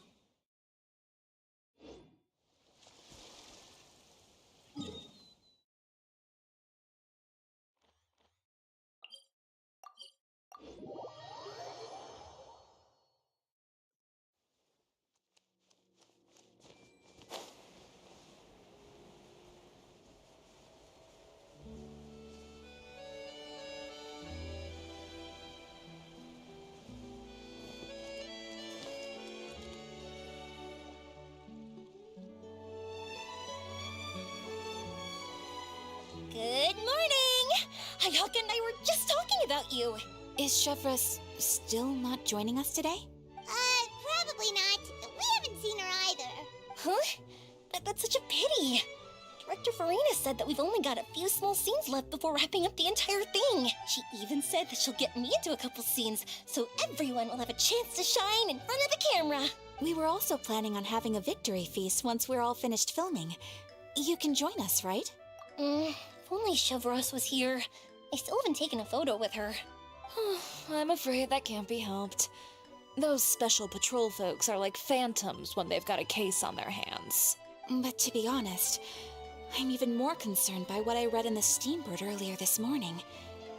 It said that the killer in the murder case was none other than the author of the Two Musketeers. Oh yeah, I heard about that too. He came forward and confessed his crimes, but gave no explanation as to why he pulled the trigger. We didn't know about this case at all when we joined the film. Is it going to affect the reception of our work? From a pure publicity standpoint, this will draw a lot more attention to our film. I have to say, though, that no director can be perfectly comfortable with garnering attention through means other than artistic skill. To be fair, I feel like that ship sailed the moment you allowed yourself to be named as the director on our posters. It's not my fault that I'm super popular. What was that saying again? My popularity has, Sunk to an all-time low? spread to the four corners of Teyvat.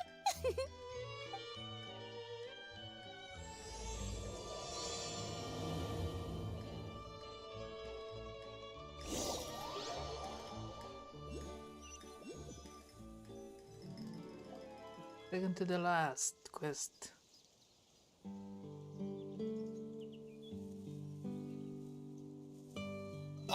Excuse me, everyone. Xavier! Feels like it's been ages since we last saw you. I've been talking non-stop with the Film Association, and I'm absolutely swamped trying to coordinate the film's marketing. So forgive me for not being around more often, but please believe me when I say that I will make sure everyone's hard work gets the exposure it deserves. Oh, seems like you've been fighting your own battles. Yes, that's one way to put it. Oh, and before we begin the final round of filming, please allow me to finally introduce you to the original investor of our film, Mr. Morris. A pleasure to meet you all. Yes, glad to make your acquaintance, Mr. Morris.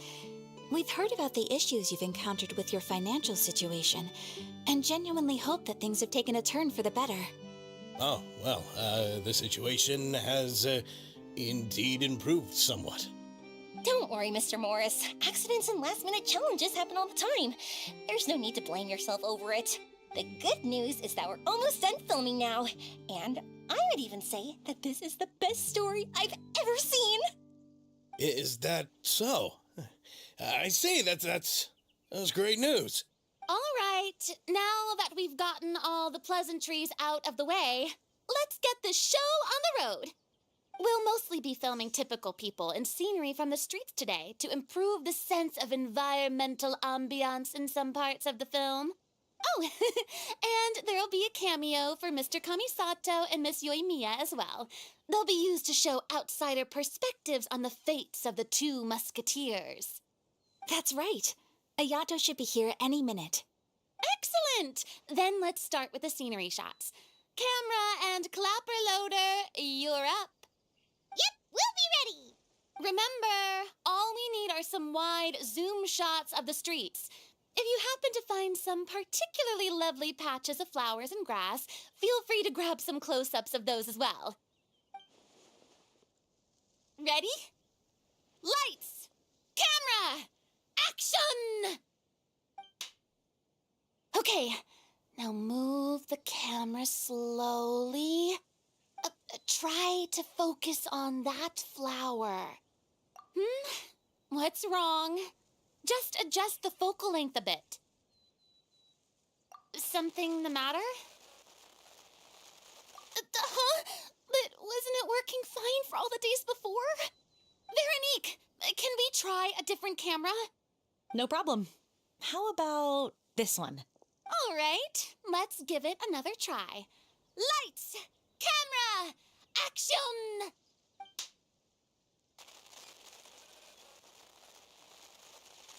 Don't tell me. This one is broken too? Veronique, do we have any other spare ones we can use? I'm afraid we only brought these two today. What? Then go find a workshop to get them repaired right away. Oh, and you too, Bono.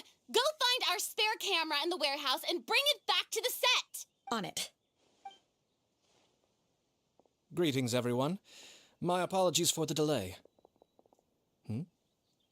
Is something the matter, Ayaka? It seems like there are some issues with the filming equipment today.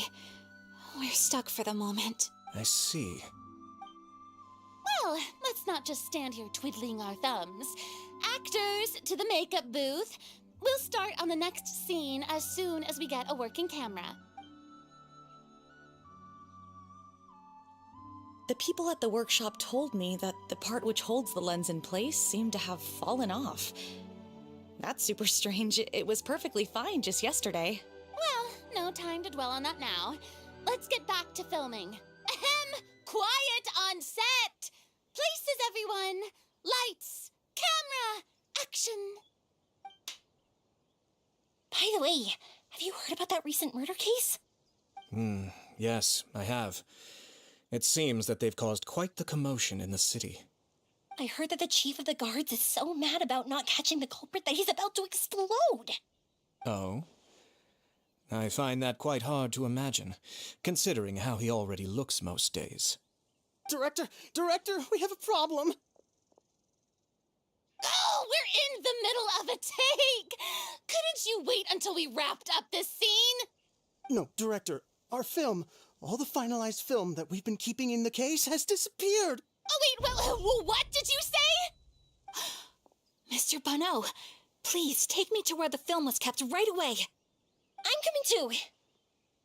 No, Yoimiya, you have to stay here. Oh. Okay, listen up. Everyone who's not working on this current scene can go with Bono to look for the film. Everyone else, stay put and wrap up the scene. Unbelievable. How could all these problems happen in just one day?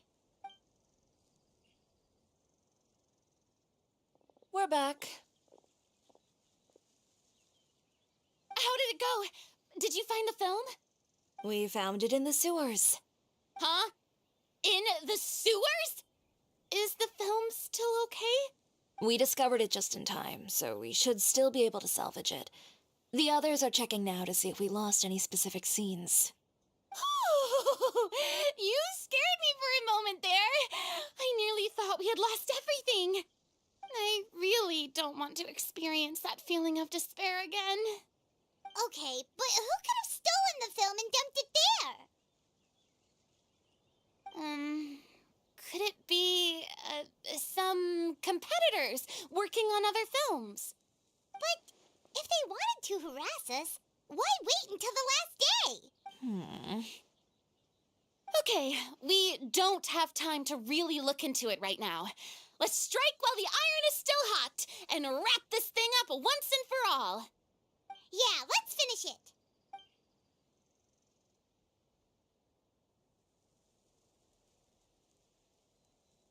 I would like to officially announce that our entry to the festival, The Two Musketeers, has now concluded filming! Paimon is spent. It's so late already. Even though the filming process proved to be extremely challenging, everyone provided valuable and unique contributions to the final product. Thank you all for your dedication and support.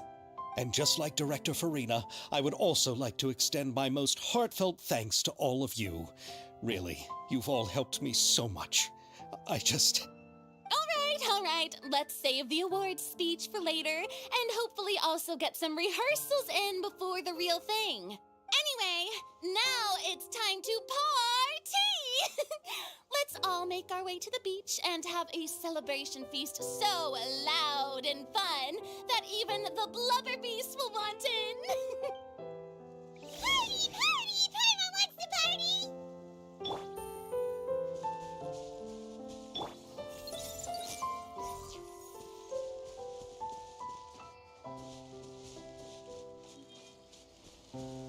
Whoa.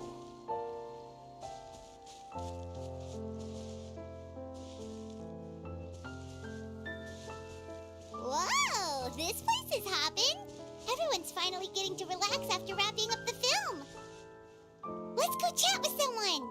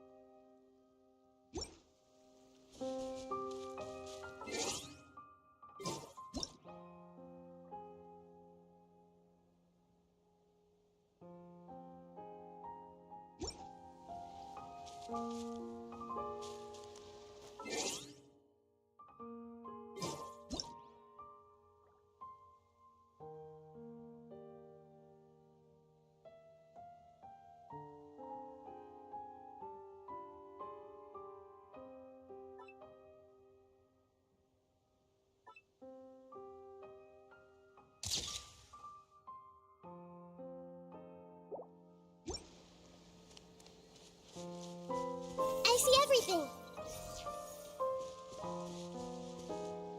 Mr. Morris, you're sus. Have you ever seen a fireworks show, Mr. Morris? It's pretty. I'm afraid I haven't, but I'll take your word for it. Why are you even here? Not the investor. Did you spend more on us?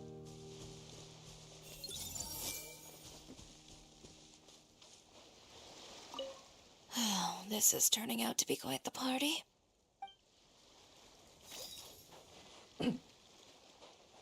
Bowl of tea.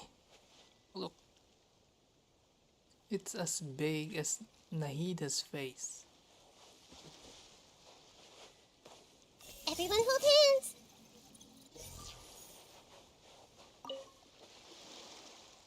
Hey, Ayato! How's your work been going? Everything went rather smoothly. Thank you for your concern. Ayato told me that we've already confirmed the dates for some Inazuma Fontaine cultural exchange events, so the next time we visit, we'll be doing so in our capacities as the representatives of the Yashiro Commission. Oh, that's great! Then maybe Paimon will be able to find Fontaine detective novels in Inazuma from now on. Oh, wait. Wouldn't Yai Miko get upset if that happens? That would be stealing some of her business. You've got a point. She's always complaining that light novels have become bland and too predictable after all. The cultural exchange won't only feature literatures of both nations, of course. We have also made plans for cross-cultural engagements in the fields of gourmet cuisine, toy making, and artisan craftsmanship. Whoa! Paimon's getting super excited now! When the time comes, be sure to visit and participate in all the events.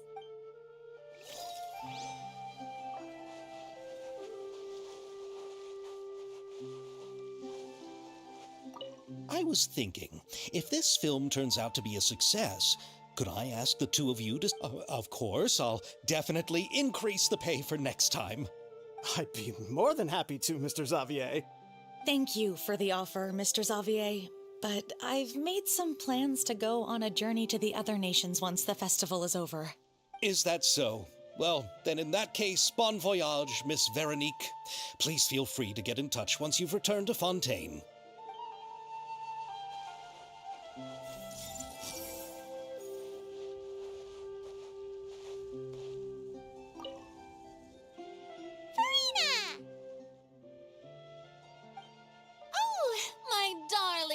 Loader and camera operator, you've both worked really hard.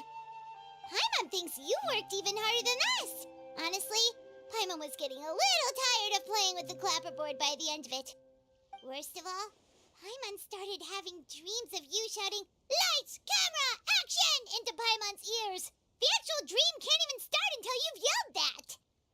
Hey, if anything, shouldn't I be more grand and delightful than your dreams? We've been through so much together, and that's how your brain remembers me? That's not Paimon's fault. We've just used the clapperboard too much lately. Anyway, what's most important is that we've wrapped the film. I'm pretty confident that we'll take first prize. Hey, no need to mention the official name. Wait, now that you mention it, if we did win the prize, would Farina just get a statue of herself? Come on, I don't need that kind of attention. Xavier can accept the reward on our behalf. But just imagine! Farina accepting the Farina Award and holding a Farina statue. I'm going back to my dessert now. You all can keep discussing that on your own.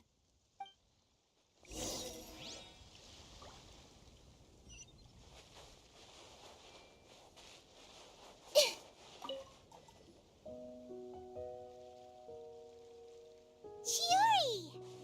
Hey, you two. Are you not really into these kinds of big social occasions? Not particularly. But this is still better than Fontaine Fashion Week. But if this film becomes a big hit, people will definitely come flocking to your shop. Yes, that's highly likely. As long as the film can premiere as planned. Are you still worried about the case? That and all the obstacles we had to face today. You're right. It's as if all our bad luck just manifested at once. But why today of all days? No, it's nothing. We've already delivered the film to the editors, so there should be nothing more to worry about. How are you doing, Mr. Morris? You having a good time? Well, you could say that. Do you happen to know when the party is scheduled to end? Judging by how much fun everyone's having, I'd say probably not until well after midnight. Is there something that you still have to take care of at home, Mr. Morris? Oh, well, I'm just not a late night person, so I might take off shortly. Oh no! Silly me. I almost forgot something super important. Oh, what is it? I prepared a whole batch of fireworks for the party, but I forgot to bring them over from the warehouse. Fireworks, you say? That's, truly a pity. Sorry things didn't go as planned. Could you help me carry them over, Mr. Morris? I won't be able to fetch all of them by myself. Me? Are you sure that you can't find anyone else? I just wanted to make this a surprise for everyone. The warehouse isn't far from here. We'll be there in no time. Pretty please, Mr. Morris. These are some of the best fireworks I've ever made. So I also want you to see them before you leave. They're stunning. I promise that they'll be a once-in-a-lifetime experience that you'll never forget. But... It's okay. Just come with me. If we're sneaky enough, nobody else will see us leaving. All right. The warehouse is right over here. I moved the fireworks there in advance, so it shouldn't be too much work bringing them back. It's still a ways away from the party. Sorry about that, Mr. Morris. It's probably because I'm used to carrying fireworks all the time, so it doesn't feel like a lot of work to me. The Jolly Yoimiya. Look at her.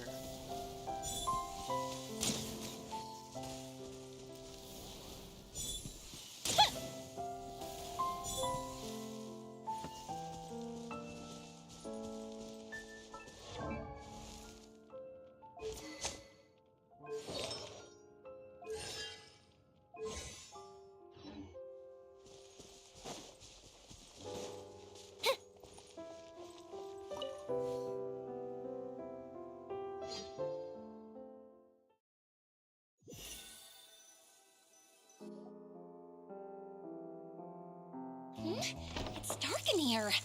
Wait here, Mr. Morris. I think the light switch should be somewhere over here. Why did I have to get roped into this? What was that?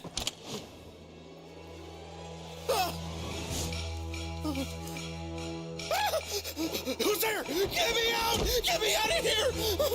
Did you really think you'd get away, Morris?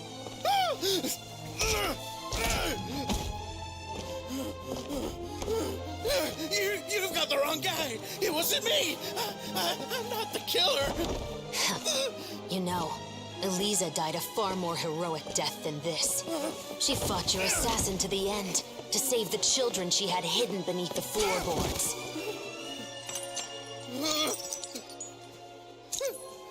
That is Eliza's pendant. The one with a photo of you two inside. The one you gave her. Ring any bells? It's a fake! It has to be! There's no way! No way your assassin didn't destroy it, you mean?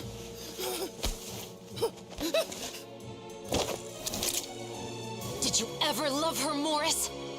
Or was killing her always the plan? No, please. Listen to me. I told Eliza to keep us a secret. I paid her plenty for her silence. I never thought she'd keep the child.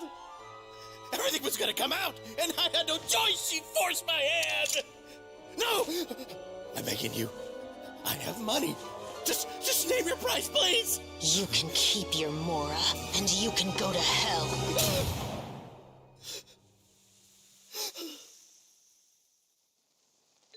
I'm Captain Shovraz of the Special Patrol. Morris, you're under arrest for Eliza's murder. Huh?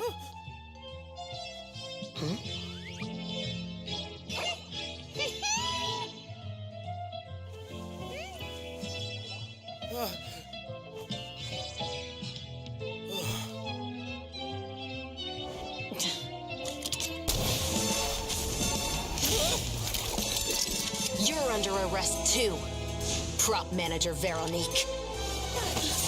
Or perhaps I should call you the Second Musketeer.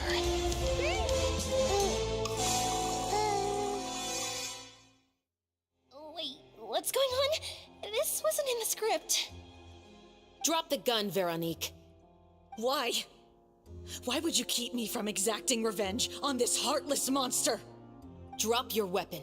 This is my final warning.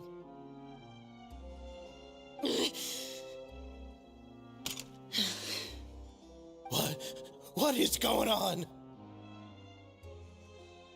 Do I have to spell it out for you, Morris? Everything that took place just now was staged to get you to confess the truth. But this last part is all improv, of course.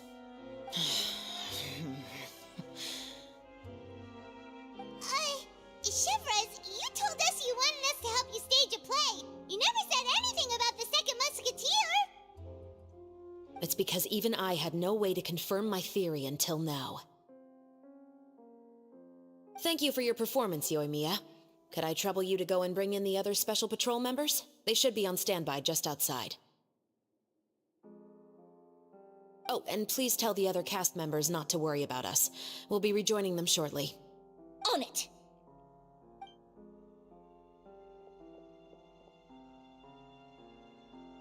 So what do you think, Morris? Care to talk about what happened 20 years ago? My patience is limited, you know. Don't force me to take you back to the interrogation room. I'd wager that you wouldn't last for more than a minute in there. With the recording we made, you have no chance of winning in court. Cooperating with us now is the most practical move. All right. I'll talk. I hired an assassin to murder Elisa. She once worked as a maid on my family's estate. She was very beautiful, and after some time I fell for her. We kept our relationship a secret and carried out an affair for some time, but it wasn't long before she became pregnant. And if my parents ever found out, they would have stripped me of my inheritance and status, driven me out of my home. I also didn't expect Elisa to insist on bringing the pregnancy to term. She even asked me to leave my family and travel far, far away with her. She believed that you were truly in love with her. I didn't have a choice.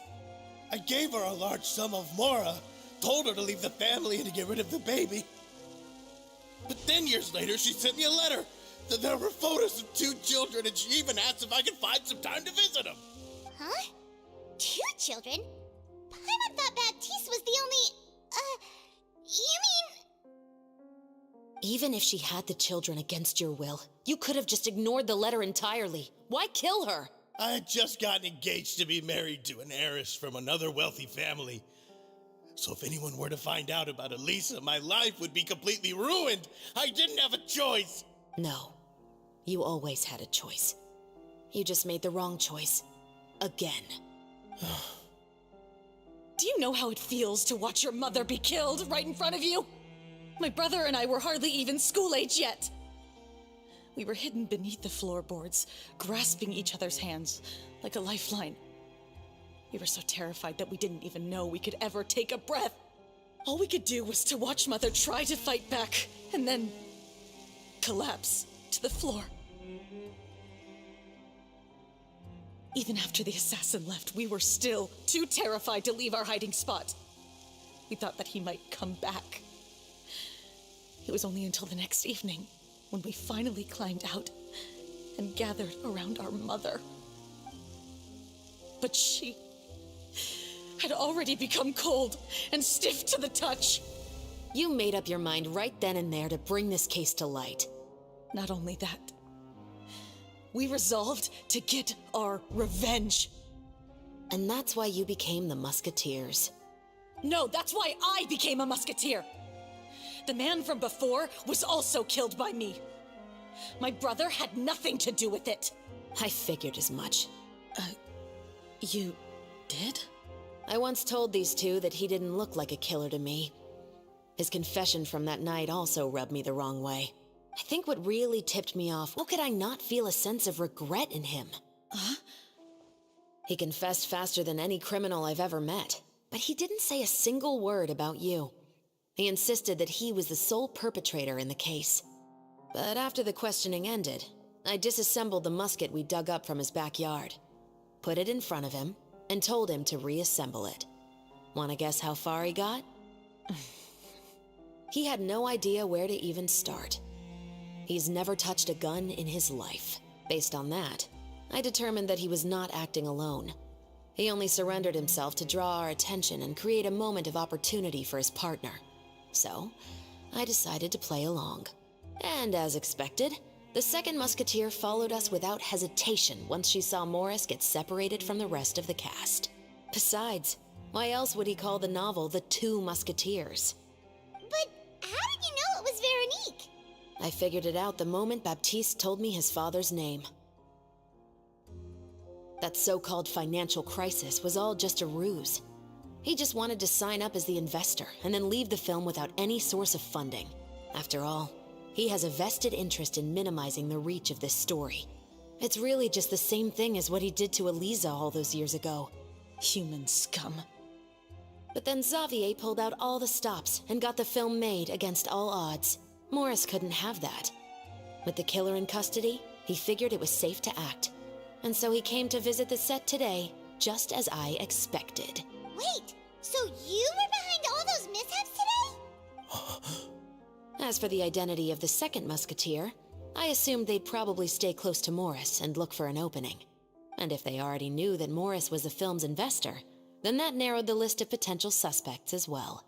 Furthermore, being the props manager would allow the culprit to avoid scrutiny by purchasing mechanical parts in the name of the crew.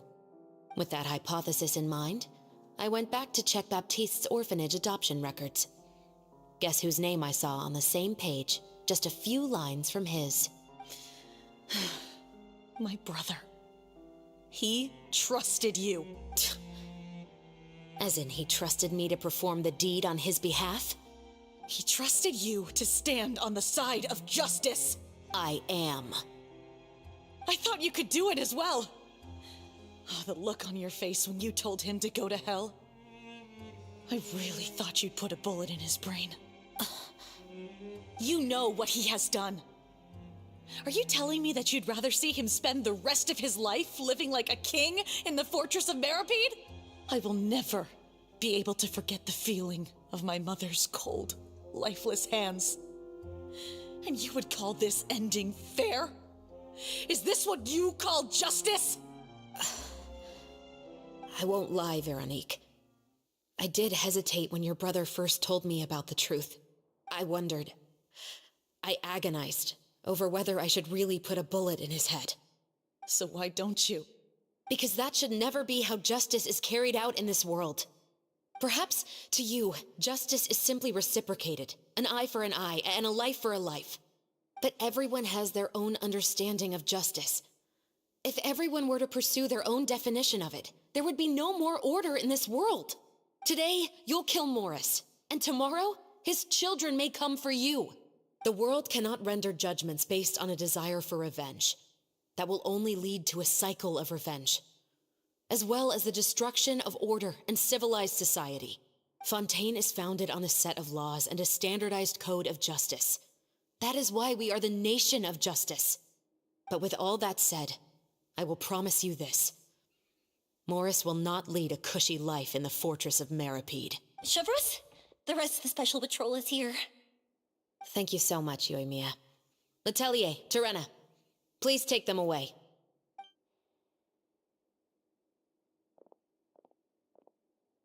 I still can't agree with your reasoning. I know. Justice has not been delivered. At least, not today. Chevreuse. Let's go. We should give an explanation to the crew. Thank you for your concern. I'm fine. I'm just thinking about the things in life that have driven people to take justice into their own hands.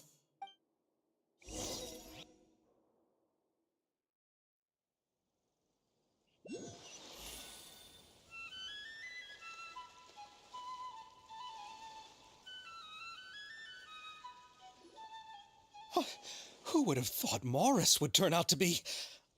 I'm at a loss of words. How could he have done something like this? I'm just glad that you're all safe and sound. Who knew that such a labyrinth of cases would be behind this story? Well, what should we do now? We have a finished film, of course, but should we still go ahead with the premiere? What do you mean? Shouldn't you be even more motivated to spread the word now that you've learned the truth? Chiori is right. I'd also like more people to see this story for themselves. But the real ending of the story seems to have deviated somewhat from the one in the script. Is that still acceptable to you, Miss Chevreuse? The call is yours. We still have time to reshoot an ending if that's what you'd like. No, it's fine as is.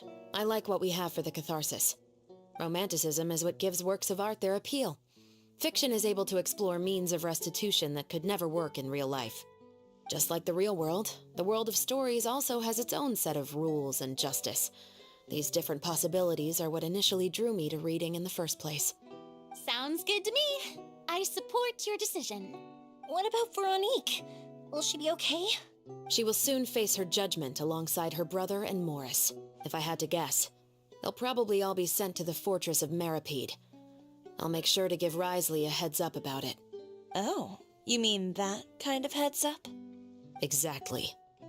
Ahem. All right, then the matter's settled. Now that everything's been taken care of, there's no reason for us to keep looking all gloomy and grumpy. Let's get back to the feast and enjoy each other's company. We'll be starting the post-production process tomorrow. You should join us, Chevres. You missed the first few hours of the party, didn't you? All right. Count me in. Then I'll wait for you over there. There's still some good news that I'd like to share with Chevres. Traveler, Paimon, could you wait for me by the sea after the party ends? I'd like to go on a brief walk with the two of you. Thank you very much.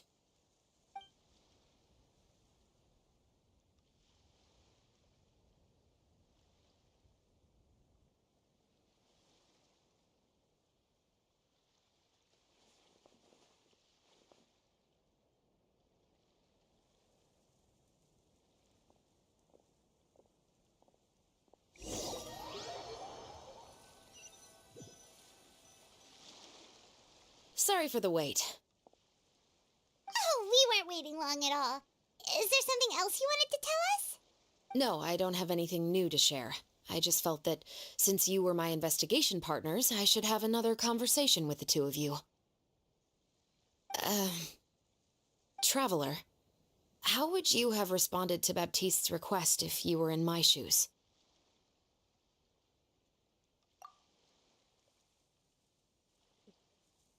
I think she did a great job, and I would do the same in real life. But as she said before, that stories and fictions have their own set of rules. Yep. I would help him get his revenge, but I don't know. Is she asking the traveler? There's the option of I don't know.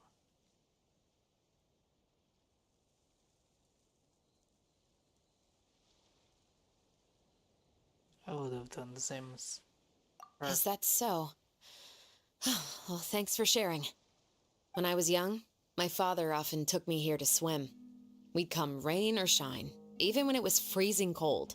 He told me that swimming was the best activity to train one's strength of will. You could never give up before reaching the shore, especially when the water was cold. Oh? Why's that? Because the moment you give up would be the moment you die. At that point, I still hadn't received my vision. One winter, the chilly wind felt almost like knives on my skin, and the seawater was so frigid that it numbed my toes the moment I stepped in. I cried and begged my father to spare me from having to swim across, but he wouldn't listen. He used to be a member of the Special Patrol as well.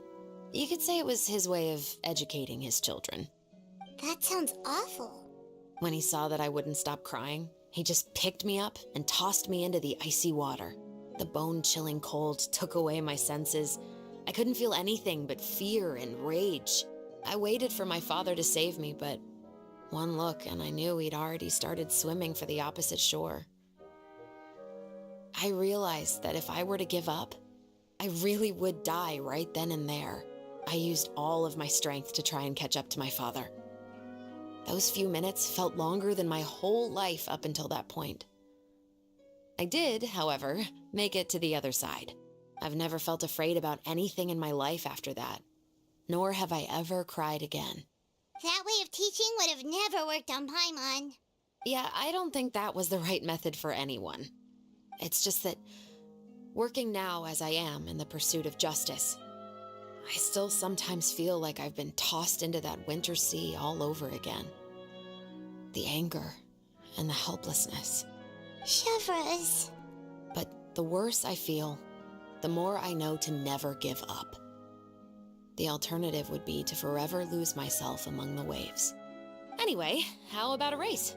Neither of us will drown, but we can still see who swims faster. You guys go ahead! Paimon will grab the clapperboard to mark the start of the race.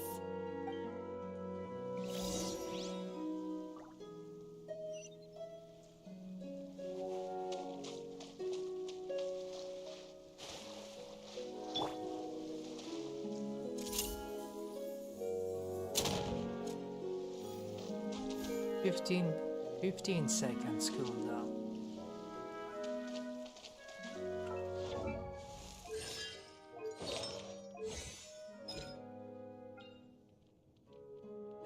As well. 60 though.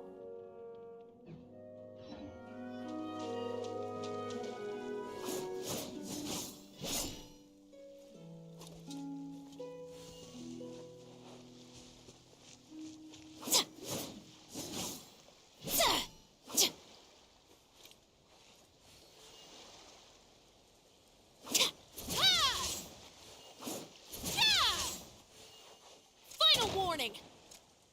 Still 15 when you tap.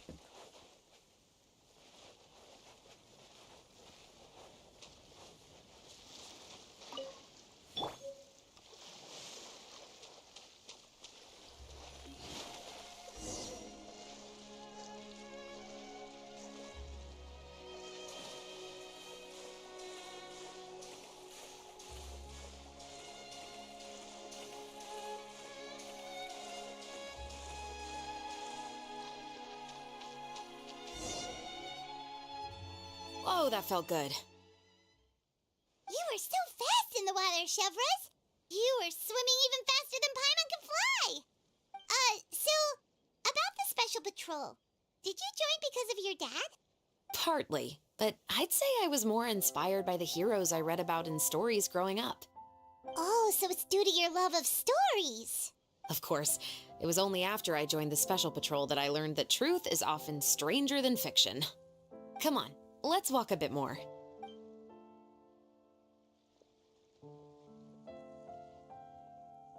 To be honest, I do sometimes question whether the decisions I make are the right ones. But I know that no matter what, I must keep swimming. Because the only thing I've got my eyes on is the shore in the distance.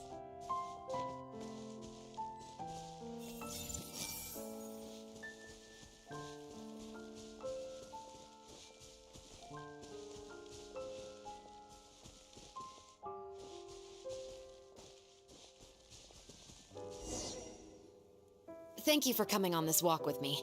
I feel a lot better after getting all that off my chest. Huh. We're nearly back at Baptiste's house. Huh. You're right.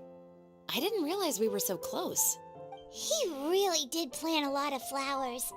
It's just like how he described it in the story. Huh?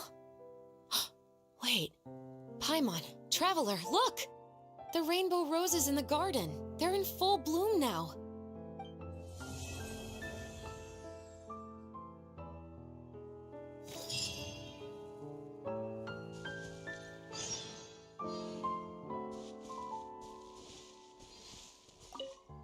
Even though it's a bit late, I must thank you for investigating this case with me. Not on behalf of the Special Patrol this time. It's a personal expression of gratitude from yours truly. Oh, you want to hear more about my father? To be honest, I didn't spend that much time with him. He was always busy with the Special Patrol, so he would often return home really late at night.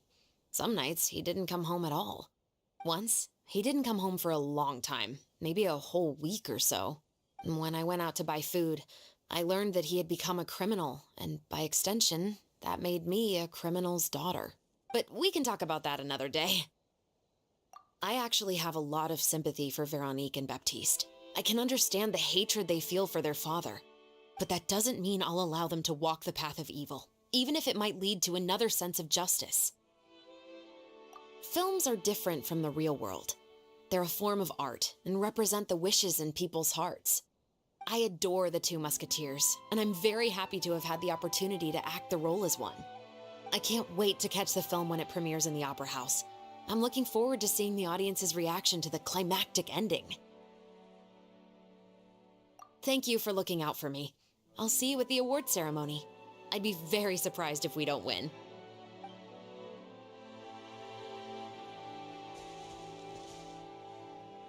He is such a cool character.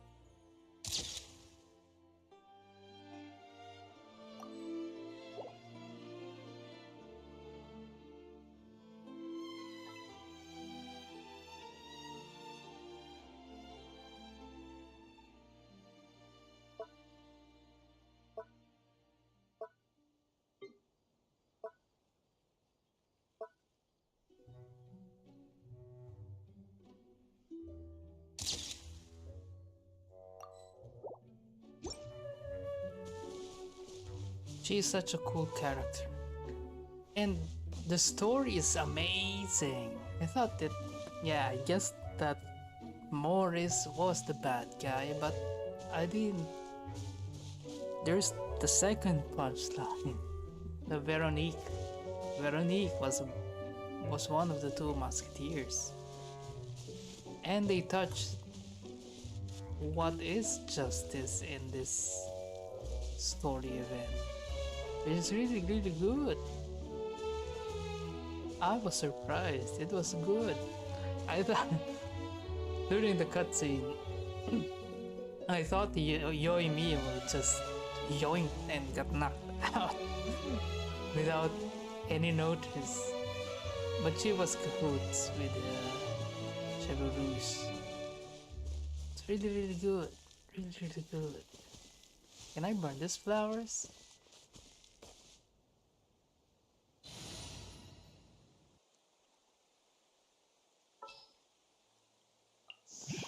Good eye.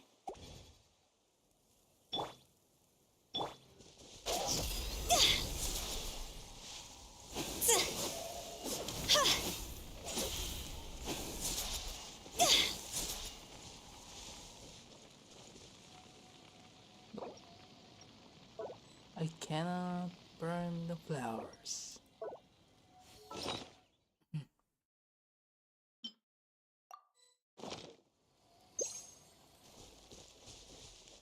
Oh, there are bad guys in the Baptiste's house. Sure. Can Chevrolet fight? Chevrolet, help me! Help me! Alright. I see everything.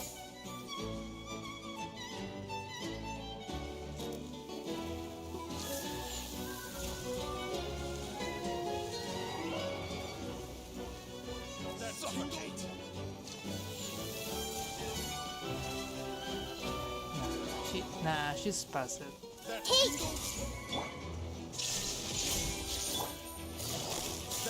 Gotcha. Picked the wrong test subject.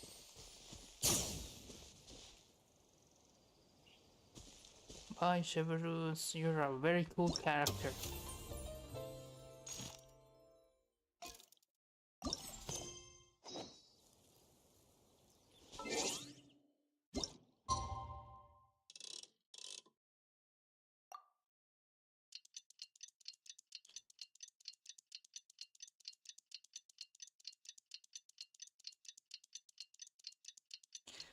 So far, the event is really cool, except for the event games.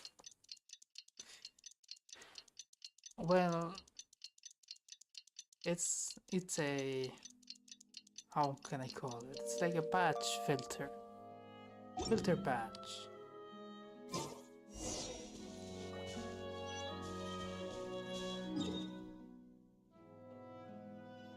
That's really cool.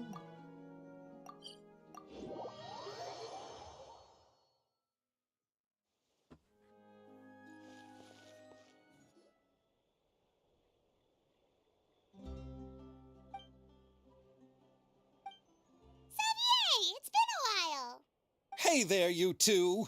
Sorry I've been scarce. I've been buried in marketing and preparing the film for release ever since we wrapped post-production. The award ceremony is today, right? Paimon wonders if we'll win the Farina Award. I'd give it a 90% chance. Farina! Oh, Paimon didn't know you were already here. You're earlier than everyone else. I'm sure the others will also be here in no time. Xavier, if we end up getting called on stage, shouldn't you come up with a name for our crew? What? But we don't even know if we're going to win. I wouldn't want to jinx our chances by celebrating early. Just open your eyes! Surely you've seen the audience's reactions to our film. We've had nothing but critical acclaim. You've also had conversations with the Opera House's operating staff, right? Didn't they want to increase the number of showings? With the mora you've made from the box office, you can now open your very own film company. But that's all credit to my amazing crew. You've all helped to make this a reality, so I can't be the only one asked to come up with a name. Well, give it some thought. I'm sure the crew will respect your choice. All right, but before that, Traveler and Paimon, could I trouble you to quickly pay a visit to the Fortress of Meripede? Huh? But shouldn't we stay for the award ceremony? I wanted to ask you two to invite Shavraz to join us at the ceremony. She's one of the lead roles, after all. I haven't been able to find her recently, so I haven't had the chance to invite her personally. According to the papers, the culprits of the Musket murder case will be personally escorted today by the captain of the Special Patrol to the Fortress of Meripede. Oh, Paimon gets it now. No, it will not be a piece of cake. I don't know where it is. Yep, just wait here, Xavier, and maybe try to come up with a few snappy-sounding names. All right, then I'll leave you to it. Where's the prison? Ugh.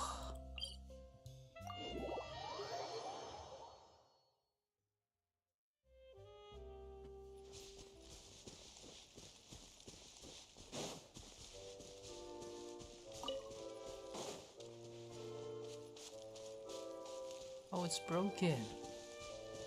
Can we fix this? Eventually?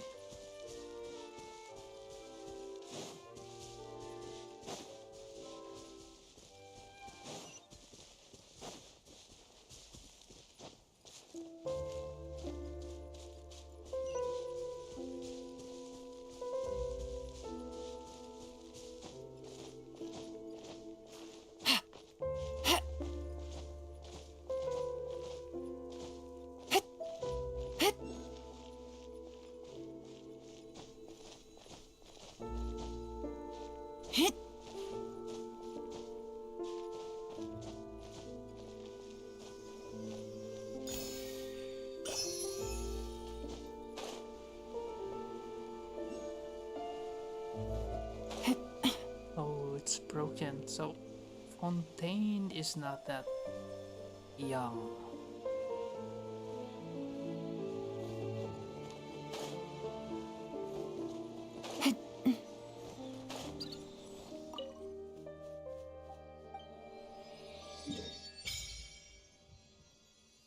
Oh, it's underneath.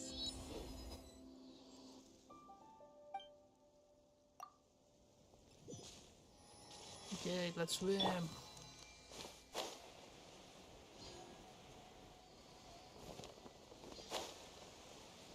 What is that?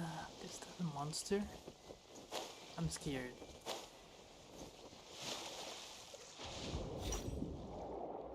Whoa, this looks so cool.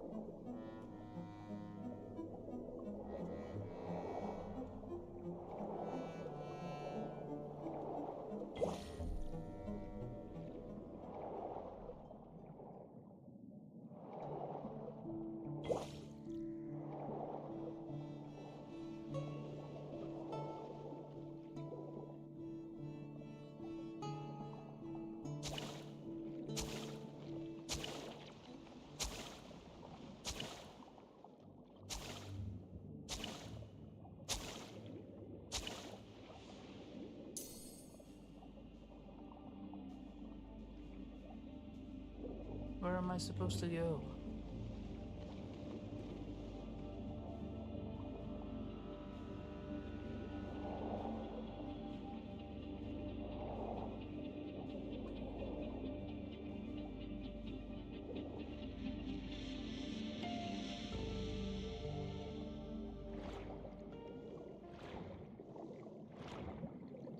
Where am I supposed to go?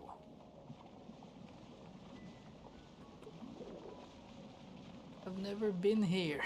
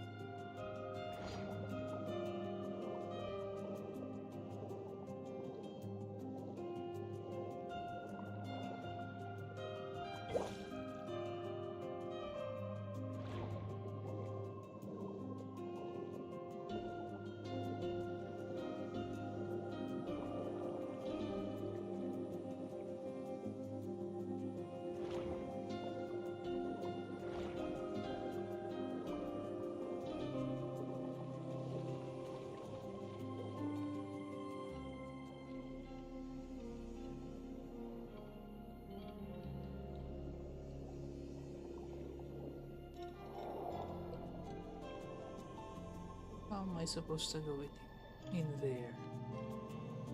It's like impelled down from one piece.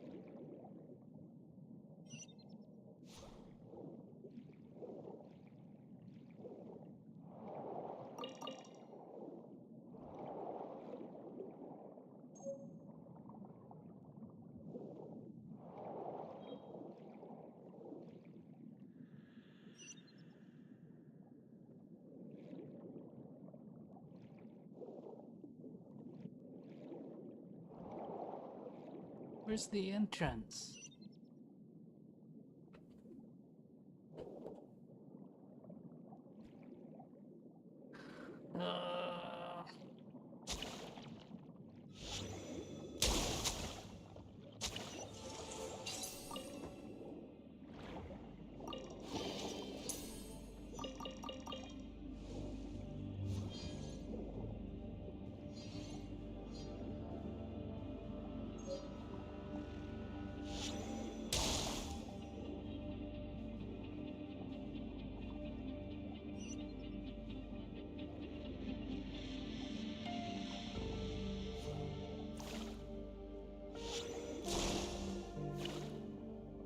How am I supposed to complete this quest? Oh my god.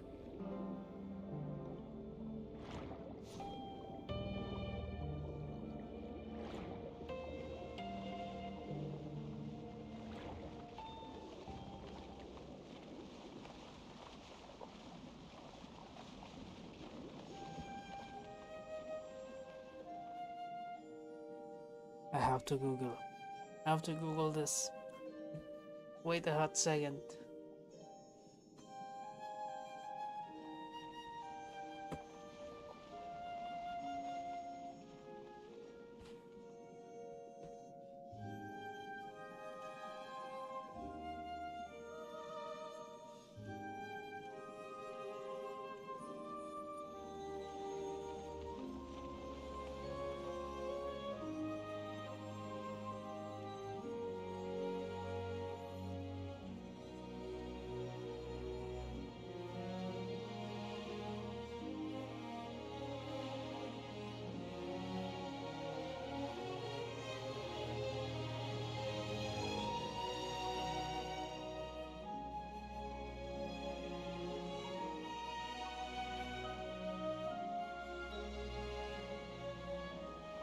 Now there's a underwater tunnel somewhere here.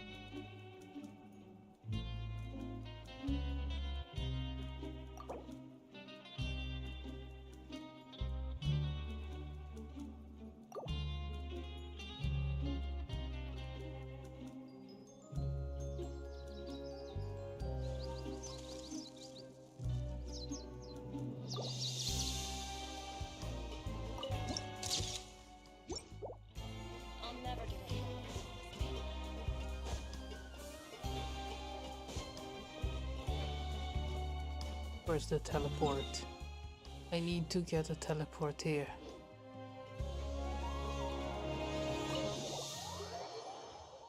Oh my god, so hard. So hard to get inside of the prison. This is as far as I'll be taking them. I'll leave the three of them to you now. Got another errand to run?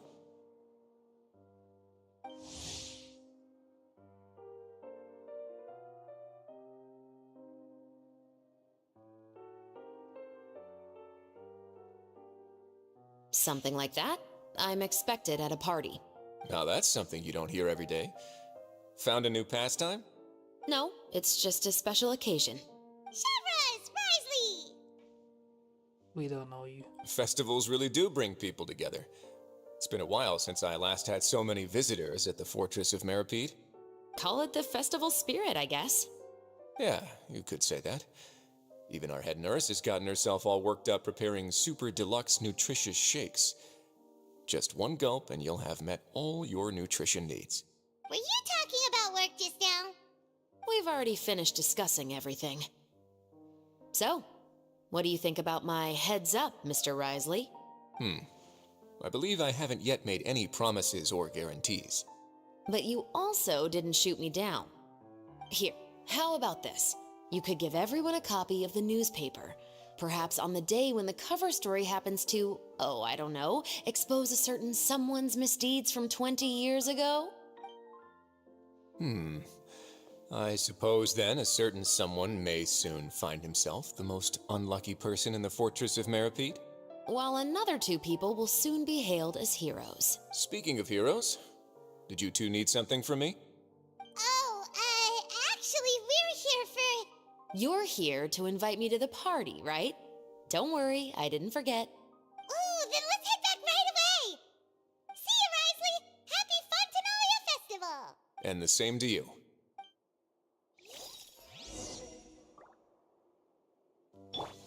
I see everything. Please, go and enjoy the festival. Just for that. Waste all this time just for that.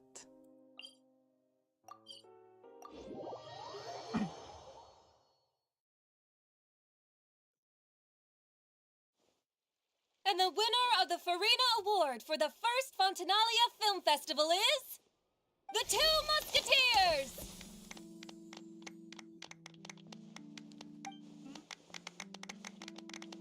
We won! We really won!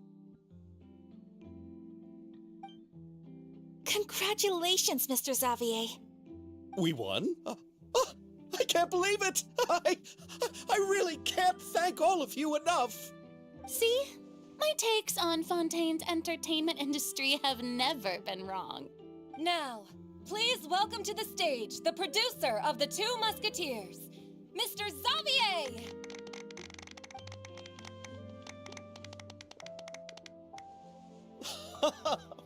Thank you! Thank you all so much for your recognition and support. While I'm up here, I would love to give special thanks to... Time really flies, huh? It certainly feels that way. It feels like it was only yesterday when you were teaching me to hold a musket. Will you come back to Fontaine again?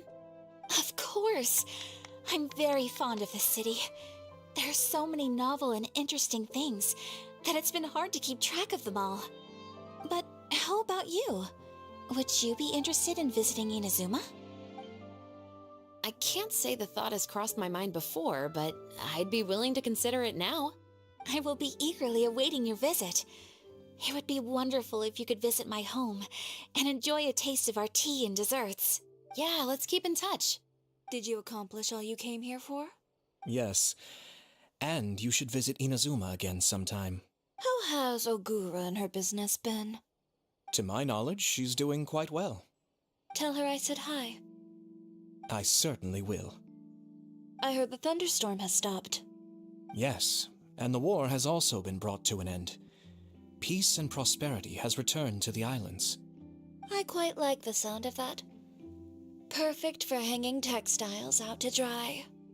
I'd like to offer my thanks again to the entire cast and crew. Without you, I would have never completed this film, much less had the opportunity to be standing on this stage. With the support of my entire crew, I would like to officially announce our film company, Musketeer Pictures. Woohoo! That has a really nice ring to it. Then in that case, let's please welcome all the members of Musketeer Pictures onto the stage for a commemorative photo. Oh, Paimon didn't know we'd also be taking pictures. Director Farina, I believe you are the most deserving person to raise this trophy. Huh? No. There's no need. It's so embarrassing. It's an honor the director deserves. Yes, I agree. Just accept that you're not getting out of this. Ready, everyone? 3, 2, 1. Musketeer Pictures!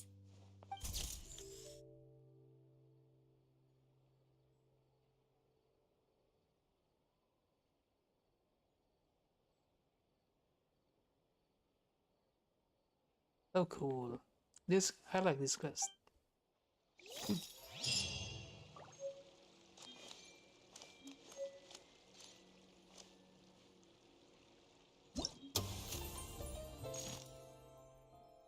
So it's done.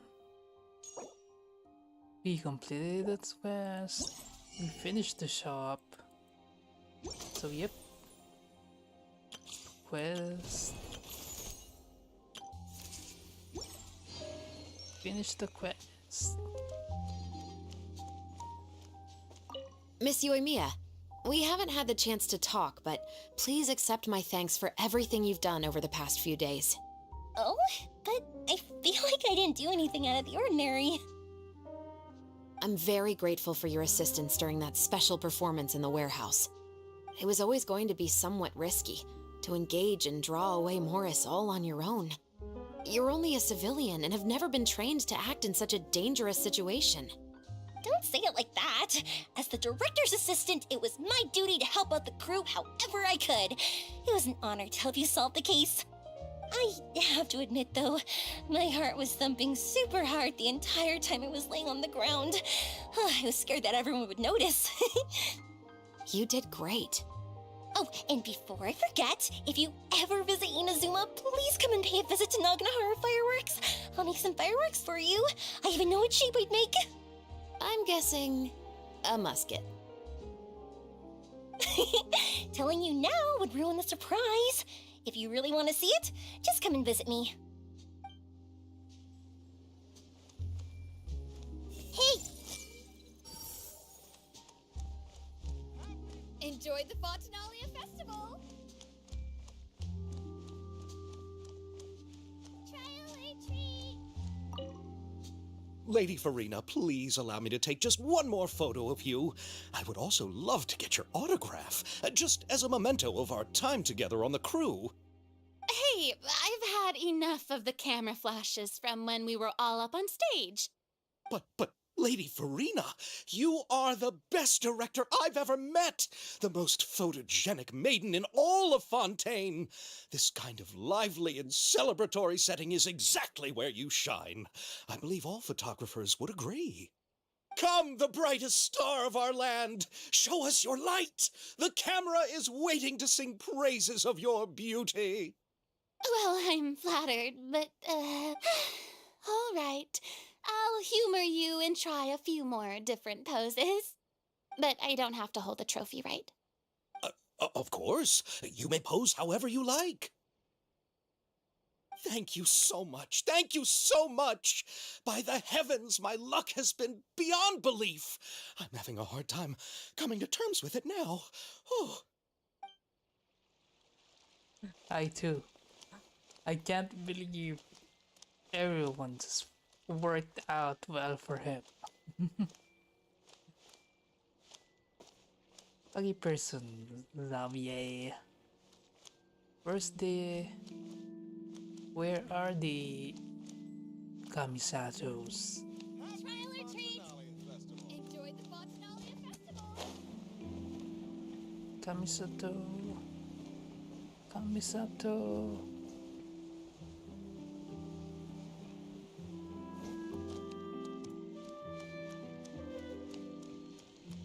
Nope, they're not here. Stripes man.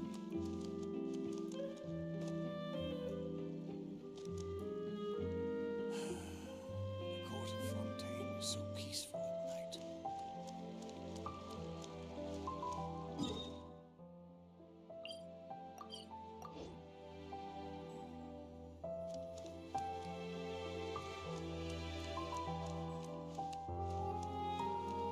Where is Ayaka and Ayato?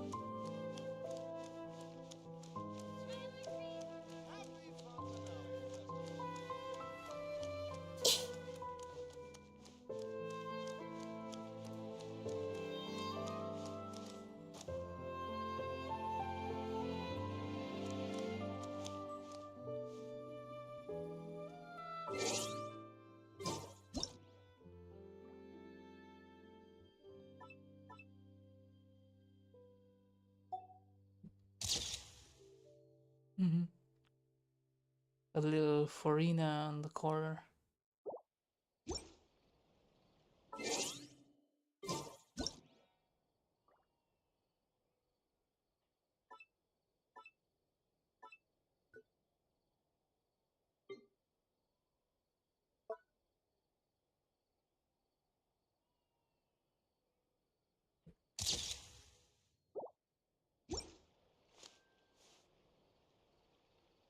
Trial or treat! Trial or treat!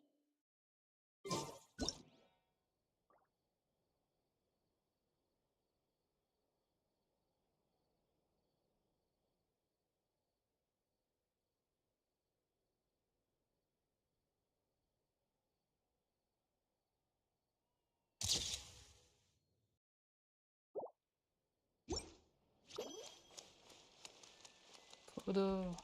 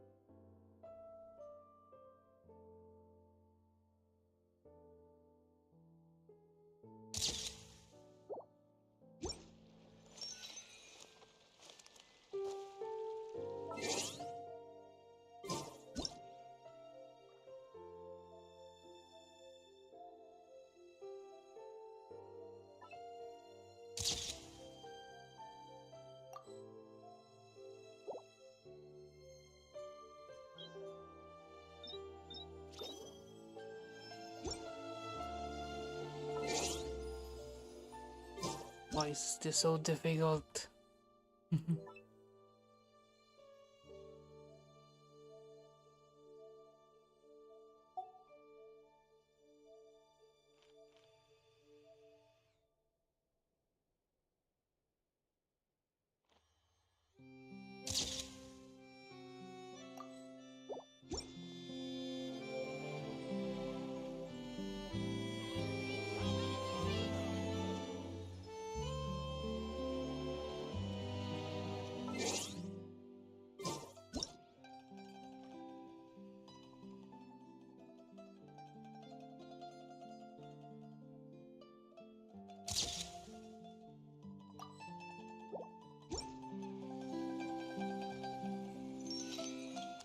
Okay, I guess that's it. Finish the quest. I got Pima gems for the next. I think I would Everyone I would hold wish for hands. her. I'm left with Venti. I don't have Venti.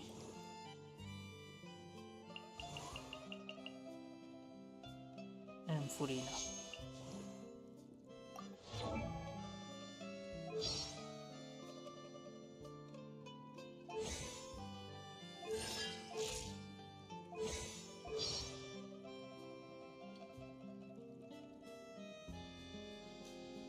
She looks like a puppet.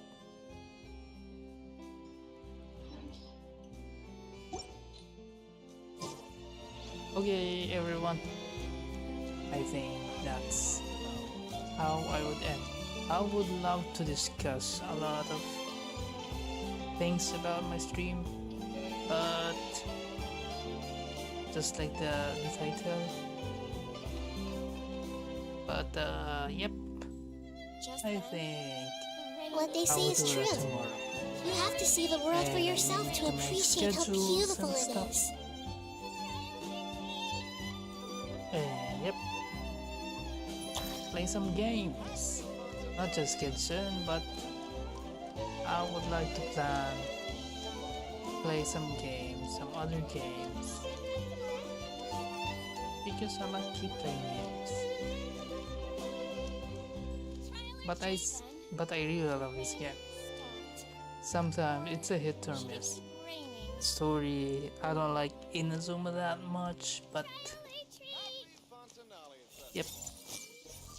I fell in love with this character Nahida and her story. Her story is very deep, very unexpected. I didn't know, but yep. I would like to make some videos about her and what I think about Genshin. It's really a miracle that this game is free. Or should it keep raining? Okay. For now, that's it. And I see you next time. See you around. Bye bye.